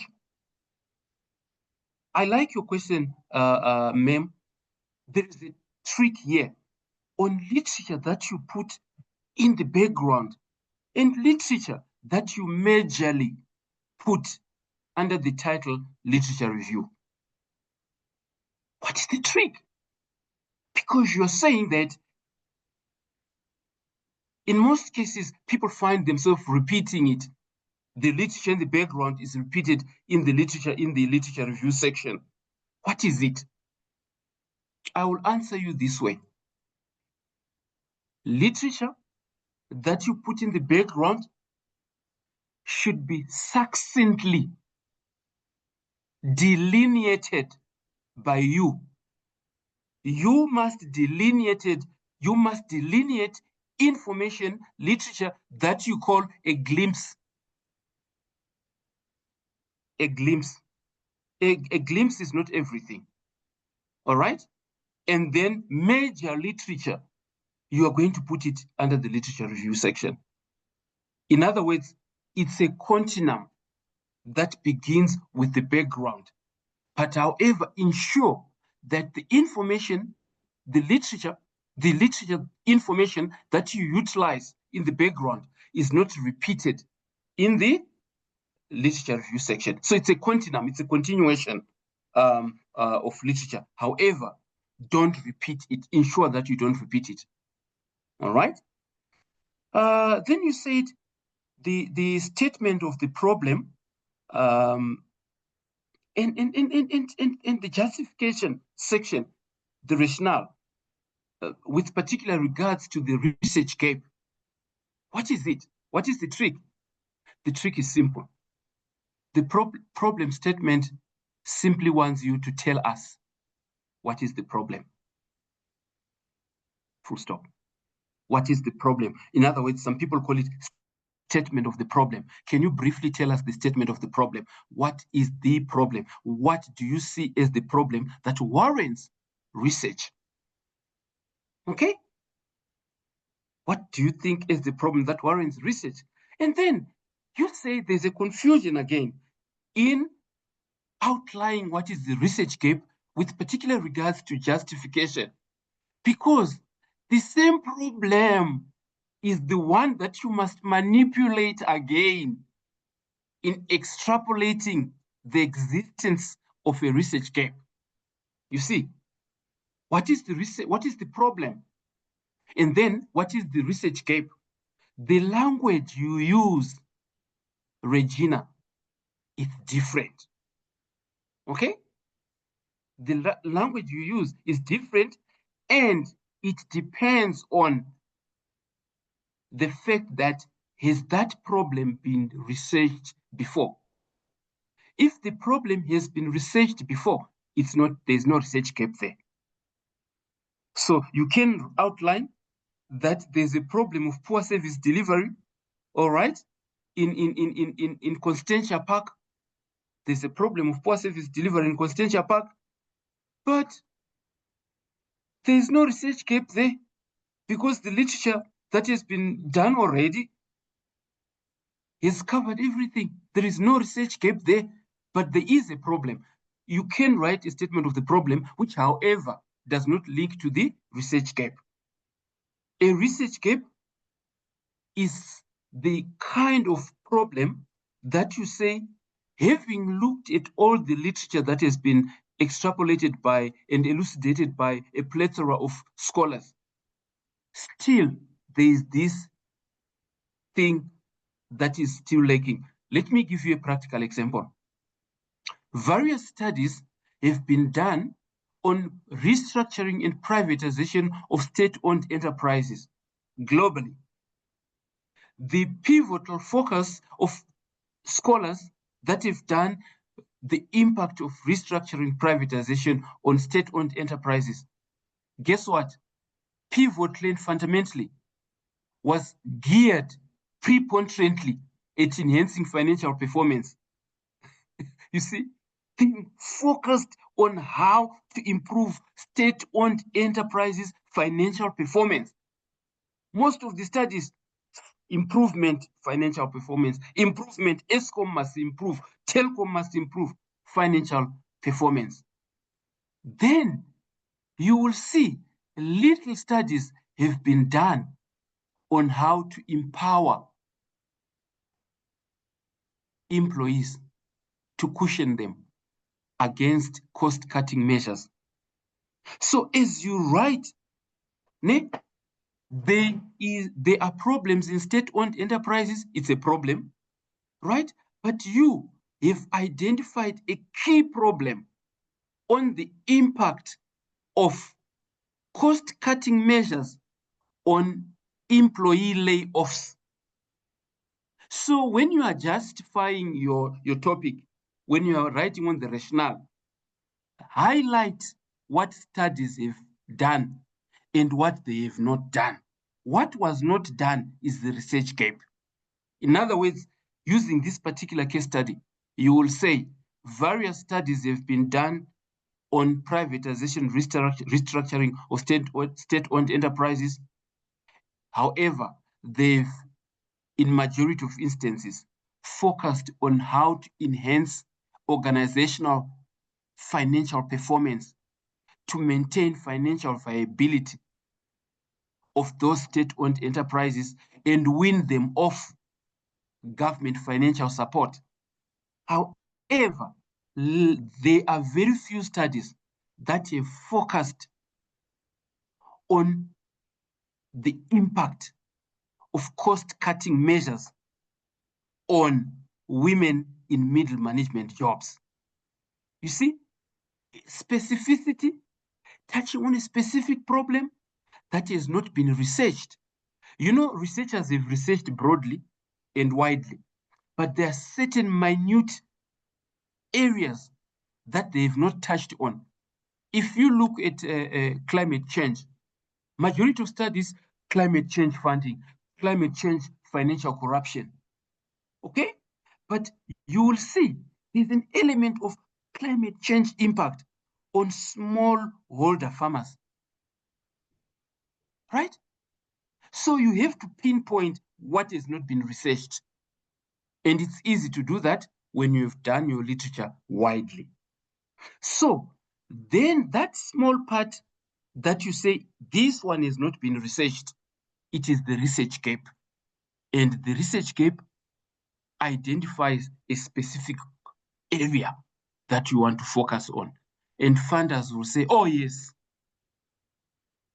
this one has not been funded before. Then it can be funded. I thank you. Thank you, Dr. Gumede. So our next questions are from Mamokete. Mamokete wants to know, how do you formulate your research problem and question? What is the difference between the rationale, purpose, and objective? And are they all compulsory in your proposal?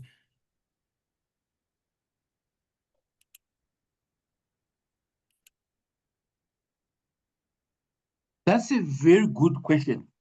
And it links very well with what Regina had asked.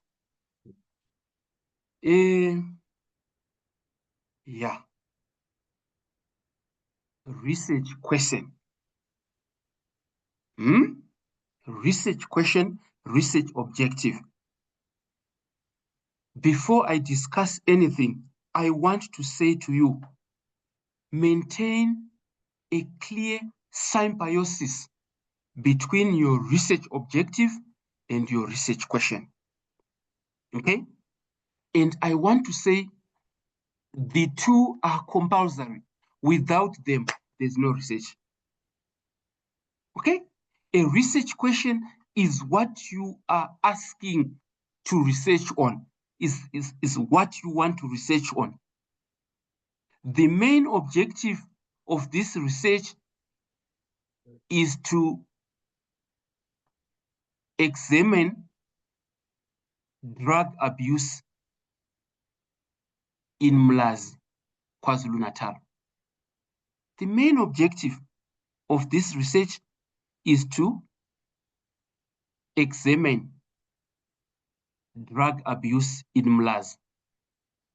The main objective of this research is to examine the extent of drug abuse in Mlazi, KwaZulu-Natal.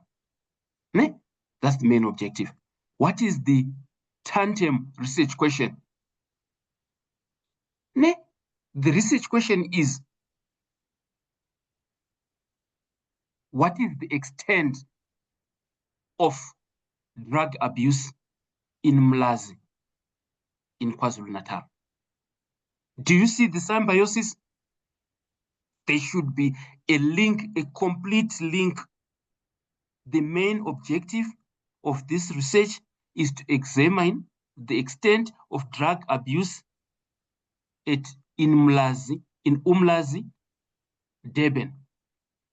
The main objective of this research is to examine the extent of drug abuse in Umlazi, Durban. Research question: what is the extent of risk? What is the extent of drug abuse in Umlazi, Durban? So there's a symbiosis there. Your question and your objective must link together. There should also be a doing word when you are asking your question. There should also be a doing word when you are doing your objective. A doing word, you know? So that's how it is. So I always caution ambitious researchers for masters and PhD. Depending on your topic, don't have so many research objectives. Okay? Depending on your topic, just be moderate with your research questions, because your research questions must symbiotically link with the research objectives. Okay? If this one I've given you, the extent of drug abuse in Mlazi, it sounds more qualitative. Let's look at a more quantitative one, quantitative research question. The objective of this research is to examine the demographies of youth unemployment in KwaNongoma. The objective of this research is to examine youth unemployment demographies in KwaNongoma. Right? That's a research question. What is that's your research objective? What is your research question? You have to write it. What are the demographies of youth unemployment in KwaNongoma? There should be a link, and your link, if I were to use broken English, must be talking. There must be a talking link between your research question and your research objective. Your examiner must not struggle to locate your research question and your research objective. And I want to say summarily, research questions, research objectives are compulsory because they are the engine of your study. Thank you. Thank you, Dr. Gumede. Our next questions come from Lufono. So Lufono's asking some very interesting, maybe a bit difficult questions here. But firstly, what happens if the area I want to study has no peer-reviewed material? And then they go on further to say, I'm not sure I understand the part of convincing the supervisor of why this method. Does the supervisor have a role to play in helping me to finalize my proposal? Or must the student work alone until reaching an acceptable proposal that can be submitted? Also, if the supervisor is not convinced, does it always mean that the student is wrong?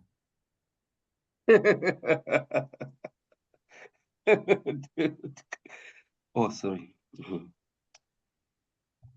All right. What happens if my research topic has no peer-reviewed material? Typical of scientific research, very typical of scientific mathematical research, physics research, aeronautical research. Yes, it happens that there are no materials. Okay. Are we okay now?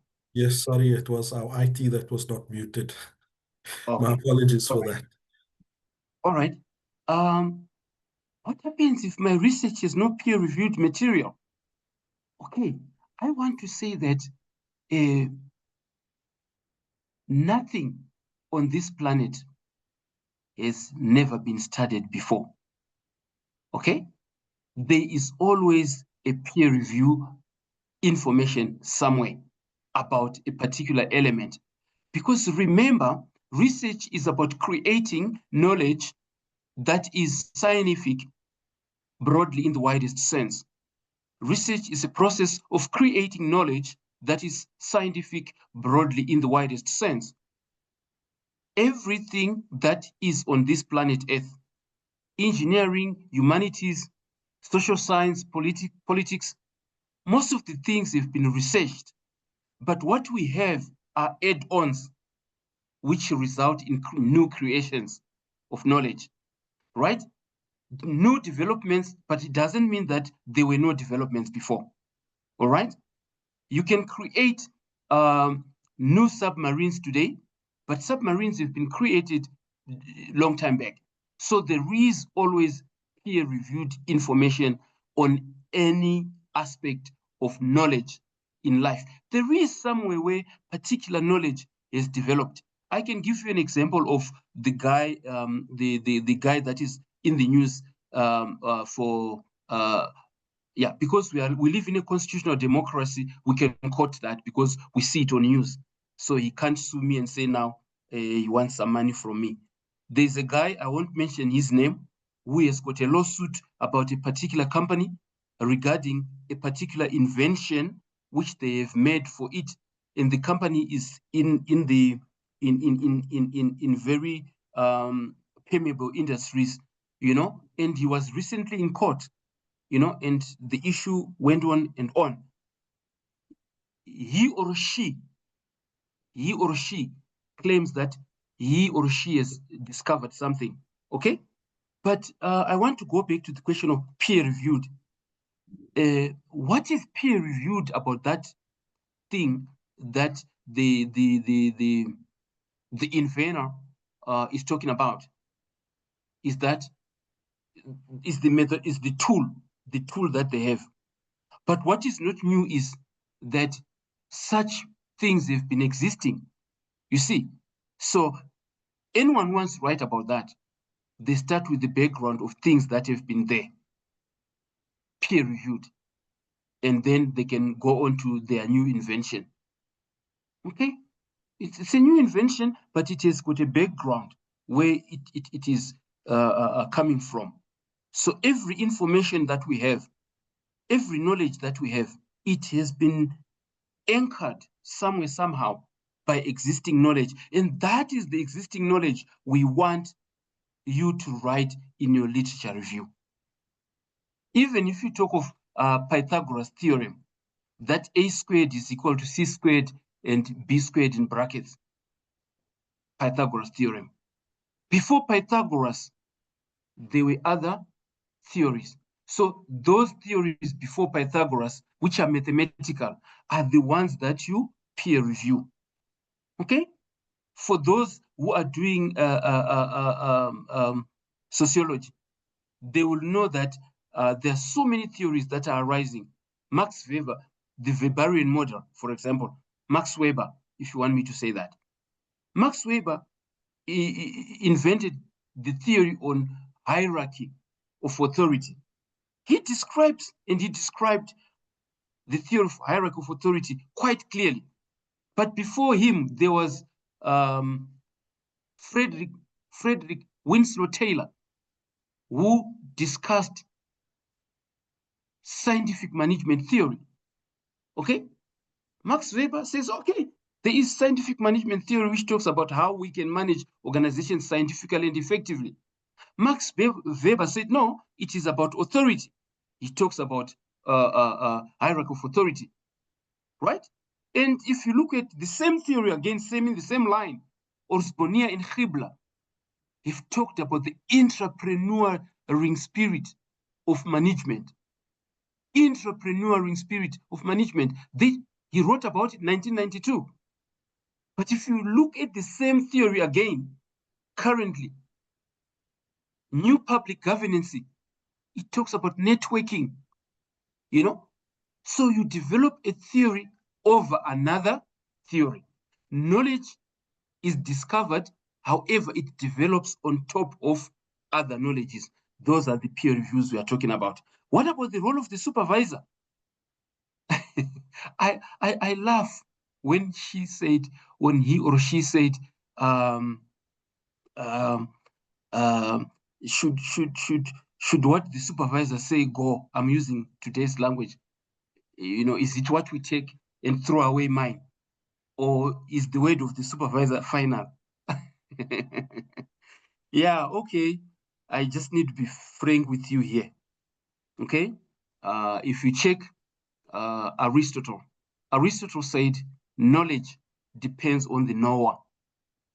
Knowledge depends on the knower. In this particular case, you are contributing to knowing. Okay? But the knower in your discipline is the supervisor. He is the knower. In other words, he knows. So he guides you through and through. The knower has to guide you through and through. Okay? The knower has to guide you through and through. It is his responsibility to guide you. But his responsibility is not to spoon feed you. Right? He guides you through and through from the topic. I can tell you that, like I said to you in the beginning, don't be afraid of the topic you want to talk about. Don't. Because the knower will help you prune it. And then you will know what you want to know best. Yeah, let me put it that way. You will know what you want to know best through effective interaction with the supervisor. Both of you, the project is yours. I always tell my PhD students and my master students, we are together in the boat, okay? but you have to do more. I have to give you the navigator. Okay? You do more, give you the navigator. Okay? So simply put, the supervisor is there to support you and to guide you. Okay? But you have to do more. When he says, bring this, bring it. When he says, change this, change it. Why? Because he knows more. The university will never allocate you someone who doesn't know. It will be unethical to do so. So the supervisor knows. Thank you so much. Thank you, Dr. Gumede. Lufuna has a third question asking, should the student conduct a full literature review before writing a proposal? And what is the required level of intensity?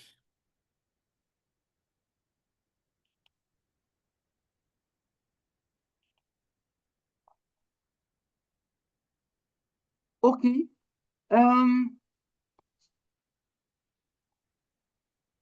A proposal is an official document of the university. It is a relationship between you, the researcher, and the university, governed by university ethical standards. You can do your literature review for knowing purposes, but it's unofficial. You cannot conduct your literature review and say that it's now official when it's not guided. No, that doesn't work. You have to do literature review for a proposal for master's and PhD purposes. Aaron, is it me or? Sorry about that. All right. I was saying we work on official basis here. Who is going to award the degree? Northwest University. Who is going to award the degree? University of Western Cape. All right. Therefore, any literature that is discovered, that is written unofficially without them, null and void. Okay? Literature must be guided by a scholar approved by a university, and it becomes approved literature review. Okay. However, it doesn't mean that when you are thinking about doing your master's or PhD topic, you mustn't read around. You read around and you go bounce those ideas with an officially appointed supervisor. Then it's official. Okay. Literature review must be guided by an officially appointed university supervisor. You can only do literature review completely and officially under the auspices of a recognized supervisor by a department of a university or an institute. And then it is only then that it is acceptable for official proposal purposes. Other than that, you are just reading books and writing notes. Thank you. Thank you. And then we have a question from an anonymous participant.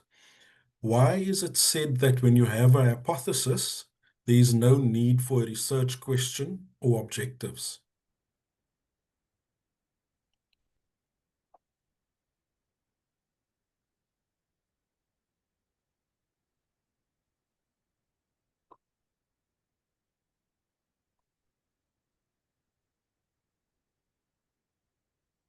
Okay.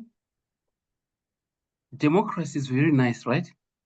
People can choose to be anonymous. But research is scientific as well. So, all right, let me answer anonymous this way. Why is it not necessary to have research questions and research objectives when you've got a hypothesis? What is a hypothesis? That's the most important question, right?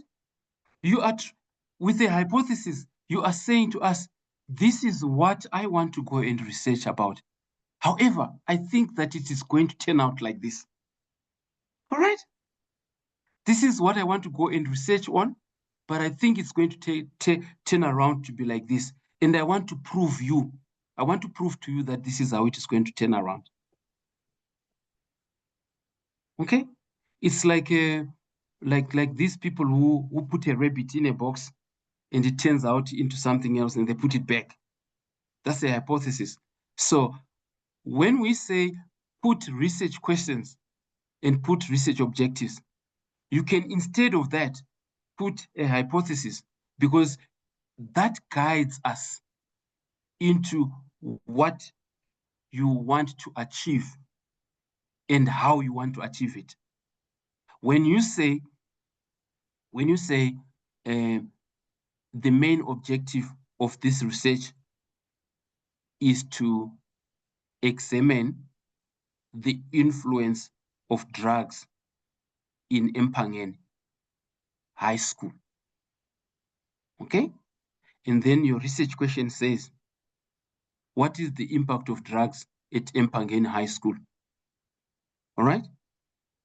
You are sort of telling the reader, this is what I want to look at. And essentially, a hypothesis is a framework of your research. It guides your research. That's why if you have a clear hypothesis, there may not be a necessity for you to write the research questions and the research objectives. But I always advise that you need to have both, because a hypothesis is just 3, 4, 5 lines paragraphically, you know, and it may not be as clear as possible to the reader and yourself as well. That's why you need to have a hypothesis plus a set of research questions and a set of research objectives. The reason is also practically this way. Each research question that you have attracts a lot of information against it. In fact, when you are structuring your chapters, you can structure your chapters according to your research questions. You see? So practically speaking, in a PhD or a master's, it is essential. While you may have your hypothesis written in a paragraph, you may also need to write your research questions clearly and your research objectives very clearly, because they guide you. In fact, even after your PhD, if you have got 4 research questions, you have got 4 research publications, because to each research question, there is a publication. In other words, to each research question, you have answered it, Mus. You've answered it. You've written voraciously and widely about it and on it in your thesis. So if you've got 4 research questions, you have got clear 4 research articles. Hence, it's necessary to write those research objectives and research questions. Thank you, Anonymous. Thank you, Chairperson. Thank you. Our next question is from Lillian. I'm about to apply for PhD. I've drafted the research concept document for application purposes, not the full proposal. May you please touch on this research concept for application purposes? I want to know how to make it more appealing and lead to provisional acceptance. Okay. Yeah. Let me start by saying, when you see yourself being asked to present a concept document, they want to look for expertise.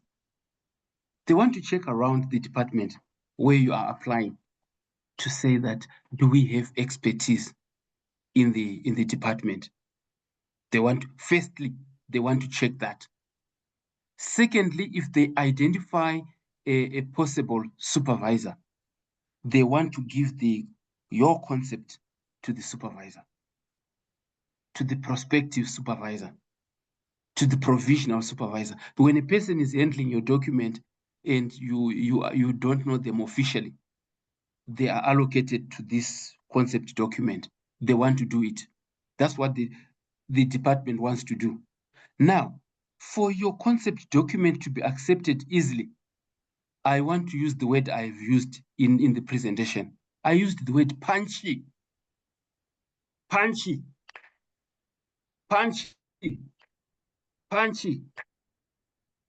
Your topic must be very attractive. It must be punchy. Okay? In other words, it must be succinct and up to the scientific point of what you want to research on. Don't put big topics that are very cumbersome to master, you know? Concise, precise topic. And how to do that? Try to go around, because you say you want to do a PhD, right? And you want to, they've asked you to supply a concept document. Also try to look at 2-3 PhDs before you write your concise document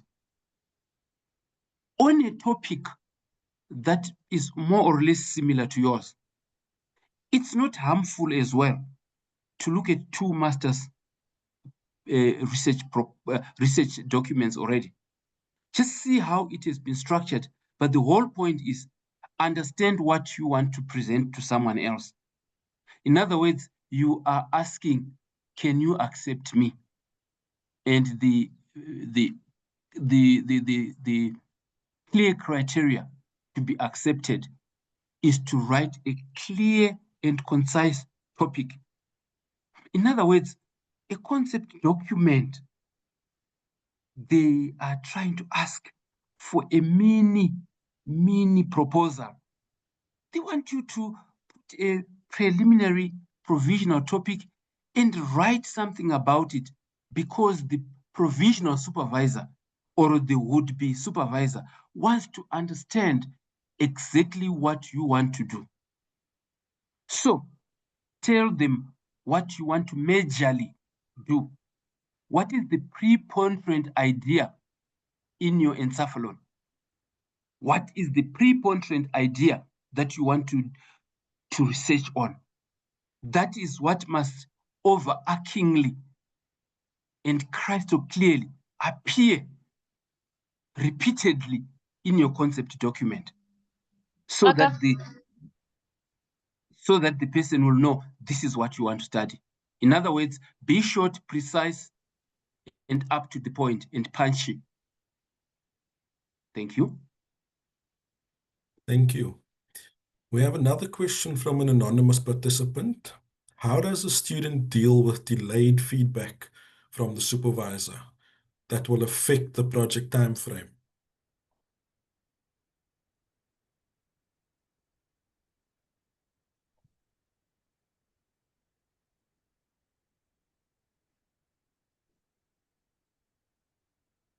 Thank you so much for that question. This question is very simple and straightforward, and it's both sides. The supervisor and the student, they work together, okay?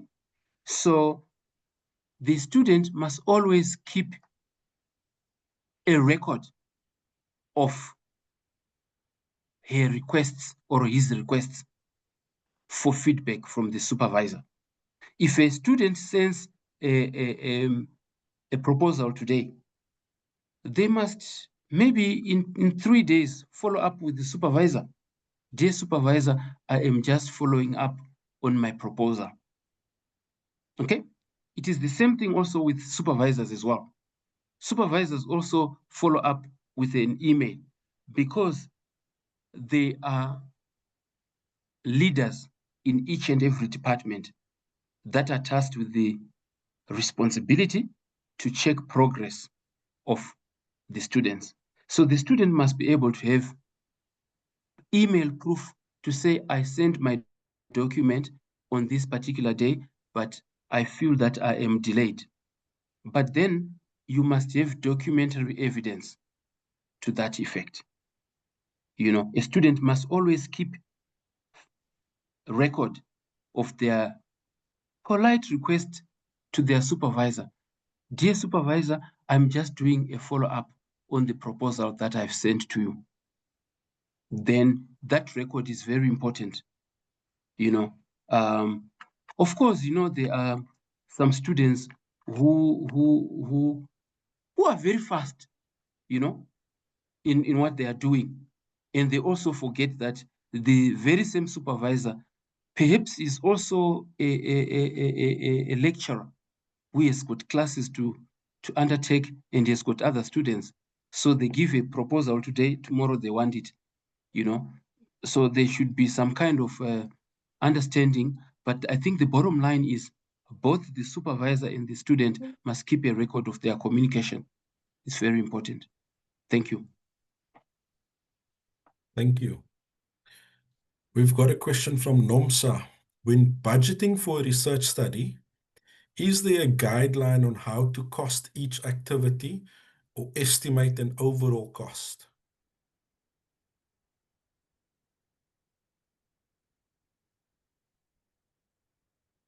Thank you so much for that question. It depends on the institutions, okay? For example, if you are to be funded by Anglo-American, okay, they just need you to give them a proposal with your financial requirements. However, they give you a cap to say, we can fund research activities up to 300,000. So you have to keep your activities like travel, interviews, you know, questionnaire creation, editing, and all that within that budget. Okay? And as far as I know, I have not seen a university that gives a template on how to spend the funding. They rather probably tell you that for travel, we limit it up to this much. It's up to you to design according to your methodology.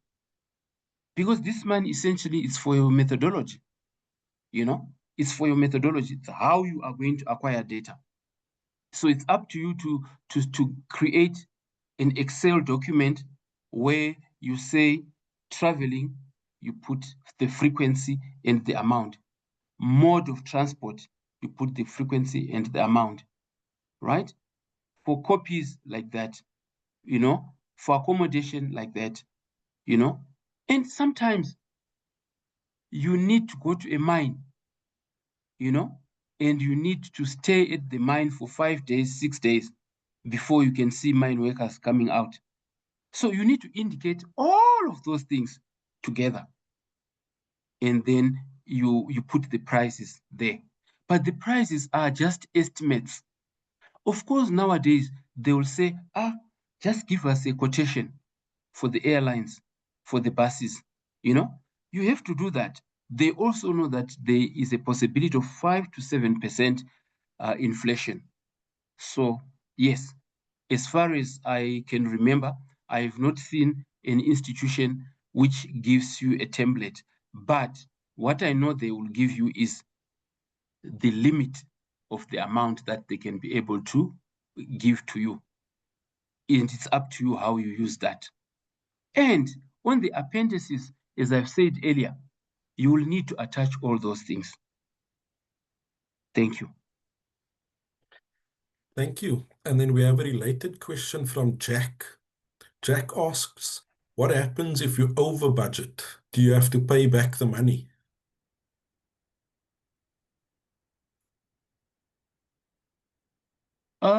Simple. If you over budget, you don't get the money. Because you indicate your budget on the proposal which has not been given out. Yeah, you don't get any money, full stop. Because when they request the budget, the proposal with a budget, they have not paid you. They will say, sorry, you are over the budget. They don't pay you anything. Thank you. And then we have a question from Muriel, 2 questions. Can one change their research topic after being accepted into a master's program? And then is it possible for one to change their research proposal while busy with their master's?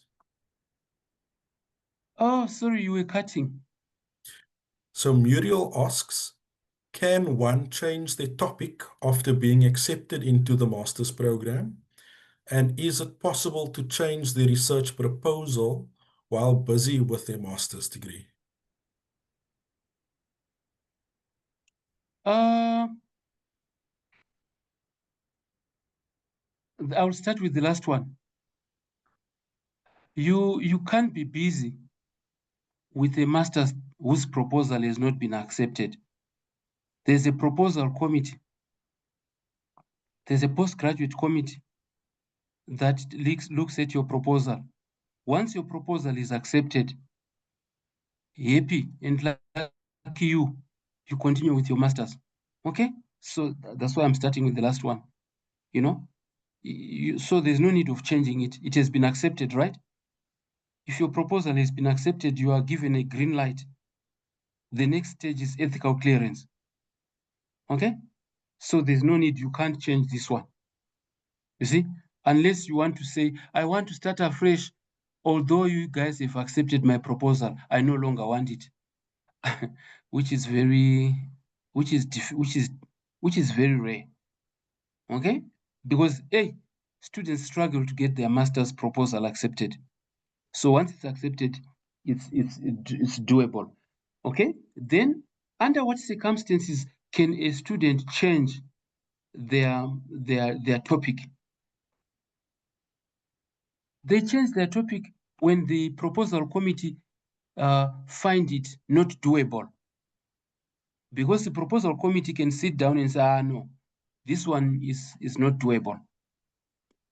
They examine it. Or they can say, and you know, when they say, the proposal committee says, this proposal is not doable, they are okay. They're being nice to you, you know, because they're saving you time. For example, I sit in a postgraduate committee where there is a professor there who says, look, me, I just look at your bibliography. You know, your bibliography tells me a lot. And I will tell you whether to go on with the proposal or not. And he or she is very correct, because they reject your proposal there and there because he or she will have seen that it's outdated. That's one. And secondly, it's not doable. By the way, professors, they know a lot. They are experienced. Okay? They are knowers. They know. So outrightly, they can reject your proposal by merely looking at how it looks. Okay? In that instance, you can change the topic. That is the instance where you can change the topic. Ne? Changing topics unceremoniously depicts instability of mind, and no one will want to supervise you.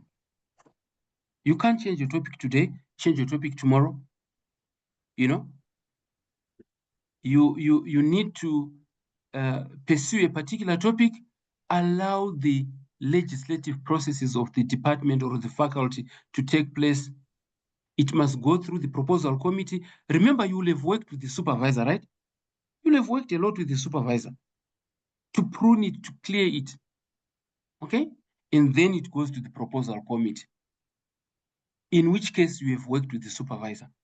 So, in some cases, your supervisor is there when the adjudication is taking place to say this is correct or not.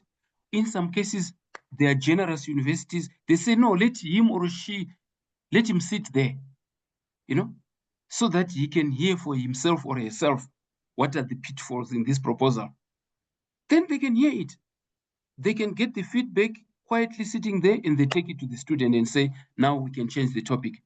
Those are circumstances that are officially acceptable to change your topic. Thank you. Thank you. Another question from an anonymous participant. May I please have clarity between a research problem and a research statement? Are these two concepts used differently, as I already assume a statement could be shorter in length? Another thing, what exactly is the formal length of a research problem? And do we include examples of the actual problem? Lastly, can a couple of related problems be put together while describing the research problem?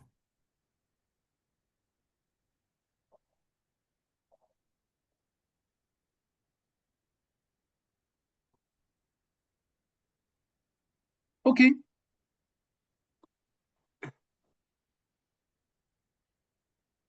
Research problem and research problem statement, right?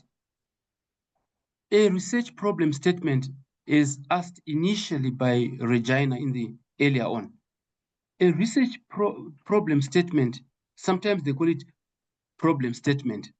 What is the problem statement of the research? Some say, what is the research problem statement? It depends on what they want to use. It is the overall research issue you are looking at. What is the issue? Okay, what is the issue? Professor Dutoy would say, do you have an issue here? Problematize it, and that is your problem statement. When you have an issue, problematize it.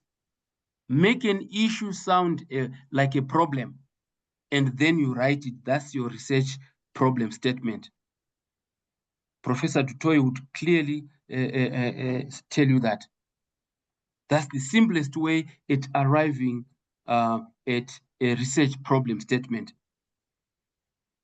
Professor Hilomi would also say the same thing. Would say, what is the issue that you are looking at? Identify an issue that you are looking at. Then problematize the issue to show us that there is need for research in that issue. But at this level, you are just identifying the issue. Identify the issue. Hey, you identify the issue. For example, you say, hey, there is high teenage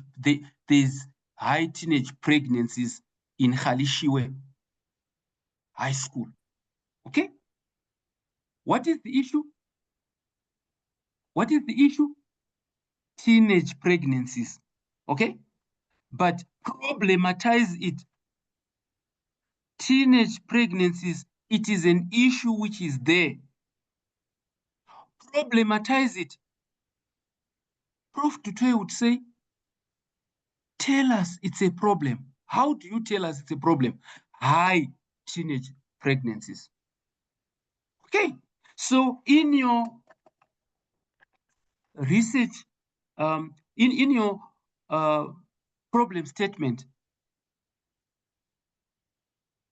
teenage pregnancies in Khalishiwe from the period 2001 to period 2010 has increased in Kimberley. You are describing. But that alone is not it's an issue. Problematize it. High teenage pregnancies. In terms of ratio, you have problematized it. Okay? Then you are now going to your research question. Okay? And your research objective. Then you say the aim of this research is to examine high teenage pregnancies at Khalishiwe High School. What is the research question? The research question is, what is the ratio of teenage pregnancies in Khalishiwe? The main objective is to examine the ratio of high teenage pregnancies in Khalishiwe. It's different from doing a paragraph of explaining what is the statement of the problem. I like it when Prof. Mare would say, it's a statement of the problem, it's a paragraph that you do on top. But the research problem and the research objective, it's one line. That one you have to describe it a lot, but this one, you put it in a question form and you put it in an objective one-line form. That's the difference. Is there a limit on the length? No, there is no limit. But universities and institutions, they have got their ethical standards on the length of everything. And when they put the length of everything, let me just tell you, but it's conflict of interest, but I'm proud of it. I have to mention it. Okay? It's my university. One of my professors has seen that students were struggling to come up with a proposal. And you know what he did? He simply took a proposal and he put the length of how it must be. You see, on literature review, you would say perhaps just put 900 words. On conclusion, just put 400 words. And it's an itemized proposal. I won't mention but I will mention the name of the professor because he's done a good thing. He is my professor. I'm a lecturer, so it's not a hidden secret. The guy is Prof. Pierre Hubert. Prof. Pierre Hubert has seen that students were struggling to come up with proposals, and he decided to sit and itemize a proposal. His proposal is one of the best proposals I've ever seen because it's itemized. He tells you, what is your topic? What is your statement of the problem? How much words should you put? So for us as supervisors, you know how simple it is? I can simply say to this student, this week, I want to see topic. I want to see your introduction. I want to see your background, full stop. And Prof. Hubert has put the number of words that you must stick to. So it depends on the university, and it's done mostly to make life easier for students to progress rather than to stay in one place. Because imagine if you don't know the limit of the words of your introduction or on your abstract or on your literature review, you're going to think, maybe let me write voluminously, then I'm the best. Prof. Pierre Hubert has itemized it and he has put a limit. But I'm saying it's not universal. It depends on each university by university. I think SPU is the best proposal for masters. Yeah. Thank you. Thank you, Dr. Gumede. So are you advertising SPU's proposal format, or are you saying that we should study at SPU? I think I can say to you, please call Prof. Hubert and ask him, show us what a simplified master's proposal looks like. We find it a supervisor. Okay, we don't tell him, he's our boss, we meet every day, but we don't tell him. But as we discuss in our corners, it is the best proposal because you can itemize it and periodize it as well. It's easy to periodize it, to say this week I want 1, 2, 3. Next week I want 1, 2, 3. The following week I want 1, 2, 3. It's very smart. Thank you so much. Thank you. Our next question is from Andrew. What is the acceptable time frame between a concept note and acceptance and research approval? And if your concept note is accepted, do I maintain contact with the assigned supervisor to guide my proposal? Or must I develop a full proposal without contacting the supervisor? And how much time is one given? I will answer this one this way. When you are asked to submit a concept document, you are beginning to be an insider. They have opened the door for you. Okay? The university department has opened the door for you. They want to take your concept document, have a look at it, allocate a provisional supervisor for you. Now, you work with the supervisor to do the research proposal. There is a period for that. And the period is determined by when the proposal committee sits or the postgraduate committee sits. There are dates for sitting for the proposal committee and the postgraduate committee. That is what guides your period. So there is no universal period. There's no universal period for that. It's institution to institution. And you are always, the postgraduate committee chair is given the periods to say the postgraduate committee sits this month on the 18th of August, next month 18th of September, next month 18th of October. And there is a time when they say, man, sorry, you come next year. See, so dates for proposals are determined by the institution. And my advice to everyone is that thanks God when you are allocated to a supervisor. As quickly as possible, respond to his ideas. When he says, I want the topic and I want the introduction and the background by Wednesday next week, please do it. Next week, if he says, I want literature review, please do it. Next week, if he says, I want the methodology section, please do it. If he says, I want the ethical requirement section, the following. So your link is your supervisor. Why? Because he knows the periodizations of the sittings of proposal committee or postgraduate committee. I thank you. Thank you, Prof. So we are running a bit out of time. So I'm going to take two last questions. So Alim asks, if you plan to publish 2 papers from the PhD work, how do you have to mention this in the methods chapter of the proposal? And do you have to include all 2 methods for the 2 papers in the methods chapter of the proposal? And then we have another question from Felistus. In a research concept note, can you cite and show methodology?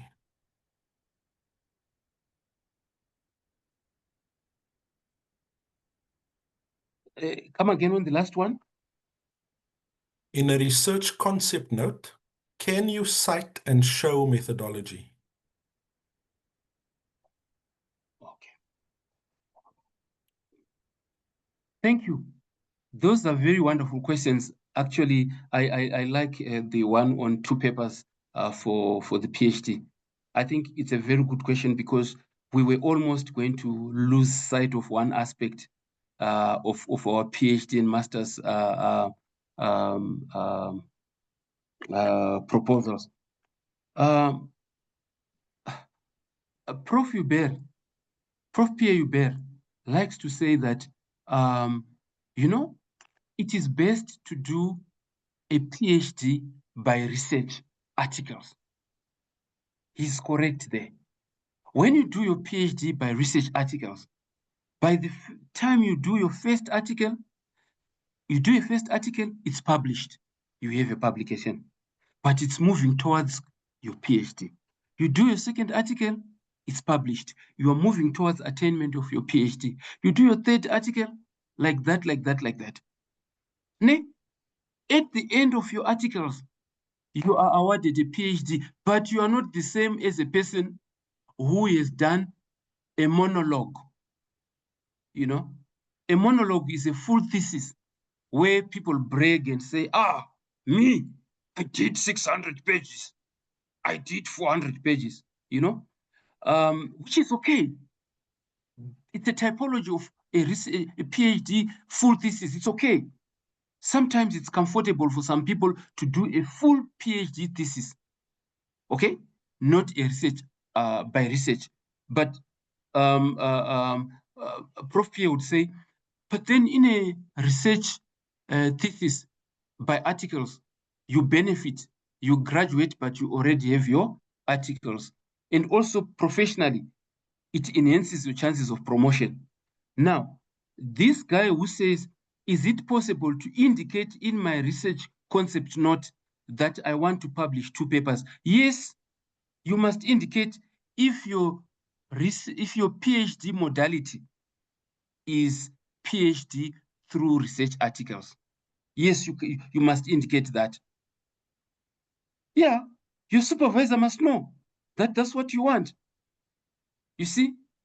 And I think the supervisor will also be excited Because to have a student who has got the guts to say, me, before I complete, I want to have done 2 articles, that's a very impressive student. So it's necessary to indicate it. You can indicate it when you are going to do a PhD through research articles. That's one. Secondly, if you are going to do a PhD through full thesis, okay? Nowadays, universities say you can't graduate if you have not demonstrated 1 full article from your PhD monologue. So indicating that you want to do 2 is excellent. You should go ahead with that. It's excellent because you are showing you are going to work very hard. And besides, it's an administrative requirement for every university nowadays. You can't graduate if you have not shown competencies of production of an acceptable article. So 2 is excellent. Okay. That one, I think I've answered that. Is it necessary in your concept document, in your concept paper, which is usually 1 page or 2, to indicate the methodology? Yes. Although we naturally would expect just you to indicate your literature and your understanding of the topic, Prof. Hubert would say, no, I just want the student to show me the topic and what he knows about it. Then I can determine whether this guy is suitable or not. You see, in the same breath, I would say it would be good also to then indicate this is the literature I have, but I also want to use this type of methodology. Then it shows that you're up for the game. I thank you. Thank you, Dr. Gumede. I see there are some more questions, but unfortunately we don't have time for that. Dr. Gumede, I see there's lots of praise for your presentation and your responses to the questions. So thank you, participants, for appreciating Dr. Gumede. I would like to, just before we close, ask Dr. Vanessa if she would like to say anything.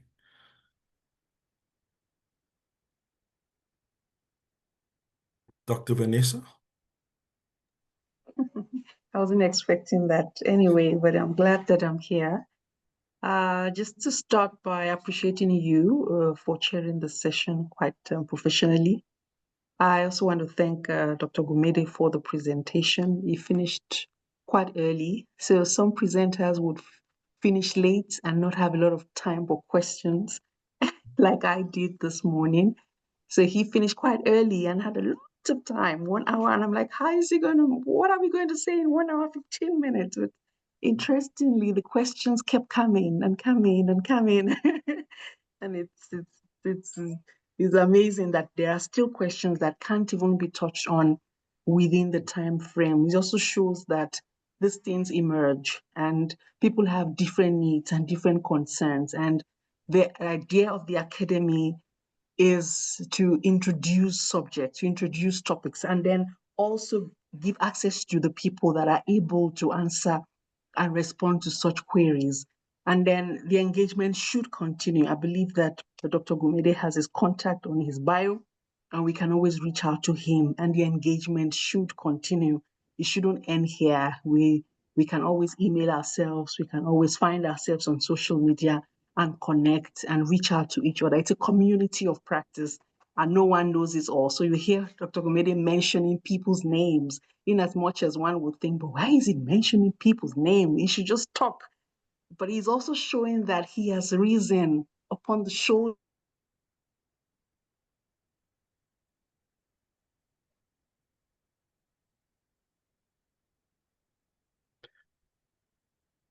Unfortunately, we lost Dr. Vanessa. I think she has some technical issues. Colleagues, Yeah, before sorry. I'm back. Okay. I'm back.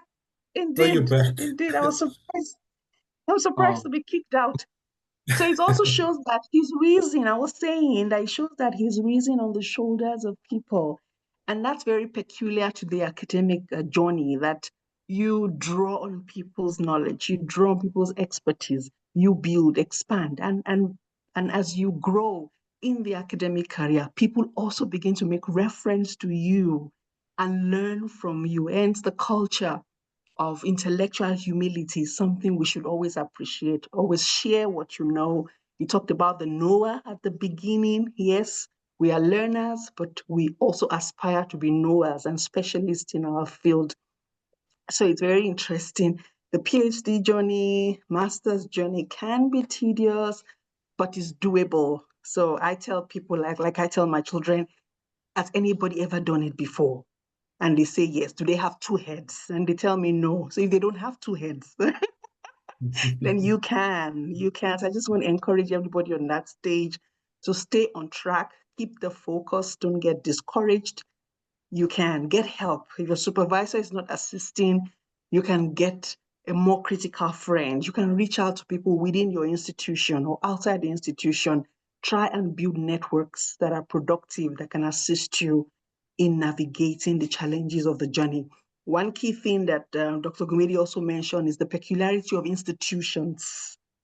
So you can't say, I like what happens at UFS when you are at UP, for example. So there are policies, there are procedures, there are guidelines. You have to follow those because that's where you have registered for your studies. And unfortunately, if you don't want to do that, then you have to deregister and go somewhere else. But when you are within that institution, that shapes almost everything about your research and your study because you are there. So that's the social construct that determines what we do. But I wish everybody all the best. Let's keep engaging, let's keep reading, let's keep writing, let's keep knowing and learning. Thank you. Thank you very much for those kind and positive words to end off, Dr. Vanessa. Participants, before you leave, Natasha has shared a link for the evaluation of the session. If you could please take a moment to complete the evaluation. And let us also, I want to thank our IT that's been working in the background and supporting this. And then especially Natasha, who has done a fantastic job, being called on at the last moment to support. Thank you so much, Natasha. We appreciate that you've also helped us out. And let's put our hands together by the way of reaction. Applause for the session and for Dr. Gumede. Thank you so much, everyone. I hope you had a good academy week, and I wish you all the best for the weekend. So I'll close the session now. Thank you. Bye. Thank you so much. Bye. Bye, everyone. Bye, Thank you. Good luck. Bye, Bye. guys, everyone. Thank you. Thank you. Thank you. Thank you, all presenters, all